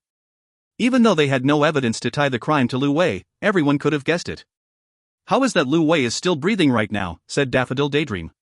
What is the current situation? What else is there? Everything is still under investigation. Endless Starlight shrugged. My guess, this whole mess would blow off with the wind eventually. Lost Dream shook his head. I'm sure that the investigation would never find a direct link to Lu Wei. At most, the police will find a few small fries. Unless the investigative power goes all out, the only evidence they'll find would be Lu Wei's sh*t. If you find any errors, ads pop-up, ads redirect, broken links, non-standard content, etc., please let us know. Report chapter so we can fix it as soon as possible. Chapter 593, Saving Banked. Chapter 593, Saving Banked. Translator, Endless Fantasy Translation Editor, Endless Fantasy Translation. The only response to Lu Wei's cruel act was to just insult and curse behind his back. There was literally nothing that anyone could do. If scolding could solve most problems, having a debate would solve any world's problem. Zhang Yang had other things to do at the moment and put the thought about Lu Wei behind his head. Zhang Yang was riding to the castle, and by the time he arrived, the ruins were not as bad when he left the place. Even though it was not fully rebuilt, the roof of the palace had been remade. Zhang Yang wandered around the palace and found the princess standing on a broken balcony. The sun was setting then and the sky was dyed in red. The princess was gazing into the horizon. She looked like her thoughts were somewhere as far as the bird in the sky. The soft wind blew, gently caressing her hair and dress. She turned to Zhang Yang and walked back into the room. "Do you have news for me, adventurer?" she asked anxiously. "Yes." Zhang Yang walked closer and told everything that had happened to Banked Roland. Helena took the news about Banked poisoning and imprisonment rather calmly. In the end, she walked back to the balcony to ponder a while. There was a conflict in her mind which was obviously betrayed by her facial expressions. Right then, when Zhang Yang was about to approach her to ask of her next move, she turned to Zhang Yang and looked him in the eye. There was a heroic aura that rose from her eyes. The aura grew stronger, and when she got closer to Zhang Yang, the bricks around immediately turned into fine grains. Excited, anxious, and agitated, Helena roared. "I understand. I understand everything now. I will save him." Thank God, that was her response. Ding! You have completed the quest, searching for news. Obtained 3 million experience points. My princess. Please allow this lowly adventurer to join you in your rescue mission. Zhang Yang lowered his head and kneeled. I allow it. Princess Helena stood stoically and roared. Ding! Princess Helena has a quest for you, saving Banked Roland. Will you accept it? Accept. Saving Banked Roland, difficulty level, S. Description: you have decided to join hands with Princess Helena to charge into Anger Castle to rescue Banked Roland. Warrior, you must keep both eyes open at all time. Countess Almansari had control over the entire castle. The hostiles you are about to face will be a devastating army. Completion: secured Banked Roland 0-1. Princess Helena did not own a flying mount. Back then, Zhang Yang had Serena when she was still a princess, riding along with him. Now, he had Princess Helena sit behind him. Perhaps it was fortunate that the Thunderhawk was a mythical tier mount. If it was any lower tiered, the princess might have just trampled over the poor bird. They had to resort using a mount to travel since the teleportation scroll would not work on an NPC. It would have been much faster to travel from Morning Town to Anger than where they were. The two of them flew quickly and arrived at the Grandu Ice Ridge. Since the place was at the borders of Japan-Korea region, many players from that region were wandering around the map. Even though Zhang Yang's appearance was not recognizable from that distance, Princess Helena was standing out a little too much. Plus, the word mythical was hanging on her name tag like a beacon on a starless night. It did not take long before groups of players chased after Zhang Yang like sharks. All of them were staring at them with the eyes of a hungry ghost. It was difficult enough to find a mythical boss anywhere around the world. How could anyone let go of an opportunity when a boss is miraculously flying over their territory? Still, it was impossible for anyone to chase after Zhang Yang since his flying mount was zooming across the sky like an F-22 jet. Half an hour later, the Thunderhawk arrived at the top of Anger Castle. This time, Zhang Yang ignored the no-flight rule and descended down straight towards the tombs. Insolent fool! For castle guards armed themselves and chased after Zhang Yang. Humph! Helena scoffed with disdain and glared at the guards with such a strong killing intent that even Zhang Yang could feel it. A bright phantom sword formed around the guards and started cutting them up. Helena's attack was not strong enough to instantly kill the guards. The damage dealt to them was only around 80,000, which only sent them staggering back momentarily. Kill! With a strong sense of duty, the guards rallied themselves and came back at them. This time, Helena had focused her thoughts on killing the guards and demonstrated the power of a mythical boss. Her feat was not that of a second-rate boss like the Vampire King. The princess cast another phantom sword and dealt more than 80,000 AoE damage. The sword she cast could attack targets as far as 50 meters away, and also possess a strong knockback property. Zhang Yang was glad that he did not have to fight her. Any class fighting this boss would surely be frustrated. Though they received some damage from the guards from time to time, the damage dealt to her was so low that it was merely an ant's bite, since she had a HP as long as 40 million. On the other hand, she did have the skill, Spectre Regeneration, which could restore 1% of her HP every 30 seconds. A measly attack from the guards required only 1 second to allow her to recover completely. Intruder! There's a killer on the loose. Cries and roars of guards and soldiers echoed throughout the castle. Zhang Yang thought of an idea and decided to linger a little longer around.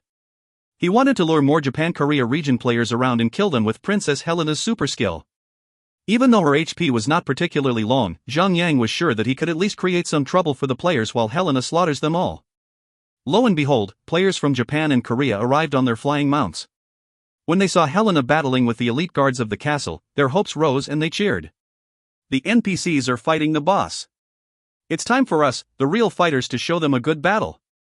The player approached closer and immediately unsummoned their mounts. They were obedient players who were scared of being killed for breaking the rules of the castle. Thousand Shadow Slash. Helena thrust her sword into the sky and created a phantom sword. With a swift swing of her own physical blade, the ethereal phantom sword cut through the field horizontally, damaging many players and pushing them back by 3 meters. As expected for a powerful mythical tier boss. They were, after all, the dominant entities in the level 100, level 130 maps. Helena jumped off the Thunderhawk and swiftly dashed towards a guard. Zhang could not believe his eyes when he saw the princess executing her skill, Chaos Strike. The movements of the sword were so quick that she had left after images of herself slicing about. 78, 642. 82, 442. 83, 445. The damage chained on and on by more than 80,000 per strike and killed the guard instantly. The scene of the princess dancing around and killing the guards almost in a split second had left the players shivering in fear. If the princess could deal such high damage to an elite guard, it would be much higher to them. Without an inheritance transformation skill, nobody would be able to stand against her. Stubborn fools, cried Helena. From her perspective, all who had attacked her were those who had been sent to stop her from saving Banked. The sole reason for Helena to rise again as a specter was the purity of her love for Banked. Those who place themselves between Helena and her goals will be executed without a second thought. Thousand Shadow Slash. Thousand Shadow Slash. Thousand Shadow Slash. What that makes a boss so strong would be the ridiculous cooldown rate of their super skills. Their skill could be used at will without the need of obeying the rules of the game system. Helena danced around, slashing her blade about, on and on. The skill, Thousand Shadow Slash, was used every 2 seconds on average. The powerful damage output was so strong and fast that even Zhang would think twice before having her as an enemy. Isn't that Zhang Yu? Finally, someone recognized Zhang. You're right. It's really him. *CK that guy. He thinks that he can hide behind a boss. I can smell him even from a mile away. Kill the bastard. Zhang stopped trying to avoid eye contact any longer. He was now public enemy number 1 in the eyes of the Japanese and Korean players. The hatred directed to him was as if he had just killed the prime minister of their country. There were some players that got hot-headed and charged at him. However, their actions had only caused them to be the next target for Helena. With only one use of Thousand Shadow Slash, the player's HP was reduced by half. Zhang laughed at their pathetic attempt to attack him. He then unequipped the shield and raised a middle finger up high in the sky to allow all players see his gesture. When the hatred towards him was already boiling up like a kettle, the middle finger gesture had turned them into steam. Like a kettle, the players started cursing and insulting Zhang. No matter what flowery language they used, based on the intonation and pitch, Zhang could have guessed that they were synonyms for screw you. Don't think too highly of yourself. A player stood out. Zhang turned over to the source of the voice and noticed that the person was expanding in size. The muscle around his body began to turn into stone. Gradually, his entire character had turned into a moving stone sculpture. With a loud deafening voice, the player cried out, "I will kite the boss away. You guys take down that Zhang Yu. It's Ganwu Marshall's main tank. Hold it." Someone else recognized the player and cheered happily. The man has a C-class inheritance, the Rocky Stone inheritance. It is the best counter for all physical attack bosses. Bump. Bump. Dot. Each step he took after he had activated the transformation skill made the earth rumble. As compared to the A-class and S-class inheritances, Zhang had a better understanding of B-class and C-class inheritances. In his past life, he had never once able to get along with players of higher tiers. As a result, the company he mingled around were most players with only B-class and C-class inheritances. The Rocky Stone inheritance was almost similar to that of the Petrification inheritance. The only difference was the Rocky Stone inheritance would receive 50% extra damage from taking a magic attack. Hence, it was marked as a faulty inheritance and thus ranked at C-class. Princess Helena unleashed a flurry of attack using Thousand Shadow Slash, and only managed to force Ulda to move a few steps back unlike other players. Furthermore, the damage he had received was only over 40,000.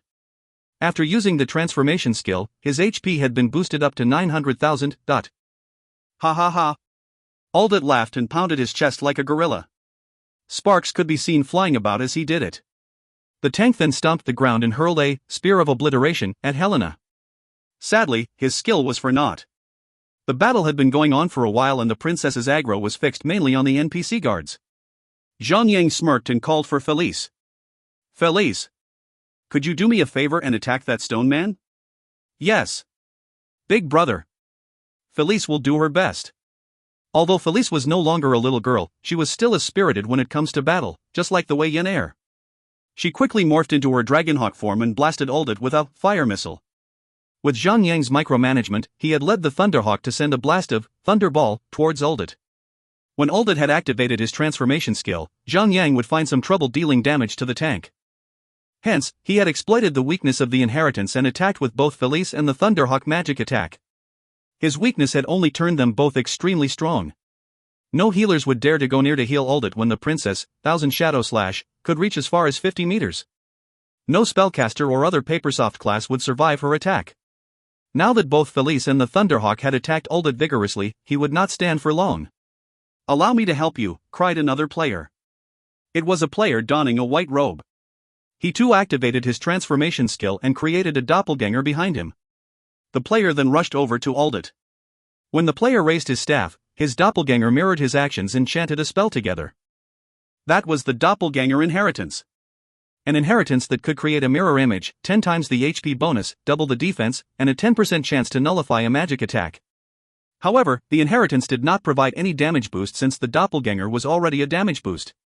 Although the inheritance had not provided any permanent damage or healing rate bonus, a C-class inheritance as such would always provide a 35% reduced damage or a 35% increased healing rate. It was like 2.7 healers healing Uldit at the same time. At the current stage of the game, it would take an immense effort of a guild to obtain one C-class inheritance. Naturally, the player's equipment would not be weak. The healer who had just jumped into the fight was able to delay Uldit HP from dropping like an open faucet, even when Felice and the Thunderhawk were attacking him rapidly. However, it was only a delay, his HP was still dropping down, but at a slower rate, allowing him to last slightly longer. After a few skills, Uldit was finally able to gain the aggro of Helena. He then quickly kited the boss away and created more distance between her and Zhang Yang. Since the boss would be affected by the aggro system and Zhang Yang could not, Zhang Yang only needed to follow the boss, leaving the tank's effect for naught. Zhang Yang set his eyes on Uldit and was surprised to see that the man's defensive ability was indeed strong. However, he could change the tide of the fight, simply by attacking him with a destructive smash, to reduce his healing rate by 75%. Now that Uldit had been inflicted with the debuff of destructive smash, Uldit had no way of preserving his HP. He was only able to hold on for now because of the new healer. As such, his HP started plummeting. More healers came to his rescue. However, with Helena's merciless, Thousand Shadow Slash attacks, no healer was able to last longer than 5 seconds after taking 2 skills from the attack. To properly fight the boss, they would have to form a perfect healer formation where a bunch of healers stand 30 meters away from the boss and another party of healers stands 60 meters away to heal the healers. However, since everyone here practiced the every man for himself strategy, no one could form a proper party and was killed by the boss. Uldit may have activated the transformation skill, and his C-class inheritance had increased his HP by 10-fold, and he may have over 900,000 HP, but it was not able to endure the continuous attacks from Zhang Yang, the boss, Felice, and the Thunderhawk. With the destructive smash debuff on him, the poor tank turned into a pile of stones in less than a minute. Technically, Zhang Yang had predicted that even with or without a player with Uldit coming in to tank the boss, killing everyone in the castle would be a matter of time. Especially when she was spamming her OP skill, the Thousand Shadow Slash. All players from Japan and Korea had to turn tail and run back to their mama. It was extremely frustrating. How could one fight a fair match when a player would receive 80,000 AoE damage just by standing there? They could not even put up a fight. However, if they do not, they would have to allow the bastard, Zhang Yang, to enter their own territory. If you find any errors, ads pop up, ads redirect, broken links, non-standard content, etc., please let us know. Report chapter so we can fix it as soon as possible. Chapter 594, Standing Guard. Chapter 594, Standing Guard. Translator, Endless Fantasy Translation Editor, Endless Fantasy Translation. How could the Japanese and Korean players stand aside and allow the invader to waltz in at will? That man was the player who snatched their territory. The same man who had caused them huge shame. Look at him.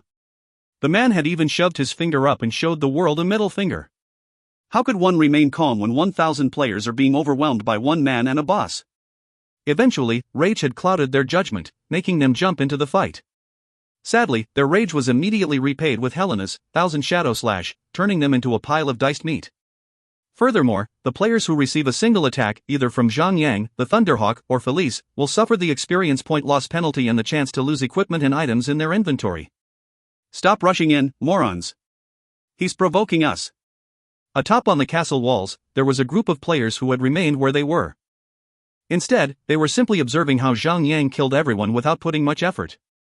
Zhang had purposefully entered the Japan-Korea territory and provoked the players there to kill, and not that many have turned up when scaled to the magnitude of an entire region. No one would be willing to engage in an all-out war against a single player. Right then, the current priority was to grind their levels. All of the players of Japan-Korea region had 5 levels reduced since they had lost all their main cities during the Ancient Creature War. Many of players who had managed to get into the Chaos Realm had been immediately kicked out. No one would be willing to fall for Zhang trickery in delaying their grinding. Hence, with that sentiment in mind, the players who had gathered in Anger Castle barely amounted to 1,000. Technically, 1,000 men would be more than to kill Zhang over and over, since some of them possessed inheritances. The problem then was that no one had expected Zhang to call in a boss to do the killing. A mythical tier boss with the power to spam instant kill skills would be an impossible target without the help of a forbidden scroll. Either that or a sea of 10,000 players. After all the players in Anger Castle were killed at least once, they felt the sense of defeat and called for reinforcements all over the nation. As such, the entire region was provoked and started expressing their disdain all over their own channels. No sooner later, the disdain, the disgruntlement, morphed itself into an intense rage. Insults and scolding gradually turned into threats.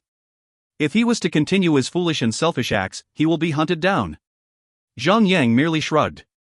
All of the threats were nothing but keyboard warriors. On the other hand, it was not like Zhang was the aggressor in here. He was doing his own business. It was the boss, the mythical tier boss, that had enticed them. The players that were attacking him must be thinking of killing it to obtain her precious drops. Helena was, after all, a level 130 mythical who could drop equipment with lowered level requirements. Skill books. Inheritance fragments. There's just so much temptation that no one could let it go. The princess was a walking treasure chest. The same group of players who were standing far from the fight scoffed as they saw many more ignorant players arriving at Anger Castle. "We gotta thank the China dude for bringing us a boss," cried the newcomers. The initial players who had been fighting since the beginning had to withdraw from the fight and flee as far as they could. Before reinforcements arrive, they would have to stay alive. It was not possible to get even close to the boss with just 1,000 players. Something like her would take as much as 10,000 players, but Helena sheathed her sword. There was nothing but dead bodies around her. Her aggro list was now empty. She brushed off a speck of dirt that was on her dress. It was impressive that with all the slashing about, there was not even a single drop of blood on her dress. She stood there, with a pair of beautiful, dazed eyes, as if she was in a trance. The dress flapped gently in the quiet battlefield. The fabric of her royal dress was plastered against her skin, emphasizing her slender body. It was truly a sight to behold that could bewitch any living man. Zhang was not there to witness that pretty portrait, he was busy searching for the entrance to the tomb. When he found it, he cried out, "Princess! Over here!" As Zhang voice rang loudly, Helena's eyes regained focus. She turned her head around only to turn away coldly. She scoffed at the bodies of both players and NPCs and moved towards the tomb. With haste, the two of them hurried through the staircase towards the interior of the tomb. There, Zhang pulled a wall off and exhumed Banked Roland. Right then, Banked had already passed on. Helena wanted to cry, but there were no tears for her to shed. As a specter, she could not shed tears. "He's dead." Helena's voice cracked as she could not hold in her pain. "If not for those people out there, I should have ARGH. I hate this. Why?" She buried her face in the chest of Banked. No matter how much pain she felt, she could not shed a single tear. "I will kill them all." Looks like, thanks to their doing, Princess Helena had declared all Japanese and Korean players as her enemies. Zhang gave her some time to mourn the death of Banked. When her cry soothed down a little, Zhang pats her shoulder and said, "My princess, Mr. Roland had been suffering in a state of being poisoned. Perhaps, death was a good thing for him. He is no longer in pain, but..." Helena adjusted her hair and stared down at Banked's still face. Right then, there was a conflict in her eyes which Zhang knew very well. Without looking at Zhang, she spoke softly. "Warrior. I will now turn this man into a specter. Warrior, I have but one request for you. Please guard me. The process is extremely delicate. I cannot be disturbed, or both Banked and I will be trapped in the limbo of darkness. Zhang Yang saluted the princess and said, Princess, Zhan Yu is here to serve. I will protect you and the one you love. I leave my life to you. Helena smiled as she gently caressed Bank's wrinkled face. Wait for me, my love. Helena lay her hands on Bank's chest. She focused her thoughts and a green, emerald light started radiating out of her chest. The aura grew bigger and connected both Helena's chest to Bank's at where their hearts were. Helena grunted in pain as both of them hovered above the ground. The green light grew bigger into a large orb and encased the two of them. Zhang Yang's eyes were locked on them for the entire time. When both of them were engulfed by the light, Helena's character disappeared. The ball of light replaced their bodies. Defensive barrier, summoned. Level, 130. HP, 1 million. Defense, 0. Note, a weak barrier created at the very last minute. The barrier must not fall, or both Helena and Banked will be trapped in the void. Zhang Yang sucked in a deep breath and braced himself for what that is to come next. The quest had been set to an S-level difficulty. Hence, a mythical tier boss might even make its appearance. There was a high possibility that the boss would be the Countess Amansari. Zhang Yang guessed that he would have to kill the Countess to proceed with the quest. That is, if the barrier does not fall first. Right then, Zhang Yang was faced with another huge problem. A boss would be rather easy to handle due to their robotic manner of movement. The real threat to Zhang Yang would be the players of Japan-Korean region. They had been held back by Princess Helena's 1,000 Shadow Slash. However, Zhang Yang was sure that some smart players would have noticed Princess Helena's disappearance and would act accordingly. When they attack Zhang Yang and bring down the barrier. Zhang Yang feared to bring in Han Shui. It would be too dangerous. Alone, Zhang Yang could escape any time he wants with Burrow and Shadow of the Void. If he had a party with him, he couldn't simply leave them behind to fend for themselves. Zhang Yang thought about it for a bit. He had his last trump card, the God of War transformation skill that would give him 2 hours of valuable time. Kill the intruders. The voice of Amansari rang, and a portal appeared in midair. A group of 10 elite tier guards stepped out of it. 7 of them attacked Zhang Yang and the rest moved towards the barrier. Zhang Yang rushed over to the 3 guards that were approaching the barrier and stunned one of them with charge. He then cleaved another guard for over 28,000 damage and struck the ground with Thunderstrike to slow all 3 of them down. Zhang Yang's Thunderstrike skill had been enhanced to reduce movement speeds by 90%. Previously, before Zhang Yang had obtained the superior Thunderstrike, his enemies that are struck would already be moving like snails. Now, after the skill upgrade, the guards were moving so slowly that even a caterpillar could edge out ahead of them. Zhang Yang smirked. He turned behind and blasted the other 7 guards with horizontal sweep. Zhang Yang relaxed when the guards reacted accordingly to the aggro system. After attacking, the monsters will not attack the barrier until Zhang Yang, their aggro target, is killed. Felice and Thunderhawk joined the fight promptly, unleashing both AoE skills and single target skills. Flashes of the blue lightning and red flames illuminated the entire tomb. Zhang Yang adjusted himself and controlled the position of the guards, stunning all 10 guards with blast waves. After that, he waited for Thunderstrike to be ready and struck the ground at the moment the guards regained their control. All of them were slowed down again, and Zhang Yang kite them away from the barrier. Right then, Thunderstrike could inflict a 90% reduced movement speed debuff. Even though the target would regenerate 10% movement speed every second after being struck, Thunderstrike only had a 5-second cooldown, allowing the user to strike again when they have only recovered 60% of their original movement speed. It took around 2 minutes for Zhang Yang, Felice, and the Thunderhawk to kill all 10 guards. Useless buggers. Can't even kill a single man. Do not force me to do this myself. The voice of Amansari ranged again and out came 20 heavily armored guards. Clang. Each step the guards moved made their heavy armor plating clank together. The uniformed movements of all the guards were extremely organized. All at the same time, they unsheathed their swords and prepared for a battle. Zhang Yang frowned but relaxed immediately when he realized that all the guards were melee attackers. Zhang Yang slid across the ground with charge and crashed into the organized formation of the guards. With a quick stomp, Zhang Yang inflicted all the guards with Thunderstrike and slowed everyone down. Like any AoE skill, the more enemies, the better the effects. If Zhang Yang only used Thunderstrike, Blast Wave, and Horizontal Sweep, and take 2 minutes to kill a 1 million HP monster, he still only take 2 minutes to kill 5, 10, or even 20 of them. Such is the power of AoE skills. This is why many players preferred to kite monsters and kill them in groups instead of one by one. However, horizontal sweep was not a penetrative type attack. Depending on the size of the monsters, there will always be a limit to the number of monsters that would be inflicted by the attack. Even if the number of monsters increases, the skill would only strike a few monsters at a time. Hence, instead of 2 minutes, Zhang Yang might take 3 minutes to kill 20 guards. A bunch of useless, good-for-nothing scums. Kill the man already, out came the voice of Amansari from the portal. Yes. Countess Amansari. The voices that replied her was a group of cheerful females. As such, 20 female wearing white robes waltzed out of the portal. The women were roughly the age of 20 and wore long white dresses that revealed parts of their thighs and waists. If they wanted to, the whole world would be able to see their hoas if they took larger strides. The dresses they wore had deep V cuttings that covered part of their hooters.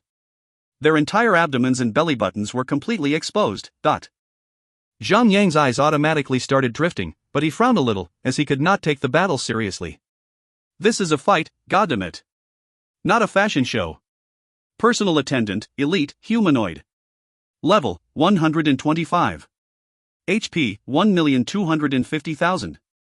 Defense, 1,300. Magic attack, 6,478 to 7,478. Skills.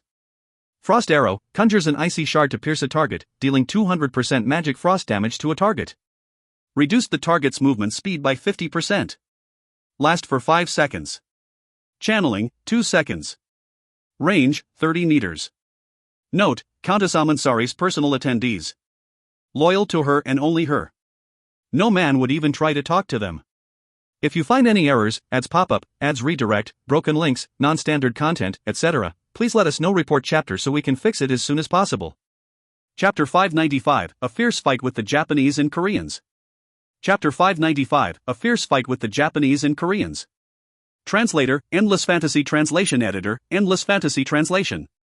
20 magic attackers. Zhang Yang caved in and resorted to using the God of War transformation.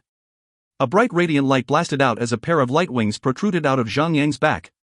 With a light flap, Zhang Yang zoomed towards the ladies. Kill the intruder, cried the spellcasters. The women quickly sidestepped to dodge the attack and quickly cast frost arrows. Blast wave. Wham! Zhang Yang leaped backward and swung his sword hard, creating a powerful blast of air that stunned all 20 enemies. Felice and the Thunderhawk had not needed to withdraw, so they simply continued attacking the monsters. Unlike melee attackers, ranged attackers would always try to remain a distance from their attackers.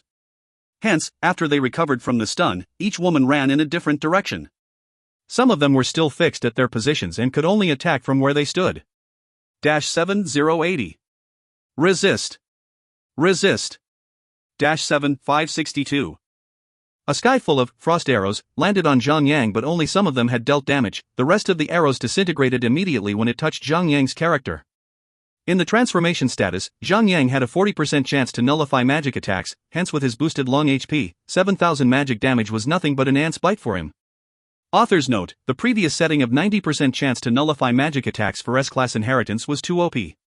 Hence, all magic nullifications will be reduced to balance it out.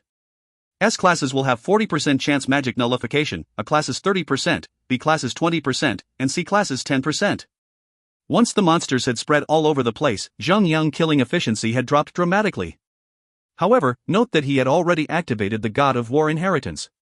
With 5 times the attack power and God of War crushing strike, it was a massacre. Zhang Yang had taken less than a minute to kill all 20 hostess. Zhang Yang killing power during then could be on par with Princess Helena's 1000 Shadow Slash. Useless. Utter garbage, cried Countess Amansari's voice from the portal. Must I do everything on my own? As such, the glamorous countess came out of the portal. Upon her arrival at the tomb, the portal pulsated violently and shattered apart like a mirror being struck by a stone. Zhang Yang quickly examined the boss properties again to recall her skills. Flare, blast flames in all directions, dealing 50,000 fire damage to all targets within 40 meters. Explosive flame, deals 200% magic fire damage to a target.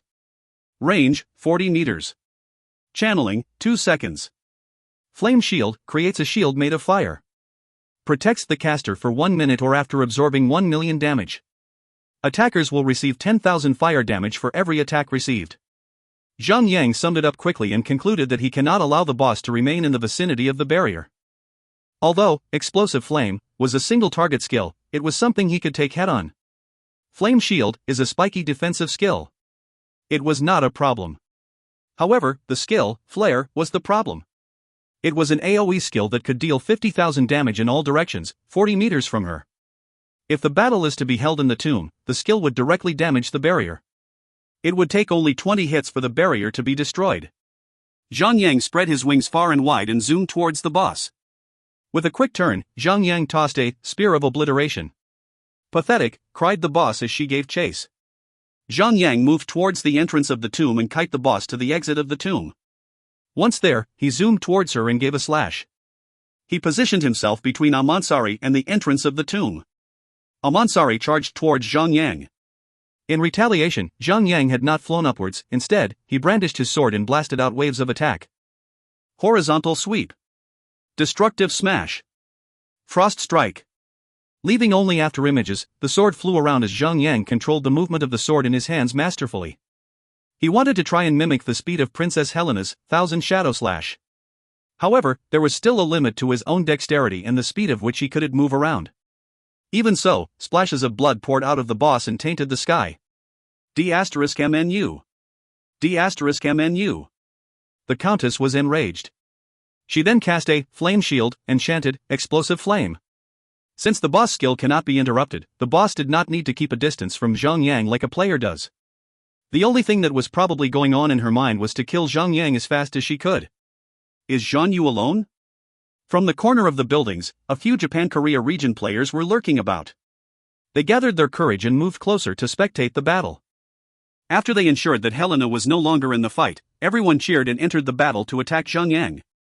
All ranged attackers stood at 30 meters away from Zhang Yang and attacked. As for the melee attackers, they shot to the sky and formed a formation to attack Zhang Yang in a group. We will let this F***Kerr has a taste of his own medicine. Someone. Go and guard the graveyard. Don't let him revive there and get away. That's right. Even if his level remains, we can still get all his equipment and item. Zhang Yang could not believe what he just heard. Did they really think that they could fight him, let alone kill him when he is in his God of War mode? Zhang Yang waited until the melee attackers got closer to him and activated Shadow Clone. At the same time, he cast Crushing Strike. By then, his God of War EP was at 12 points. Zhang Yang had only attacked the boss with his normal attack. He had, instead, used the 12 EP on the players. On average, his attack power was already beyond 100,000. The end result of the Crushing Strike would be 300%. A total of 300,000 damage. By then, if no one had their own transformation skills activated, everyone would be instantly killed. When the bright light flashed by, 12 players who were the closest to Zhang Yang were killed instantly. They had no idea what even happened. Sadly, the clones produced by the skill could not carry the equipment special effect. Hence, the attacks dealt to the boss was exactly 10% of Zhang Yang's original damage. Take note that the damage dealt by Zhang Yang could only be seen by him. There were 3 Zhang Yangs on the field, now. Players around started to feel a sudden fear creeping into their souls. One Zhang Yang was already a problem, but there were 3 now. It's fake. It's a mirror image, someone cried. The fake ones shouldn't be as durable. Kill them. All ranged attackers then adjusted their crosshairs and aimed at all 3 Zhang Yangs. However, all 3 Zhang Yangs had the same 7 million HP. How do you explain that? During the God of War transformation effect, Zhang Yang would have 40% magic attack nullification chance. His physical attack defense would be extremely high, even when compared to his usual standards. With the extra 20% damage reduction skill, the damage reduction was far greater than the level suppression of a boss. How does one kill God of War Zhang Yang when regular Zhang Yang is already freaking hard to kill? There's 3 of them, for God's sake. What is that inheritance?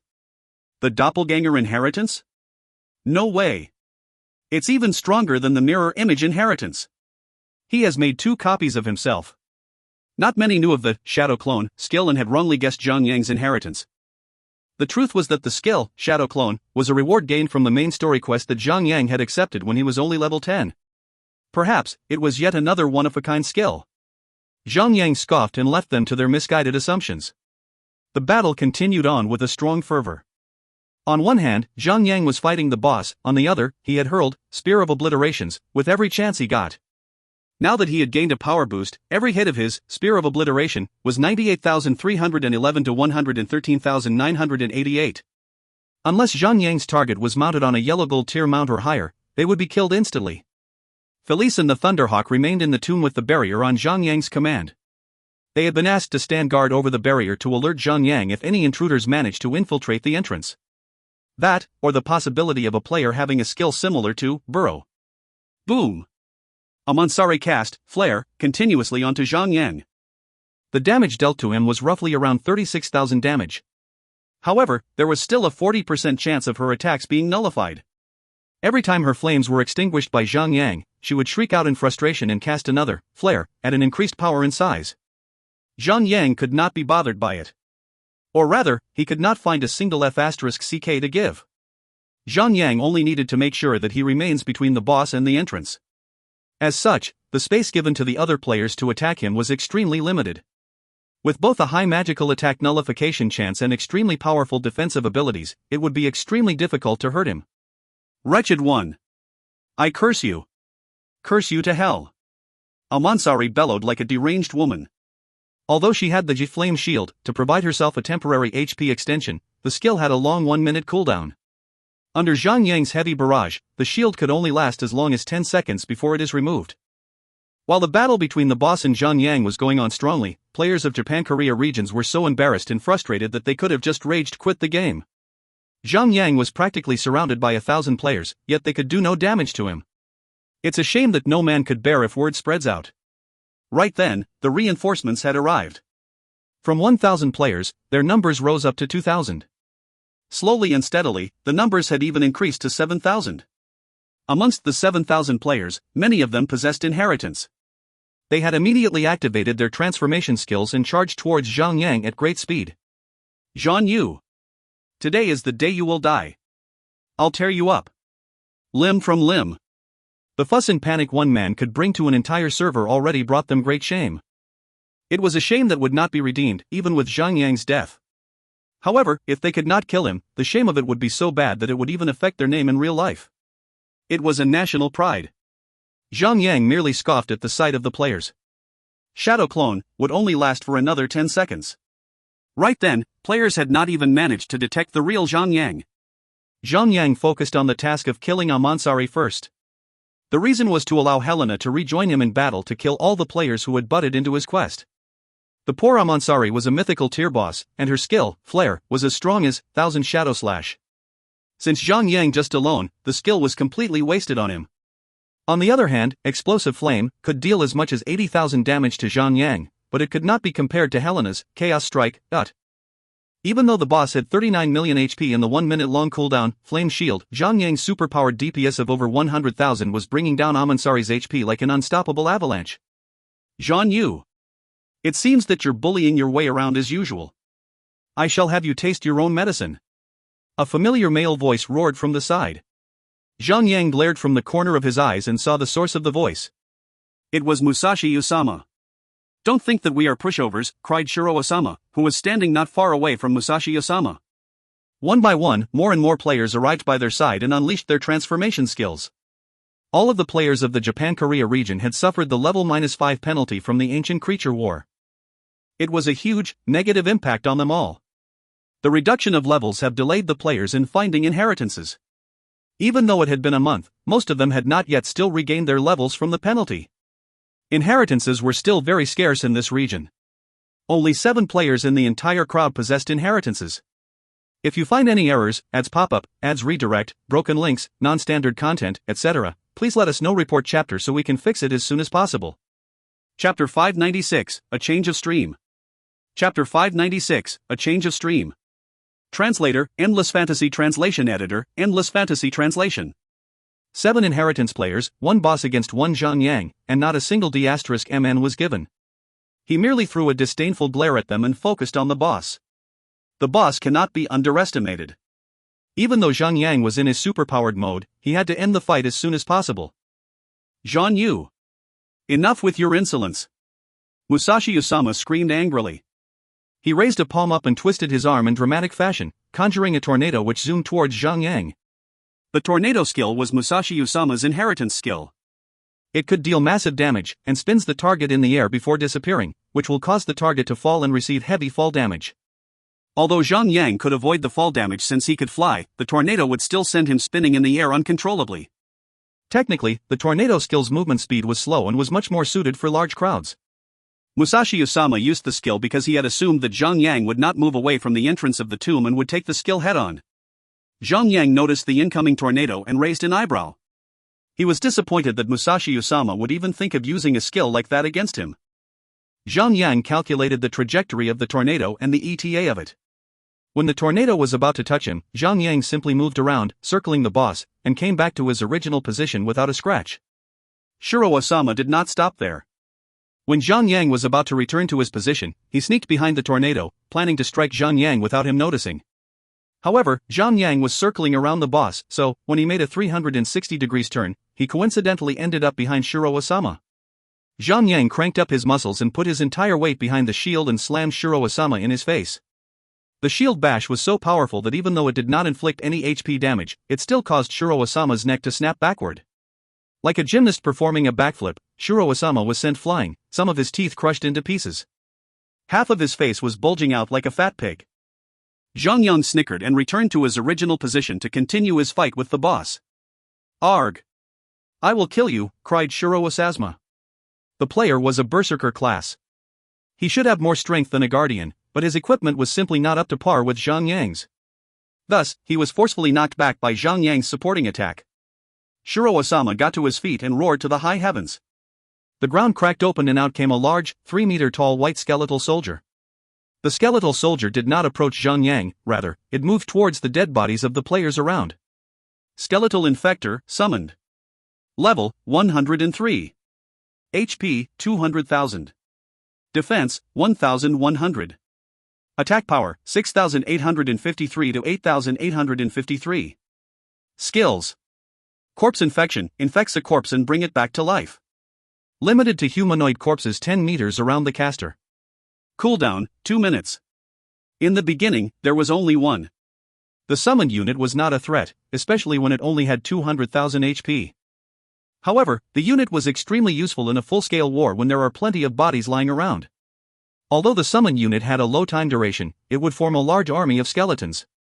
When the death toll increases, so would the number of skeletons. Zhang Yang was bound to the entrance of the tomb. Even a monkey would know that he was defending something inside. Hence, all of them changed their strategy. Their new aim was to infiltrate the tomb. Zhang Yang threw a spear of obliteration towards the skeletal infector and had dealt damage equivalent to slightly over half of his HP, failing to kill it. The infector moved to the dead body of a player and spat a black cloud at it. The darkness entered the body which made it expand, eventually blowing up in a bloody scene of exploding guts and innards. A new skeletal infector was born and joined the fight. Shiro Osama laughed evilly and even licked his lips. Yes, that's right. More skeletons. Make more skeletons for me, dot. The number shot up exponentially from 3 to 8 to 27 monsters. Due to the sheer number of dead players around, an army of skeletal infectors was born easily. Have no fear. Just charge in and kill. I will turn you into attackers even after you die, cried Shiro Osama proudly as he omitted the crucial word, undead attacker. It was extremely easy to counter such a pushing strategy. All he had to do was to rush over to Shiro Osama and kill him. With the summoner, all the summoned unit will perish along with him. The problem then, was that Zhang Yang could not move away from the spot. He could only watch the skeletal monsters rise in numbers. Still, even if there were 1,000,000 of them there, Zhang Yang's immense defensive power, even in his normal mode, would reduce their attack down to 1. How could they attack him when his defense is so much stronger than their attack power? Zhang Yang was obviously calm, while Shiro Osama was cheering and jumping with joy. Zhang Yang chuckled at his monkey-like behavior and turned back to the boss. 50%, 40%, 30%. As Zhang Yang was hacking away Amansari's HP down, the players around could not do anything since they were an ally of Amansari. They could not even heal her, as she was a green tag NPC. The system only allowed players to heal NPC from their own major cities. For example, players from all over China could heal NPCs of White Jade Castle but could not heal NPCs from Morningtown. It was beyond their jurisdiction. Hence, players around could only stare in dismay as their territory boss crept closer to death. They could not even butt in to attack her. Killing a friendly NPC would not provide any experience points or loot. When Shiro Osama was satisfied with the number of infectors that he had made, he ordered all of them to attack Zhang Yang. A sea of skeletons rushed over and got between the boss and him. As many thin, brittle skeletal arms smacked him, the only sensation Zhang Yang felt was a tiny bump. As if someone was using a cotton bud to gently prod him. When Shiro Osama saw this, he stopped cheering. It was already too late for him to realize that Zhang Yang was completely out of his league. Zhang Yang's level was not something that a normal monster could harm. Zhang Yang's skills, Shield Wall, God of War Radiance, and Rearm, were all used to initiate the counterattack. 20%, 12%, 10%. Zhang Yang thrust his hands out and cast Glare of the Death God. A black smoke appeared on Amansari's character and formed into a grinning skull. Success! Zhang Yang then summoned Devastator. He went all out, throwing Horizontal Sweep, Frost Strike, Destructive Smash, Force Strike, and a few strikes of Cripple Defense to fill up the time. Since all skills shared a global cooldown, he had made sure to deal a normal attack in the gaps. Hence, in 10 seconds, he had only managed to deal 13 attacks. Devastator had also contributed 10 hits, which totaled up to 23 hits. Among the 23 hits, only 4 hits had triggered the Glare of the Death God effect. It was rather unfortunate, but he had wasted 6 strikes. Although the Devastator was destroyed by the players in a matter of minutes, Zhang Yang was not bothered by it. All he needed Devastator to do was to increase the attack count for the skill, Glare of the Death God, to prop. 7%, 5%, 3%. Death was certain for Amansari, and players of Japan-Korea region were going crazy. Their numbers had shot up to tens of thousands by then, but all they could do was to stare blindly and awkwardly at Zhang Yang killing the boss. Even though he had positioned himself well, it was still something no single man could pull off. It was a huge shame to them. Zhang Yang had not even taken note of the players around and entered their territory boldly, taken their boss, and battled on their grounds. Whoever who could handle the shame and disgrace can become a god. Kill. The players made a last-ditch attempt and charged towards Zhang Yang. 3%, 2%, 1%. I gra. No. Amansari was killed by Zhang Yang and exploded with loot. Those were mythical equipment. Players who had charged in were instantly distracted by the drops and stared at them. Amansari was a friendly NPC to him, so, even if they had struck her, the loot that dropped from her cannot be picked up by them. Zhang Yang blasted few players aside and proceeded to pick up all the loots. It was a tough battle for Zhang Yang. Zhang Yang was not afraid of physical attacks, come 1 or a million of monsters, he would take them and return their attack tenfold. However, magic attacks such as Fire Missile and Frost Arrow were threats to him. Even though their individual damage was not particularly high, 100 of them would kill him nonetheless. Hence, after he had picked all the loots, Zhang Yang rushed into the tomb. Chase him. Players noticed his immediate withdrawal from the battle and followed in as if they had just gained the advantage. Only Dusk Phoenix had ever forced him to flee before, and that was already an achievement. Even though they did not know why he fled, they claimed the credit and chased after him. You've done well. Zhan Yu. I was right to put my trust in you. Zhang Yang could hear the voice of Helena echoing in his ears when he was close enough. Ding. You have completed the quest, Saving Banked Roland. Obtain 10 million experience points. Defensive Barrier HP, 1 million. Score, perfect. Ding. You have obtained a reward, Helena's Charm. Helena's Charm, mythical, accessory. Equip, increases your attack and healing rate by 5%. Equip, grants a 1% chance to create a life orb upon receiving an attack. A maximum of 10 life orbs can be created. In non-combat status, all life orbs will disappear after 30 seconds. Use, consumes all life orbs and heals you by 30,000 HP per life orb. Cooldown, 1 hour. Level requirement, 130. Special, level requirement reduced by 20 levels. Note, the charm was made with the power of an ancient magician. You can sense a powerful magic just by holding it in your hands. Zhang Yang nodded his head, pleased. Zhang Yang replaced the accessory, Heart of the Death Knight, with Helena's Charm. The accessory, Heart of the Death Knight, had been nerfed greatly and would only give Zhang Yang a split-second invincibility, and nothing more. It was time to replace it. Thud. Thud. 2 footsteps were heard. Helena tenderly supported the handsome, restored Banked Roland out of the barrier and the two shared an intimate moment. Banked Roland, mythical, specter. Level, 130. HP, 39 million. Defense, 5,560. Magic attack, 41,464 to 51,464. Skills. Corruption arrow, launches arrows with the power of corruption in all direction 40 meters from the caster to deal 50,000 shadow damage. Crippling pain, tortures a target, dealing 200% magical attack, shadow damage and reduces the target's attack power by 20%. Channeling, 3 seconds. Range, 30 meters. Soul offering, burns own soul and sacrifice the caster's 10% HP to restore 30% of Helena's HP, grants Helena Berserk and increases all her attacks by 100%. Note, once a famous and powerful magician in the land. Although he was turned into a specter, his knowledge and power remain. His mortal body may have perished, but his love for Helena burns brightly with an undying will. Another mythical tier boss. Zhang was delighted. With 2 mythical tier bosses in him, and his S-class inheritance, he could wipe out all the players in the map till they cry back to their mummy's arms. Congratulations to Princess Helena and Mr. Roland. May the fire of your love burn for all eternity. Zhang wished them from the bottom of his heart. You have my most sincere gratitude, warrior. Bank lowered his head to thank him. Come, my love. We must leave this place, said Helena. Bank nodded and said, people think that I have been long dead. I plan to keep it that way. Kill. Echoes of players' roar come into the tombs and a few had even shown up. HM? More insolent fools. Helena glared and unsheathed her sword. Bank gently held her face before letting go. The woman exchanged a loving stare before her eyes were filled with intense killing intent. She rushed over to the players and unleashed a barrage of 1,000 shadow slash. All of the players who entered the tombs were instantly killed by her. What? None of them had expected Helena to still be alive. Before they could run out of the tombs, they were killed by Helena. Silence crept back into the tomb when all players were killed mercilessly. Helena took the lead while Zhang and Banked followed behind, unobstructed. With haste, all of them made it out of the underground tomb. The moment Zhang stepped out, players saw him.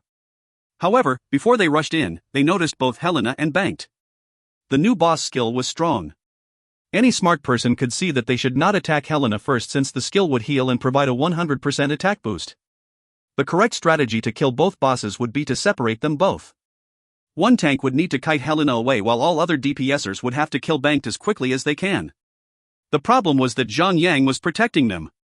What kind of strategy could help them then? 2 bosses. Haha. Awesome. Kill them both. Get their loot. Ha. Zhang Yu as well. Kill them all. The players who were late to the scene had not seen Helena's prowess in battle. Hence, they rushed in without thinking much and attacked. Poof. Helena scoffed and brandished her sword. With lightning speed that surpassed anyone in the world, she unleashed her 1,000 shadow slash, continuously, killing all who dared attack her. The Spectre Princess was just like Queen Serena. When they wished someone to die, not even fate could prevent that. Her attacks were quick and ruthless. She could instantly turn a player who was standing still into perfectly diced cubes of human flesh with Chaos Strike. Swarm them, cried Shiro Osama. Many players had fallen to Helena, and the number of skeletal infectors had increased exponentially. With such numbers, even ants could take down an elephant. Using that strategy, Shiro Osama was hoping that his army of the undead would kill both bosses by slowly hacking away at their HP. Clack clack clack clack. All the skeletal infector marched towards Helena and Banked. However, when Helena noticed their arrival, she lowered her sword and glared at the army. A sudden bright light flashed across her eyes. At the same time, her mouth muttered something in an inaudible and foreign language. It was subtle but the effect was obvious. All of the skeletal infectors stopped their movements and bowed down to Princess Helena as if they were her own soldiers and Princess Helena was their true ruler. None of them even stopped to listen to Shiro Osama's command. The day of revolution has arrived. Shiro Osama's jaw touched the ground. If you find any errors, ads pop-up, ads redirect, broken links, non-standard content, etc., please let us know. Report chapter so we can fix it as soon as possible. Chapter 597, Scared. Chapter 597, Scared. Translator, Endless Fantasy Translation Editor, Endless Fantasy Translation. Shiro Osama had spent the whole time creating an army of infectors, but all of a sudden, all of them had turned against him. He quickly turned tail and ran. All of the skeletal infector had turned around to attack him. He had never expected his own ultimate skill to be used against him. The first slap in his face was that all the skeletal infectors could not do any damage to Zhang. The second slap, and the hardest one, was that he had just given the boss an army of skeletal infectors for free. By the looks of how the infectors had bowed respectfully to the boss, they would most likely be used against him. Princess Helena made another inaudible and incomprehensible muttering, causing all the skeletal infectors to turn around and glare at the Japan-Korea region players. Their original hollow eye sockets burned brightly with the green emerald flames of the specter. Thousands of skeletal infectors marched outside the tomb and laid waste to all the players. Oi! What are you doing, Shuro-Osama? Wrong side. Wrong side. Friendly fire. F***CKU. You're worse than a stupid pig. Even though the numbers of skeletal infector were only by the thousands, the few tens of thousands of players in the castle were getting the goosebumps. Abyssal skeletal inheritance was the inheritance that Shuro-Osama had. Even though it was only a C-class inheritance, given enough time, the cumulative damage of the entire army of skeletons would be extremely powerful. Hence, when the skeletal infector was turned to Princess Helena's side, it was terrifying. Shuro-Osama had to keep his mouth shut, even though he was enraged and ashamed. How could he have predicted that Helena would have the power to subdue his own army of skeletal soldiers? Still, if you were part of these attacking players, you would surely be cursing him as his army washes you away. Technically, the skeletal soldiers were not that hard to deal with. Zhang could easily deal 70 to 80% damage with a single strike of God of War Crushing Strike. However, unlike Zhang, players with no inheritance transformation skills would find them troublesome. The main problem was their numbers, not their attack. Together, they stood strong, like an army of ants gobbling up an elephant. Plus, they looked extremely disgusting, with innards dangling out of their rotten jaws. After all the skeletal infectors had marched out of the tombs, it was Princess Helena's turn to shine. She walked out of the archway and revealed herself to the world. Her blades were unsheathed and, Thousand Shadow Slash, was unleashed onto the players. Bangt followed closely to her and fired corruption arrows. Even though Bangt's power was not as devastating as Princess Helena's Thousand Shadow Slash, it definitely helped finish off any player who somehow survives. Both of their aligned attacks can instantly kill all non-tank players effortlessly. Zhang was still in the archway, leaning against the pillar and laughed at the scene of pathetic players attempting to land a hit on Princess Helena. After a good laugh, Zhang showed his presence in the battlefield by striking the floor with Crushing Strike, dealing blasts of light from the earth to deal more than 30,000 damage to everyone. Sadly, without the little annoying brat's Strength Aura, 12% strength bonus, his damage would not reach above 40,000. No matter, his attack was extremely useful, since the AoE was 100 meters wide. As long as he lands a hit on everyone, it would work wonders. With haste, the two bosses and Zhang had immediately gained the upper hand in the battle. Plus, with the thousands of skeletal infectors assisting the fight, the Japan-Korea region players stood no chance. Naturally, being the easiest to kill, many skeletal infectors were destroyed. However, now that Princess Helena had taken over the controls of the infectors, the dead players were being converted to more skeletal infectors to replenish the army. In the end, the players came to a final decision. Fall back. Fall back. The active time limit of the skeletal infectors was 2 minutes. Many of them knew about it. However, due to the unfavorable conditions of the battle, the players decided to fall back and leave the field to prevent further deaths until the time limit. After that, all of the skeletal infectors should fall apart, and players would have it slightly easier. It was not worth dying to those pathetic skeletal infectors and wasting their money on repair fees. After several hundred more players died during the retreat, the battlefield was now barren. From afar, all the Japanese and Korean players recuperated. The number of skeletal infectors had returned to Princess Helena's side and had organized themselves in a neat formation. With Princess Serena, Bangt, and Zhang as the central point, the skeletal infector formed a defensive formation, positioning themselves to protect the central point from all attacks from all directions. No one could expect someone like Zhang to bring out a boss like that into the castle and wreak havoc. Zhang laughed out loud at the useless attempt of the Japanese and Koreans' provocations to challenge him to a one-on-one duel. He flew upwards and hovered slightly above the castle's peak and bellowed in the public channel. Fellow players of the Japan-Korea region, if you do not wish to continue our friendly match, I will now humbly take my leave. F***CK off then. Give us back our territory. One day, we will have our revenge. We will dominate all of China's major cities. Kill all the Chinese dogs. Knowing that they could not hurt him, they could only shout empty threats to him, hoping to scare him away. Zhang spotted the group of players who were screaming the loudest and decided to teach them a lesson. He spread his wings out and zoomed towards them. With a quick slash of his blade, he dealt more than 200,000 damage in one hit and instantly emptied out the field of noisemakers. There was another group of players behind the first that he had obliterated. They had intended to help, but seeing how the others had been instantly killed by Zhang Yang, they had no choice but to run away. Zhang Yang flew to them and activated Crushing Strike to deal 30,000 damage with 20 bright blasts of lights. All that was left behind were the dead bodies of players, and 3 surviving players with little to no HP left. Zhang Yang shot to them and landed a series of skills to end their lives. Initially, the noisy chattering went on and on. However, after Zhang Yang terminated a group of players, the ranting stopped immediately. Anyone could be a legendary killer if they get their hands on a strong inheritance. However, getting their hands on one would be another matter. Only strong players like Zhang Yang, an entity of a death god, could obtain such an inheritance and become something even stronger. He was not some random strong player that could be killed with numbers. The group of players that Zhang Yang had just killed was the noisiest bunch. Zhang Yang was weeding out the noisy chickens. It caused a domino effect that had sent a message to all players around. Everyone was silenced immediately. Someone as powerful as Zhang Yang could immediately snipe the general of 1,000,000 soldiers by flying straight into the formation without the need to fight. The group that Zhang Yang had just killed had dropped a few yellow gold equipment and 1 violet platinum equipment. While everyone was watching, Zhang Yang flew down to the ground and picked the equipment casually. Everyone was furious, however, there was nothing that they could do. They did not even dare make a squeak, fearing that they might be his next targets. Zhan Yu. We must make haste, cried Helena. Yes. My princess. Zhang Yang smirked to the other players who had retreated and flew back to the bosses. Before leaving, Bank turned back to the castle and stared at a particular window on the far side of the castle. There was a glint of longing and regret. Zhang Yang patted his shoulder and gave him a smile. Bank recollected his composure and nodded to Zhang Yang before taking hold of Helena's hands. Bank then conjured a shadowy portal. Let's go. Princess Helena's voice tone was extremely soft and soothing when she spoke to Bank. Bank nodded and smiled at her as the 2 undead lovers crossed the portal, leaving Zhang Yang still on the other side. Before he left, Zhang Yang turned back only to find the Japanese and Korean players about to jump at him. Zhang Yang smiled, said nothing, and went into the portal. If he were to say anything at all, the public channel would be flooded with more insults and curses.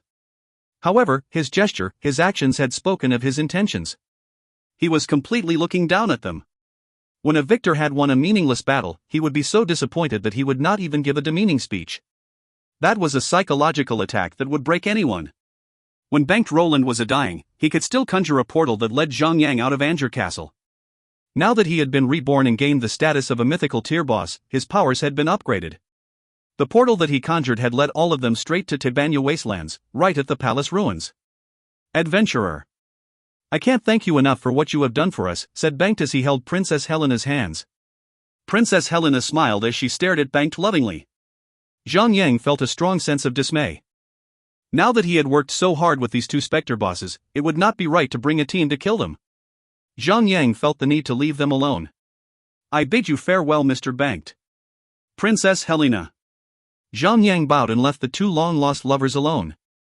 Zhang Yang's God of War transformation was still active and there was still time before it ends.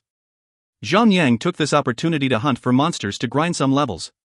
As he killed a few strong monsters, Zhang Yang took the time to review some of the items that he had collected from Amansari. She was a level 130 mythical tier boss. Her loot should be of some standard. The boss had dropped a total of 2 mythical tier equipment and 2 violet platinum equipment. There was also 1 skill book and 1 amateur tier aura stone. Zhang Yang had not bothered to look at the violet platinum tier equipment.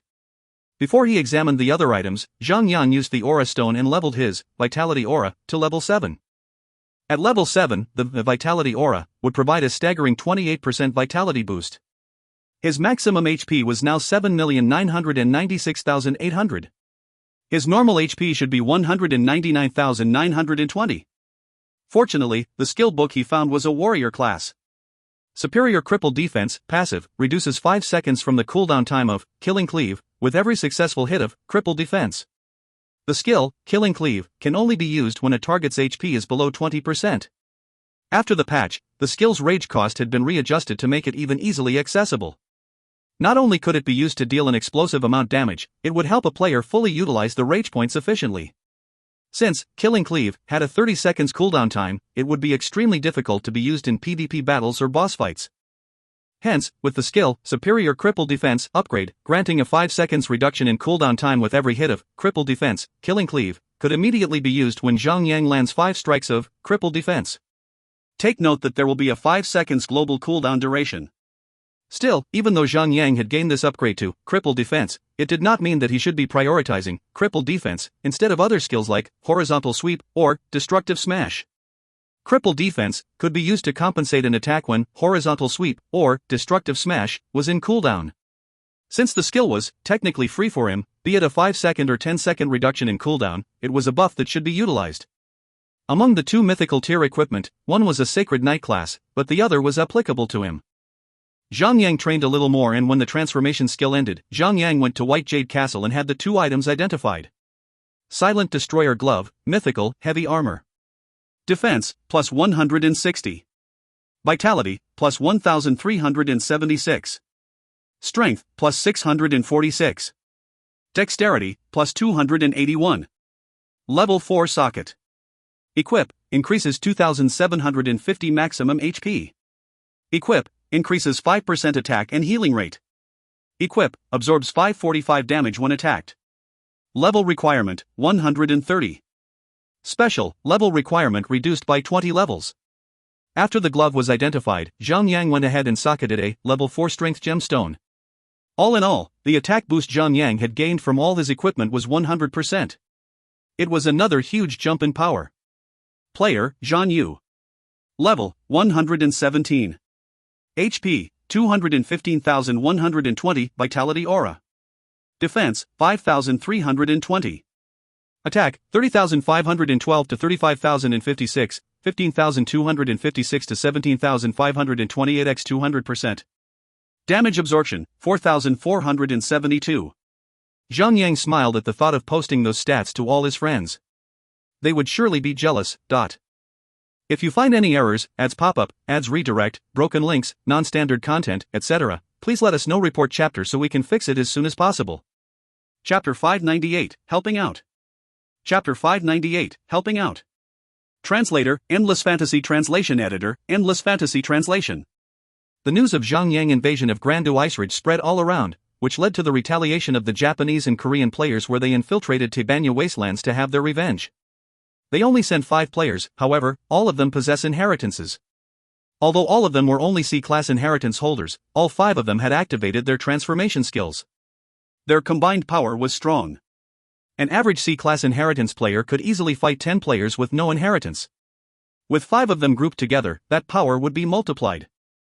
One of them was a healer, hence, their fighting endurance was made stronger and could take on 100 non-inheritance players at a time. This only happened due to the high resistance rate of status-affecting skills. That, and the ridiculously high HP and attack power of the inheritance players, granting them an absolute advantage in the battle. The small team of players had returned to their own region after killing a few hundred China players. They had to turn back as their transformation time limit had ended and the numbers of Chinese players who were gathering up were already getting out of hand. After they had safely returned to their own bases, they had sent a warning to all of China, saying that if Zhang Yang were to return to the Japan-Korea region to mess around, they would repeat their attack again. Zhang Yang had no intention to reveal what he did in Anjur Castle. However, Chinese players could not stop wondering about it. Like a prick in his head, they kept bugging Zhang Yang about it. Eventually, Zhang Yang got so annoyed that he had released the recordings of him taking down 1,000 players in Anjur Castle, along with Princess Helena and banked. After the recordings threatened to crash the forum servers, Japan and Korea were once again the laughingstock. The scene where players had to run away from Zhang Yang was so embarrassing that players who were featured in the video had to hide their faces. Due to the selfish acts of the small party, they had caused entire Japan and Korea to face much scorn. Now, they had been marked as the villains. In a fit of rage, all the players in Japan and Korea vowed to have their revenge. A few days later, they had launched an attack and triggered a regional war. The 2 neighboring regions had always been at each other's throats. Even a tiny cinder could easily turn into a glowing amber which would grow into a raging fire. Now, their conflict was brewing wildly and had escalated to another level. From small parties, it grew larger into a town of players. It did not stop there. In the end, guilds after guilds had contacted each other to form a temporary alliance in order to fight a regional war. The incident of once sword stroke being castrated had proved to be non-fiction, as the man himself had come out to reveal the truth. Several days after the incident, members of Imperial Sky had posted their support in testimony of one sword stroke desire to continue playing. Instead, he vowed to stand strong and refused to bow to the threat of others. As such, Fatty One made a joke about it. Now that one sword stroke had lost his manhood, he had no means of standing. Instead of laughs, his joke had earned the ire of about everyone on the forums, and they accused him of being a rude mother *cur. The act of one sword stroke revealing the truth had gained many positive comments and support from the crowd. It could be seen when Imperial Sky had received many guild applications in the forums itself. The guild in one sword stroke had gained massive popularity over a short period of time, which boosted Imperial Sky's name all over China. As for the real perpetrator of the incident that had befallen on one sword stroke, many players had indulged themselves in solving the crime. When it comes to keyboard warriors, their research power and social connections can never be underestimated. Within a few days, many had already solved that accident that occurred between one sword stroke, Lu Wei, and Luo Xianyan. Due to the standard stigma of rich people and the poor victimized players, the crowd had laid down their biased judgment, which resulted in one sword stroke and Luo Xianyan being the victims, and the perpetrator being none other than rich Lu Wei. The actual truth of one sword stroke and Luo Xianyan having an affair had turned into a myth. While the myth where one sword stroke and Luo Xianyan were old loving couple had turned into the truth. Lu Wei, on the other hand, was marked to be the villain in their romantic yet tragic love story. Both men had to fight for love and above all the conformity. One sword stroke rose victorious, however, little did he know that Lu Wei would resort to such actions. Zhang laughed bitterly at the twisted story. Still, he was greatly impressed by the power of the masses. When one speaks a myth, it will be a myth. When 1,000 voices repeat a myth, it would be the truth. That is the danger of the ignorant herd. All in all, Imperial Sky remained strong. One sword stroke did not falter. They had, on the other hand, used the heat of the crowd to raise up to Lone Desert Smoke's level of popularity. Their feat was something Zhang Yang would clap his hands for, as encouragement instead of inciting disdain. Zhang Yang spent his free time shopping for random stuff. One fine day, he received Snowseeker's private message. Guildmaster Zhang Yu. I could use a hand. The two guilds were on friendly terms with each other, due to the close cooperation between Silky Soft Holdings and Crimson Cosmetics Holdings. Due to their close relationship with each other, the guilds had worked together on more than one major occasion. Crimson Rage was a guild that consisted of only female players. On the other hand, Lone Desert Smoke had a large majority of male players. When the ladies needed a hand, the boys in Lone Desert Smoke would stick their tongues out and wag their tails obediently to help them. 100 Shots was greatly disgruntled. He had once said that Lone Desert Smoke was becoming Crimson Rage's subguild. What could I do you for? Said Zhang Yang casually. Oh, just fighting a boss. Nothing much, said Snowseeker in the same manner. Nothing much? If it was nothing much, you would not have called him, then, but. Zhang Yang chuckled and replied, I'm kinda busy right now. Why don't I send over Endless Starlight and Fatty Han to help you out? Both of them have inheritances. Any boss fight should be made easy then. Ciao. The two buggers would jump at the opportunity of being knights when a maiden is in distress. If any fair maiden called out their names, adding the prefix brother, along with a bit of flirting, the two world-class, open-closeted perverts would waggle their tails and help them. Zhang Yang would not need to even call them to begin with. Those two perverts could sniff out a damsel in distress. Snowseeker coughed pointedly and said, well, I suppose that Guildmaster Zhang Yu is a true gentleman. Could you perhaps lend me your personal assistance? Zhang Yang sighed. Speak, what boss is it? HM. It's a level 150 mythical tier boss. Snowseeker finally revealed her hand. Zhang Yang was a little surprised. Did you guys get yourselves a B-class inheritance? Or, could it perhaps be an A-class? Zhang Yang knew that they would not kill a level 150 mythical tier boss for its drops. The equipment dropped by a level 150 mythical tier boss cannot be worn by players yet. Hence, it should be an inheritance quest. It's a B-class inheritance. It's called the Demon Summoner Inheritance. Snowseeker hid nothing from him. Whoa! You've hit the jackpot there. Zhang Yang exclaimed. In his previous life, he had clashed with a player that had the Demon Summoner Inheritance. The inheritance was limited to only the Priest class and Spellcaster class. The inheritance could provide a strong offensive support to any cloth armor class wearer, making it a powerful B-class inheritance. Not too long from now, the S-Class Professional League competition would be held fairly soon. China's first team would inevitably be Silky Soft Battle Team, while the second battle team had not yet been decided. 2 days ago, Crimson Rage Battle Team had managed to hold the second-place Battle Team position for China, since one sword stroke was still absent from the game. However, knowing that one sword stroke had voiced out his resolve, Crimson Rage Battle Team position as China's second team was now threatened. However, their positions would be stabilized if they add in a player with a B-class inheritance. Even though the usage of inheritance transformation skills is not permitted in the professional league, a player with an inheritance would still hold the upper hand in PvP combat. The passive permanent attack boost will be active. Skills obtained from the inheritance could be used to counter the status-affecting skills of the non-inheritance players. The Inheritance Demon Summoner provides the caster with a strong demon bodyguard. It could be brought into battle, even in the professional league. Zhang had never once fought the player in a professional league and felt fortunate for it. "So, will you lend a hand?" asked Snowseeker sweetly. Zhang laughed at her attempt to coax him and asked, "Well, I don't know, but if Guildmaster Snow offers me a forbidden scroll, I could still consider it." Snowseeker scoffed loudly.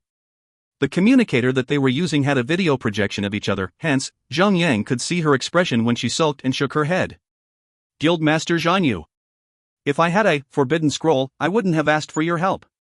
Zhang was merely playing with her. Both guilds were strong allies, and since Snowseeker had purposely voiced out her request for assistance, Zhang had no particular reason to say no. Zhang merely teased her for a bit more and finally agreed to help out unconditionally. He had promised to assemble a few strong members of the guild to help out Crimson Rage in dispatching the boss.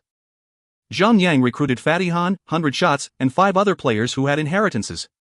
Along with Crimson Rage's team, they traveled to a volcano. Since Snowseeker had requested for players with inheritance, Zhang had not recruited Sun Xinu and the other girls of his core party since they wouldn't be able to do much, thanks to the level gap. On the other hand, Crimson Rage had gone all out. They had sortied close to 5,000 players who were above level 100. The team of babes chattered along happily, causing both Fatty Han and Endless Starlight to sway with the flow. However, when the two perverts tried to flirt with the gang of girls, they got in for the shock of their lives. The girls of Crimson Rage were not ordinary bashful girls who would shy away when a man gets close to them. No, they were very different. They would be the ones harassing the man. In the end, they were so frightened of their unusual behavior that they hid behind Zhang, fearing that the girls might jump on them and eat them up. Zhang merely laughed at their comical act. The place they were traveling to was called Molten Earth Peak, a level 120 to level 150 map. Once the massive army entered the map, players who were just over level 100 became huge monster magnets. It could not be helped. Crimson Rage had only requested Zhang to help them with the boss, mostly due to Glare of the Death God, but Snowseeker knew it had a low success rate. Hence, Crimson Rage had sorted their entire guild's attack force to increase their chances of defeating the boss. Even though she knew that Zhang would not mind repeating the boss fight if they happened to fail, Snowseeker would not want to trouble him unnecessarily. Now that they had so many players around, the level suppression system would not matter. With thousands of them attacking at once, normal monsters would surely be killed in a matter of seconds. An elite tier monster would last slightly longer. 3 hours of killing their way to the top, the army of female soldiers reached the peak of the huge volcanic mountain. There, they met their objective. An exiled demon general. It looked just like a Western demon. It was 6 meters tall, with a body dyed in blood, twin bullhorns that protruded out of its forehead, a pair of bat wings, the legs of a goat, and a huge scythe in its strong muscular hands. From afar, it sat on the ground cross-legged, thinking. Hashiels, the banished demon general, mythical, demon. Level, 150. HP, 300 million. Defense, 887-. Melee attack, 1,266 plus 9,356 is equal to 169,367. Skill. Mana Burn, randomly chooses a target to inflict 150,000 shadow damage. If the target possesses mana points, the target takes MP damage by a maximum of 70,000 MP. For each mana points burned, the target will receive an extra 2 shadow damage. Range, 40 meters. Shadow Cleave, casts a cone-shaped blast in front of him and deals 100% melee physical damage. Stuns all targets for 5 seconds. Ignores targets that are stunned. The effect can be dispelled. Meteor Rain, summons a meteor from the sky and strikes 3 locations, dealing 50,000 fire damage each. Lasts for 5 seconds. Range, 50 meters. Devilish Tenacity, restores 1% of his HP every 30 seconds. Restoration amount will not be affected by any status effects. Note, Hashiels was once a famous figure in the demon army. However, he had an affair with the demon leader Karxerxex and was caught red-handed. Hence, he was exiled to the mortal realm. If you find any errors, ads pop up, ads redirect, broken links, non-standard content, etc., please let us know. Report chapter so we can fix it as soon as possible. Chapter 599, The Myth Assaults. Chapter 599, The Myth Assaults. Translator, Endless Fantasy Translation Editor, Endless Fantasy Translation. This entity should be the character of an important story. Or was. The strongest ranked characters among the demons would be the demon leaders like Rougelier, or the Fallen Wind Ranger Kalina, who were all celestial tier bosses.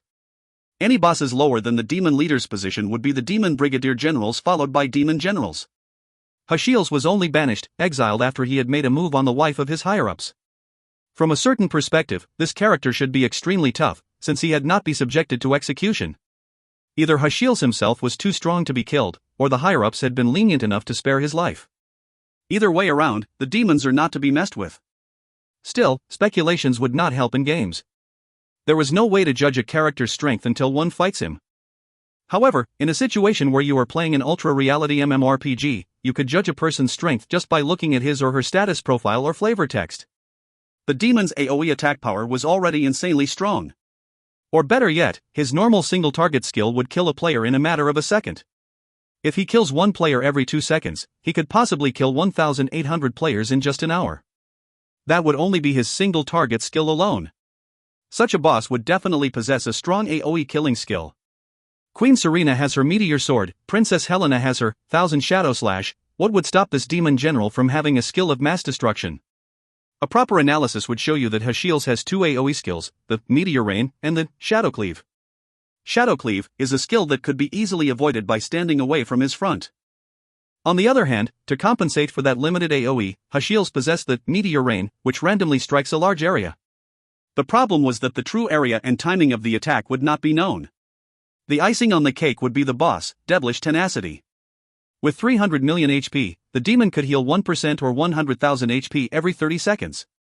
To put it in simpler words, if the entire army of players could not fork out more than 100,000 damage every 30 seconds, defeating the boss would be an impossible task.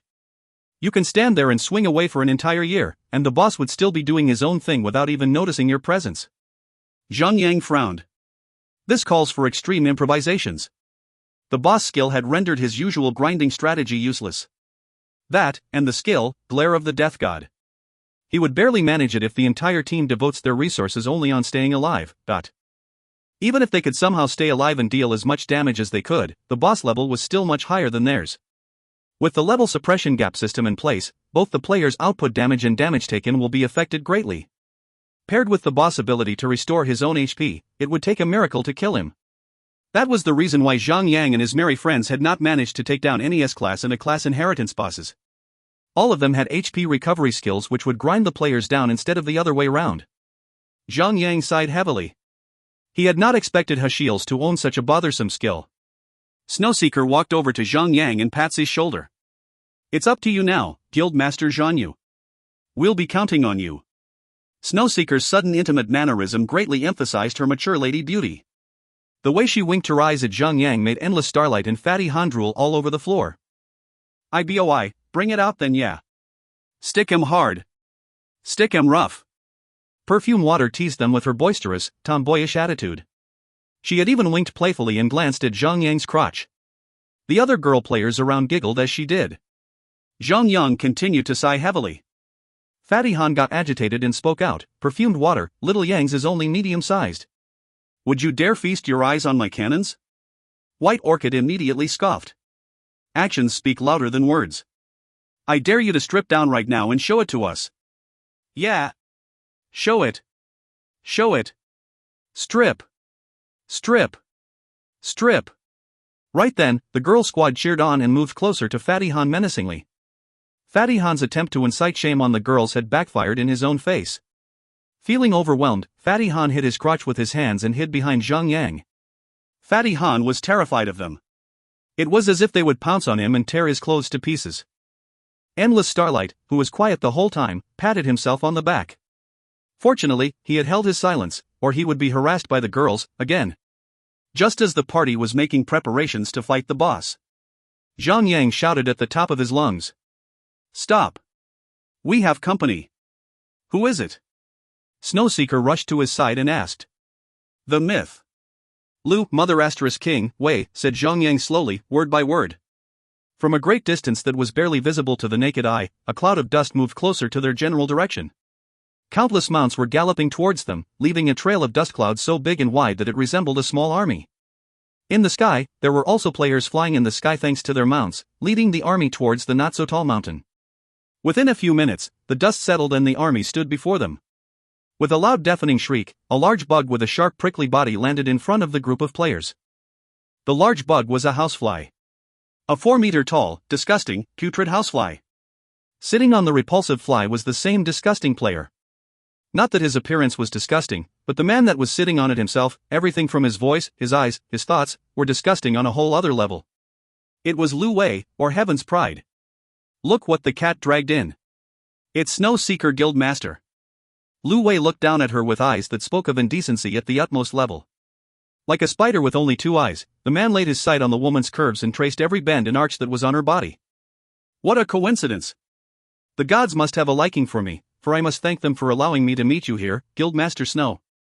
Perhaps we should talk to each other more often, face to face, said Lu Wei with a sinister grin. Snowseeker smiled coldly and replied him with professional courtesy. I have to apologize for not being too familiar with Heaven's Pride. I beg your pardon, however, we, Crimson Rage, are currently in the progress of an activity. If you may excuse us, we shall be on our way. In that case, I will take that offer and allow you to be on your way. We, the myth, are here to defeat the boss right there. Lu Wei had failed notice it initially, but he had spotted Zhang Yang, who was only standing next to Snowseeker. Zhang Yang met his glare with his own and saw a glint of deep hatred in his eyes. Despite having vengeance towards the man, he had kept his mouth quiet and kept his composure. The case in Shanghai where he was thrown in prison for 3 days had made Lu Wei realize that Zhang Yang was a man with dangerous connections. He was not a man to be trifled with. Snowseeker immediately frowned when Lu Wei revealed his intentions. Anger burst out but was quickly hidden away with a poker face. Guildmaster Heaven's Pride. We, Crimson Rage, were the first to be here. The boss is a target for elimination for a certain quest that we have. I urge you to maintain a certain level of courtesy and allow us, Crimson Rage, to have this kill. Now that is what I call an interesting offer. As long as Guildmaster Snow agrees to answer to only Heaven's Pride, putting Crimson Rage to be under the command of the myth. Get a room, lock the doors, and we will talk business. A shield-bearing knight rode out to the front and stood beside Lu Wei, spouting those words. When the knight spoke, players around Lu Wei had started to chuckle as they laid their lustful eyes on all the female players of Crimson Rage. It does not take a master in rocket science to know that they were having indecent thoughts. Perfumed water and the other female players fumed. Their faces burnt with fiery rage. They may tease and play with the Crimson Rage members, but no one will disgrace their Snowseeker like that in public. I'd say someone is too lonely and dry. I urge you to run back home and jerk off to your own mom's photo. What a shame. Your father should have ejaculated to the floor when he prodded your mom. That's where all the good ones went, you're a leftover. I have not lain with a man in half a year, and I would not even think of getting it on with 2-inch-long dudes like you. All sorts of insults and dirty jokes were bombarded at the guise of the myth. These women were not to be messed with, especially when even open-closet perverts like Fatty Han and Endless Starlight would be terrified of them. Lu Wei kept his composure like a professional. However, no matter how much he tried to hide it, Zhang Yang could still see the twitches of anger in his poker face. The girls of Crimson Rage had insulted him and his forefathers before him, his mother and her mother before her, to the point where his entire family line had been shot down to the bottom of the society.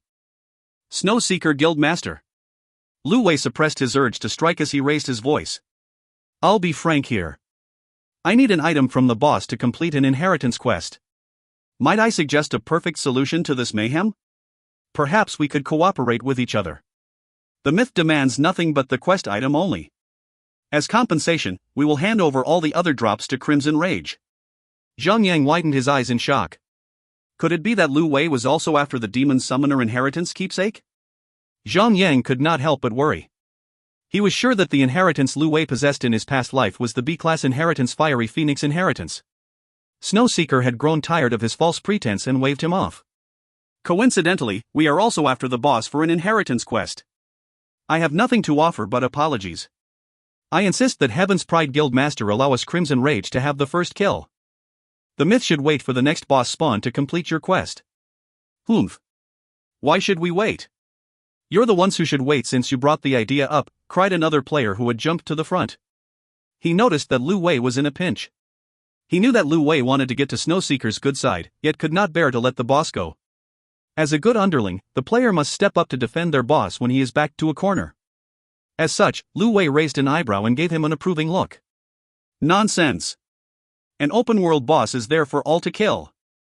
If there's no agreement here, let's kill for it. The winners take all. Mellow Venom rudely interjected and glared at the men of the myth with killing intention. You wanna go? Bring it on, woman. Like I care about you. Both sides started trading insults and provocations. By the looks of it, a war was unavoidable. Both Fatty Han and Endless Starlight, who had been silently watching since the beginning, were feeling a little left out. Snowseeker, on the other hand, sighed heavily at the behavior of her own members. If asked, she would confess that it was her fault for not taking care of them properly. After all, they were a guild of 100% female members. Any form of maiden demeanor had been dropped. No need to be ladylike, faking their behavior for the likes of men. They were in a virtual reality after all. No one will know their real identities. Those that had expressed the most barbaric, savage attitudes were the white-collar workers who were stressed out at work. It would be impossible to pinpoint the same person based on their appearance and behavior in the game. Lu Wei dropped a cold stare. Snowseeker Guild Master. Do you want to have a war? Fatty Han finally gathered his courage and voiced out his opinion. Lu Wei. You're such a pussy, you know that? The ladies here are ready to strike on call and you're standing, they're asking for permission to even take a piss. Could it be that you too have been castrated? Don't you have the balls to start a war on your own? Yeah. Good one. Fatty bro. Woohoo. I never knew that Fatty bro is so manly. I'll even consider having you in bed with me. Fatty bro. Let's do it after the boss fight. All the female players cheered for Fatty Han, which left Lu Wei in an even worse situation. With a solemn expression, Lu Wei turned to Zhang Yang. Are you going to fight me again? Zhang Yang shrugged and replied without looking him in the eye. That, I say, would be an interesting event, wouldn't it? Lu Wei scoffed and waved his hands. The army of players behind him fell back to create distance between the two guilds. A war was going to happen, no matter what. Zhang Yang quickly switched to his party channel. Do no use your inheritance transformation skills. We still have a boss to fight later. Spread it out. Understood. Time to kill some boys for dinner, babes, cried the girls of Crimson Rage. They say there is a calm before a storm, a moment of peace before war.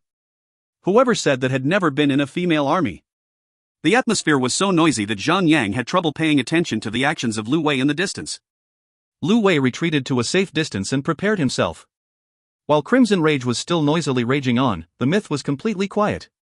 With a wave of his hands, Lu Wei signaled the advancement and thousands of players rushed onwards. The myth was a guild of elite players who had broken off from Imperial Sky. Using his semi-perpetual source of money, Lu Wei had bought a majority of professional players from Imperial Sky, forming the myth with strong players. Crimson Rage was a famous top guild in the whole of China, so the myth could be on the same level as them, only in terms of strength but not popularity. The two sides clashed with each other, turning the quiet field into a sea of blood and bodies.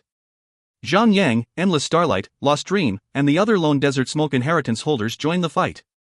Even though they had not activated their transformation skills, their overall power and defense were above what normal players could take on. A small party of 6 inheritance holders would be like a spearhead piercing through the thick mass of bodies, leaving nothing but dead players in their wake. Under Snowseeker's personal orders, a group healers, consisting of 20 priests and sacred knights, tailed behind Zhang Yang's party to keep them healed at all times. Zhang Yang was sure that his party would do just fine, however, from Snowseeker's perspective, they were her precious guests and must be kept alive at all times. If they were to be killed and lose their experience points as a result, or worse, drop an equipment, Snowseeker would never again request for Zhang Yang's help. Zhang Yang's current move was to aim at their leader. To kill a nest of bandits, kill their ringleader first. Zhang Yang aimed to take down Lu Wei before all others. Hence, with him taking the lead, Zhang Yang leaped into the air and zoomed towards Lu Wei on his Thunderhawk. Don't follow me. Stay on the ground and kill them. With Burrow and Shadow of the Void, Zhang Yang would never die even if he was surrounded. He had made sure that no one would follow him in his crazy suicidal act since they did not possess any means of escape. Not even Lost Dream, who had vanished. Zhang Yang. Are you here to kill yourself? Lu Wei cried out when he saw Zhang Yang coming for him. Raising his voice, he cried to his army of players, "Kill the man," but even though he had made sure that his voice could reach the sky, no one moved a muscle. Naturally, the man was infuriated. "Are you planning to betray me?" he snarled. Master Heaven's pride.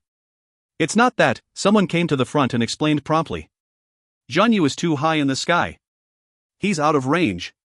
Lu Wei scoffed and stretched his neck to observe Zhang Yang's position in the sky.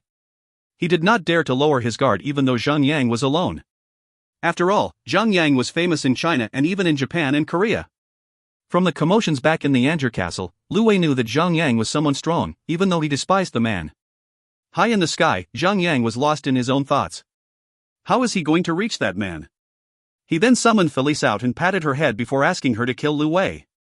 "Felice, could you be a dear and help Big Brother kill that bad guy there?" said Zhang Yang as he pointed at Lu Wei. "Yes." Felice squeaked in delight. Felice would be happy to kill that bad guy. Lu Wei nearly spazzed out. How was that proper treatment to a child?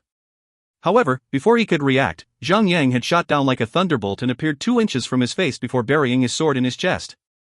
34,792. The attack had dealt an overwhelming damage that cost him more than 1/3 of his HP. Lu Wei jumped backward and instantly activated Ice Barrier. Even though Lu Wei was fully equipped with Violet Platinum equipment, his maximum HP was only over 60,000, and barely grazing 100,000 HP, even though he was on his battle mount. A few strikes more and Zhang Yang would have killed him. Zhang Yang laughed and soared back to the airspace, 40 meters above Lu Wei. There, he circled around for a few moments to allow Lu Wei's Ice Barrier to expire. 10 seconds was all Lu Wei had. After that, nothing is going to save him from death. "Those with flying mounts, get up to the sky and F***ck him up now," cried Lu Wei as he started running to his bodyguards. "Anyone who can kill Zhang Yu will receive $100,000 as a reward. They say that money can buy anything. In this case, a lot of money can buy a man's courage." More than 20 players got on their flying mount and chased after Zhang Yang. If you find any errors, ads pop up, ads redirect, broken links, non-standard content, etc., please let us know. Report chapter so we can fix it as soon as possible. Chapter 600, Chokehold. Chapter 600, Chokehold. Translator, Endless Fantasy Translation Editor, Endless Fantasy Translation. Zhang Yang smirked at their weak attempts of attacking him. Hence, to give them their fill of bloodthirst, Zhang Yang moved towards the incoming attack group and cut down the first player closest to him. Fresh blood splattered across the airspace. Use Breaking Shot. One of the hunters fired an arrow which struck Zhang Yang on his head, successfully stunning him. It was an extremely lucky shot. For a non-inheritance player, it would be extremely tough to land a status effects skill on a player with inheritance, due to their high resistance to status effects skills. If Zhang Yang were to activate his transformation skill, the chances would be even lower. Warrior's Will.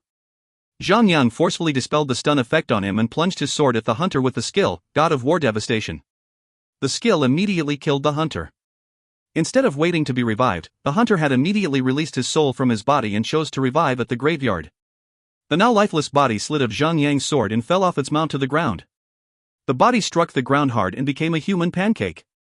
Many other players behind the hunter stopped and turned around as quickly as they came. Even though they had the advantage of numbers, Zhang Yang's brutality left a frightening impression of Zhang Yang.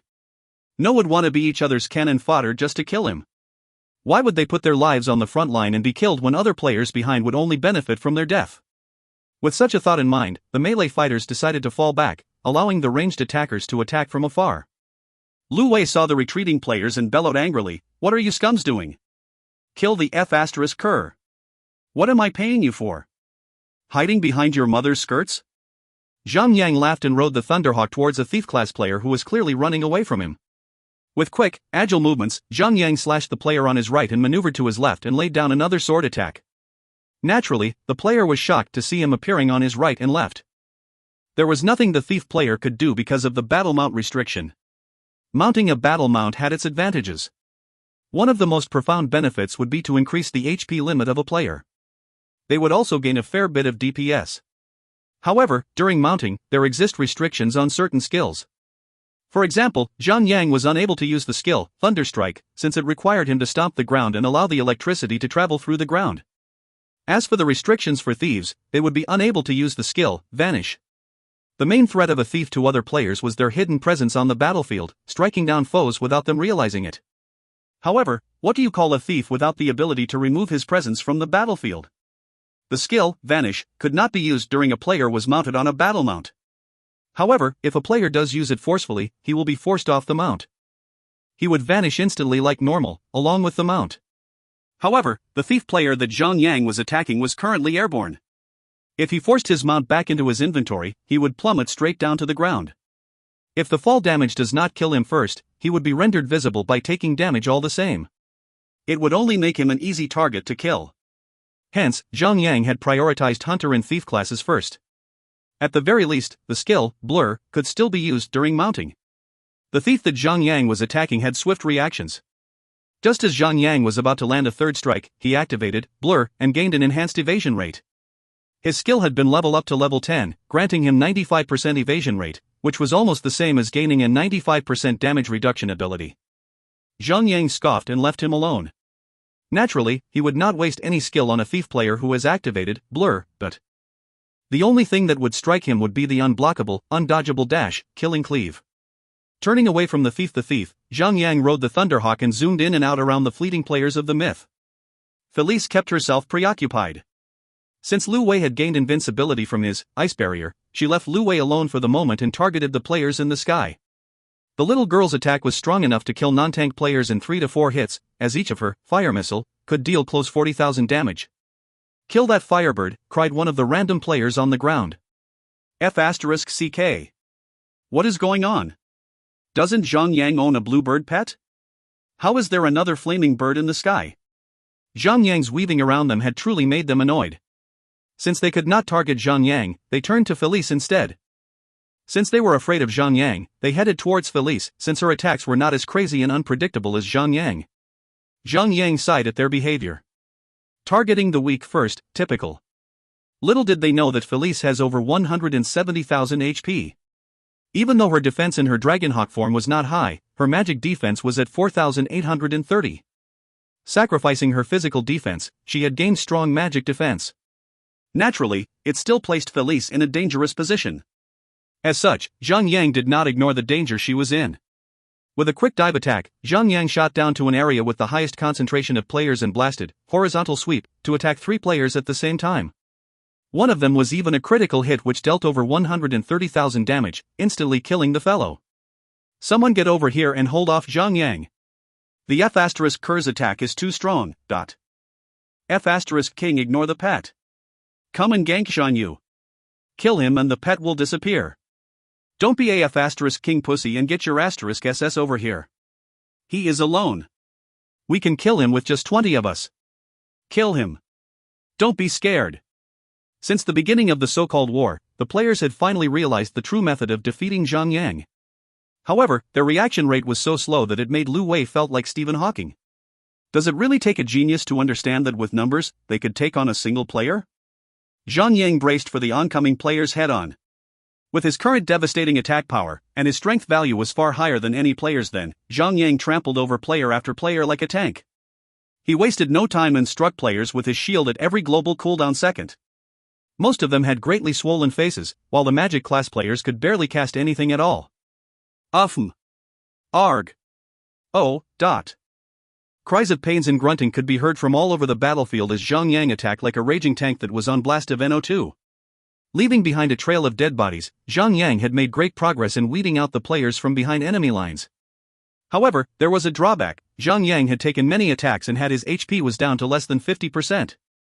Thanks to his powerful equipment, Zhang Yang had been able to withstand for so long being attacked by more than 20 players at the same time. If someone else had taken his place, he or she would have been killed for God knows how many times. Even though Zhang Yang was still taking damage, it was now far lesser. The number of players in the sky had dropped exponentially. Zhang Yang continued hacking away, until there was only 3 of them left in the airspace, not including Zhang Yang, Felice, and the Thunderhawk. The 3 The Myth players looked at each other, exchanged worried looks, and fled as fast as they could to the ground. Zhang Yang laughed and did not chase after them. It was not wise to chase a few stray dogs into a pound of hundreds of players who were ready to strike him down. Zhang Yang noticed that the ice barrier on Lu Wei had expired and he bellowed at him. "Oh Master Lu, it will be your turn next to visit the afterlife. Please wait patiently for your turn." With intense madness and rage, Lu Wei narrowed his eyebrows. However, there was an odd aura emanating from his character. Lu Wei's principle was that he may lose to a person, but never the war itself. He smiled coldly and refuted Zhang Yang. I can wait for my death. The question is, could you? Less than 2 minutes ago, Zhang Yang's sudden charge towards the enemy line had thrown Lu Wei off his guard. However, even though it was only brief, he had made preparations for a counterattack. There was no reason to be afraid of him. Lu Wei clapped his hands once and 12 Guardian players emerged behind him and formed a perfect line. Each of them had equipment that gave off a violet, metallic muster. Without a doubt, they were all wearing a full set of violet platinum armor, even though they were not particularly high level. What was he planning? Zhang Yang squeezed his brains and finally found the reason behind the odd formation. Guardians have a skill called Sacrifice, which could be used to divert all incoming damage on someone else to oneself for 5 seconds. To put oneself on the front line and protect the teammates is the job of a Guardian, as the name itself suggests. Lu Wei probably wanted all 12 Guardians to create a 60 seconds Sacrifice chain cast. Since each skill could only last for 5 seconds, 12 of them could create a perfect 60-second protection without breaking the chain. It would be troublesome for as long as the Guardians remain alive, so would Lu Wei. This tactic was not of Lu Wei's original creation. Zhang Yang recalled that in his past life, a guild had used this formation to kill a boss, using a number of Guardians to spam Sacrifice to protect the main tank. However, that was an event in his past life. Chronologically, it would only happen in about half a year from now. Perhaps, Lu Wei was the mastermind behind it. Ha ha ha. Come and get me. If you dare. Lu Wei laughed maniacally. All 12 Guardians then spread out while keeping Lu Wei in range. They were all spread out to make sure that Zhang Yang would not strike them all at the same time. All of their attention was focused on Lu Wei alone. It seems like that they had practiced this formation countless of times. At most, they could cast Sacrifice on Lu Wei at the very last second before an attack would land on Lu Wei. Back then, when Zhang Yang had managed to land a hit on him, the Guardians were not present, since no one would expect a player to charge behind enemy lines to attack their leader. To place one's attention solely on protecting a person was extremely taxing. It was something that would not last perpetually. When Lu Wei noticed Zhang Yang's wavering reaction, he laughed and provoked him to come down to challenge him. At the same time, the players behind the Guardians prepared to attack him the moment he gets within range. Poof! Zhang Yang scoffed. I must say, don't make me force you to beg me to kill you. Zhan Yu. Even if you're China's #1 tank, you couldn't possibly take on us all. What are you playing at? Faltering in the face of Heaven's Pride? Zhan Yu. Come down and bow to Heaven's Pride. Beg for his mercy and he might give you a bone to gnaw on, but... More and more players started throwing all sort of insults, provocations, and even false accusations. Lu Wei laughed, seeing that Zhang Yang was still in the air. What can you possibly do now? Zhang Yang focused his thought and immediately came up with a plan. With quick reflexes, Zhang Yang dived down towards Lu Wei. King prick. Kill him. Everyone roared and charged towards him. Spellcasters still needed to channel their magic while hunters had already released a volley of arrows at Zhang Yang. Zhang Yang flipped a medal on his chest and activated the Medal of Bravery effect. Ding! Ding! Ding! A glowing metallic barrier appeared in front of him and reflected all arrows that struck it, and they fell to the ground in pieces. Lu Wei was startled. The first Sacrifice had already been cast on Lu Wei. With a confident stare, Lu Wei chuckled. Zhang Yang, don't think that you will walk away from this. Not even you would have an unlimited invincibility effect skill. Ha ha. I don't need such a thing. All I need is 10 seconds. Zhang Yang slid across the ground and rushed over to Lu Wei. With a quick thrust of his right arm, Zhang Yang grabbed hold of Lu Wei's neck and pulled him up. Spellcaster had little to no strength value since they were, after all, a class that prioritized in intelligence. Zhang Yang jumped up and on his Thunderhawk. Carrying one extra player on its back was not a problem for a mythical tier mount. As such, with his arms around Lu Wei's neck, they rose as high as 40 meters in the air. Everyone on the ground stared in disbelief. Did Zhang Yang just kidnap Lu Wei? Is that even possible? If you find any errors, ads pop-up, ads redirect, broken links, non-standard content, etc., please let us know. Report chapter so we can fix it as soon as possible.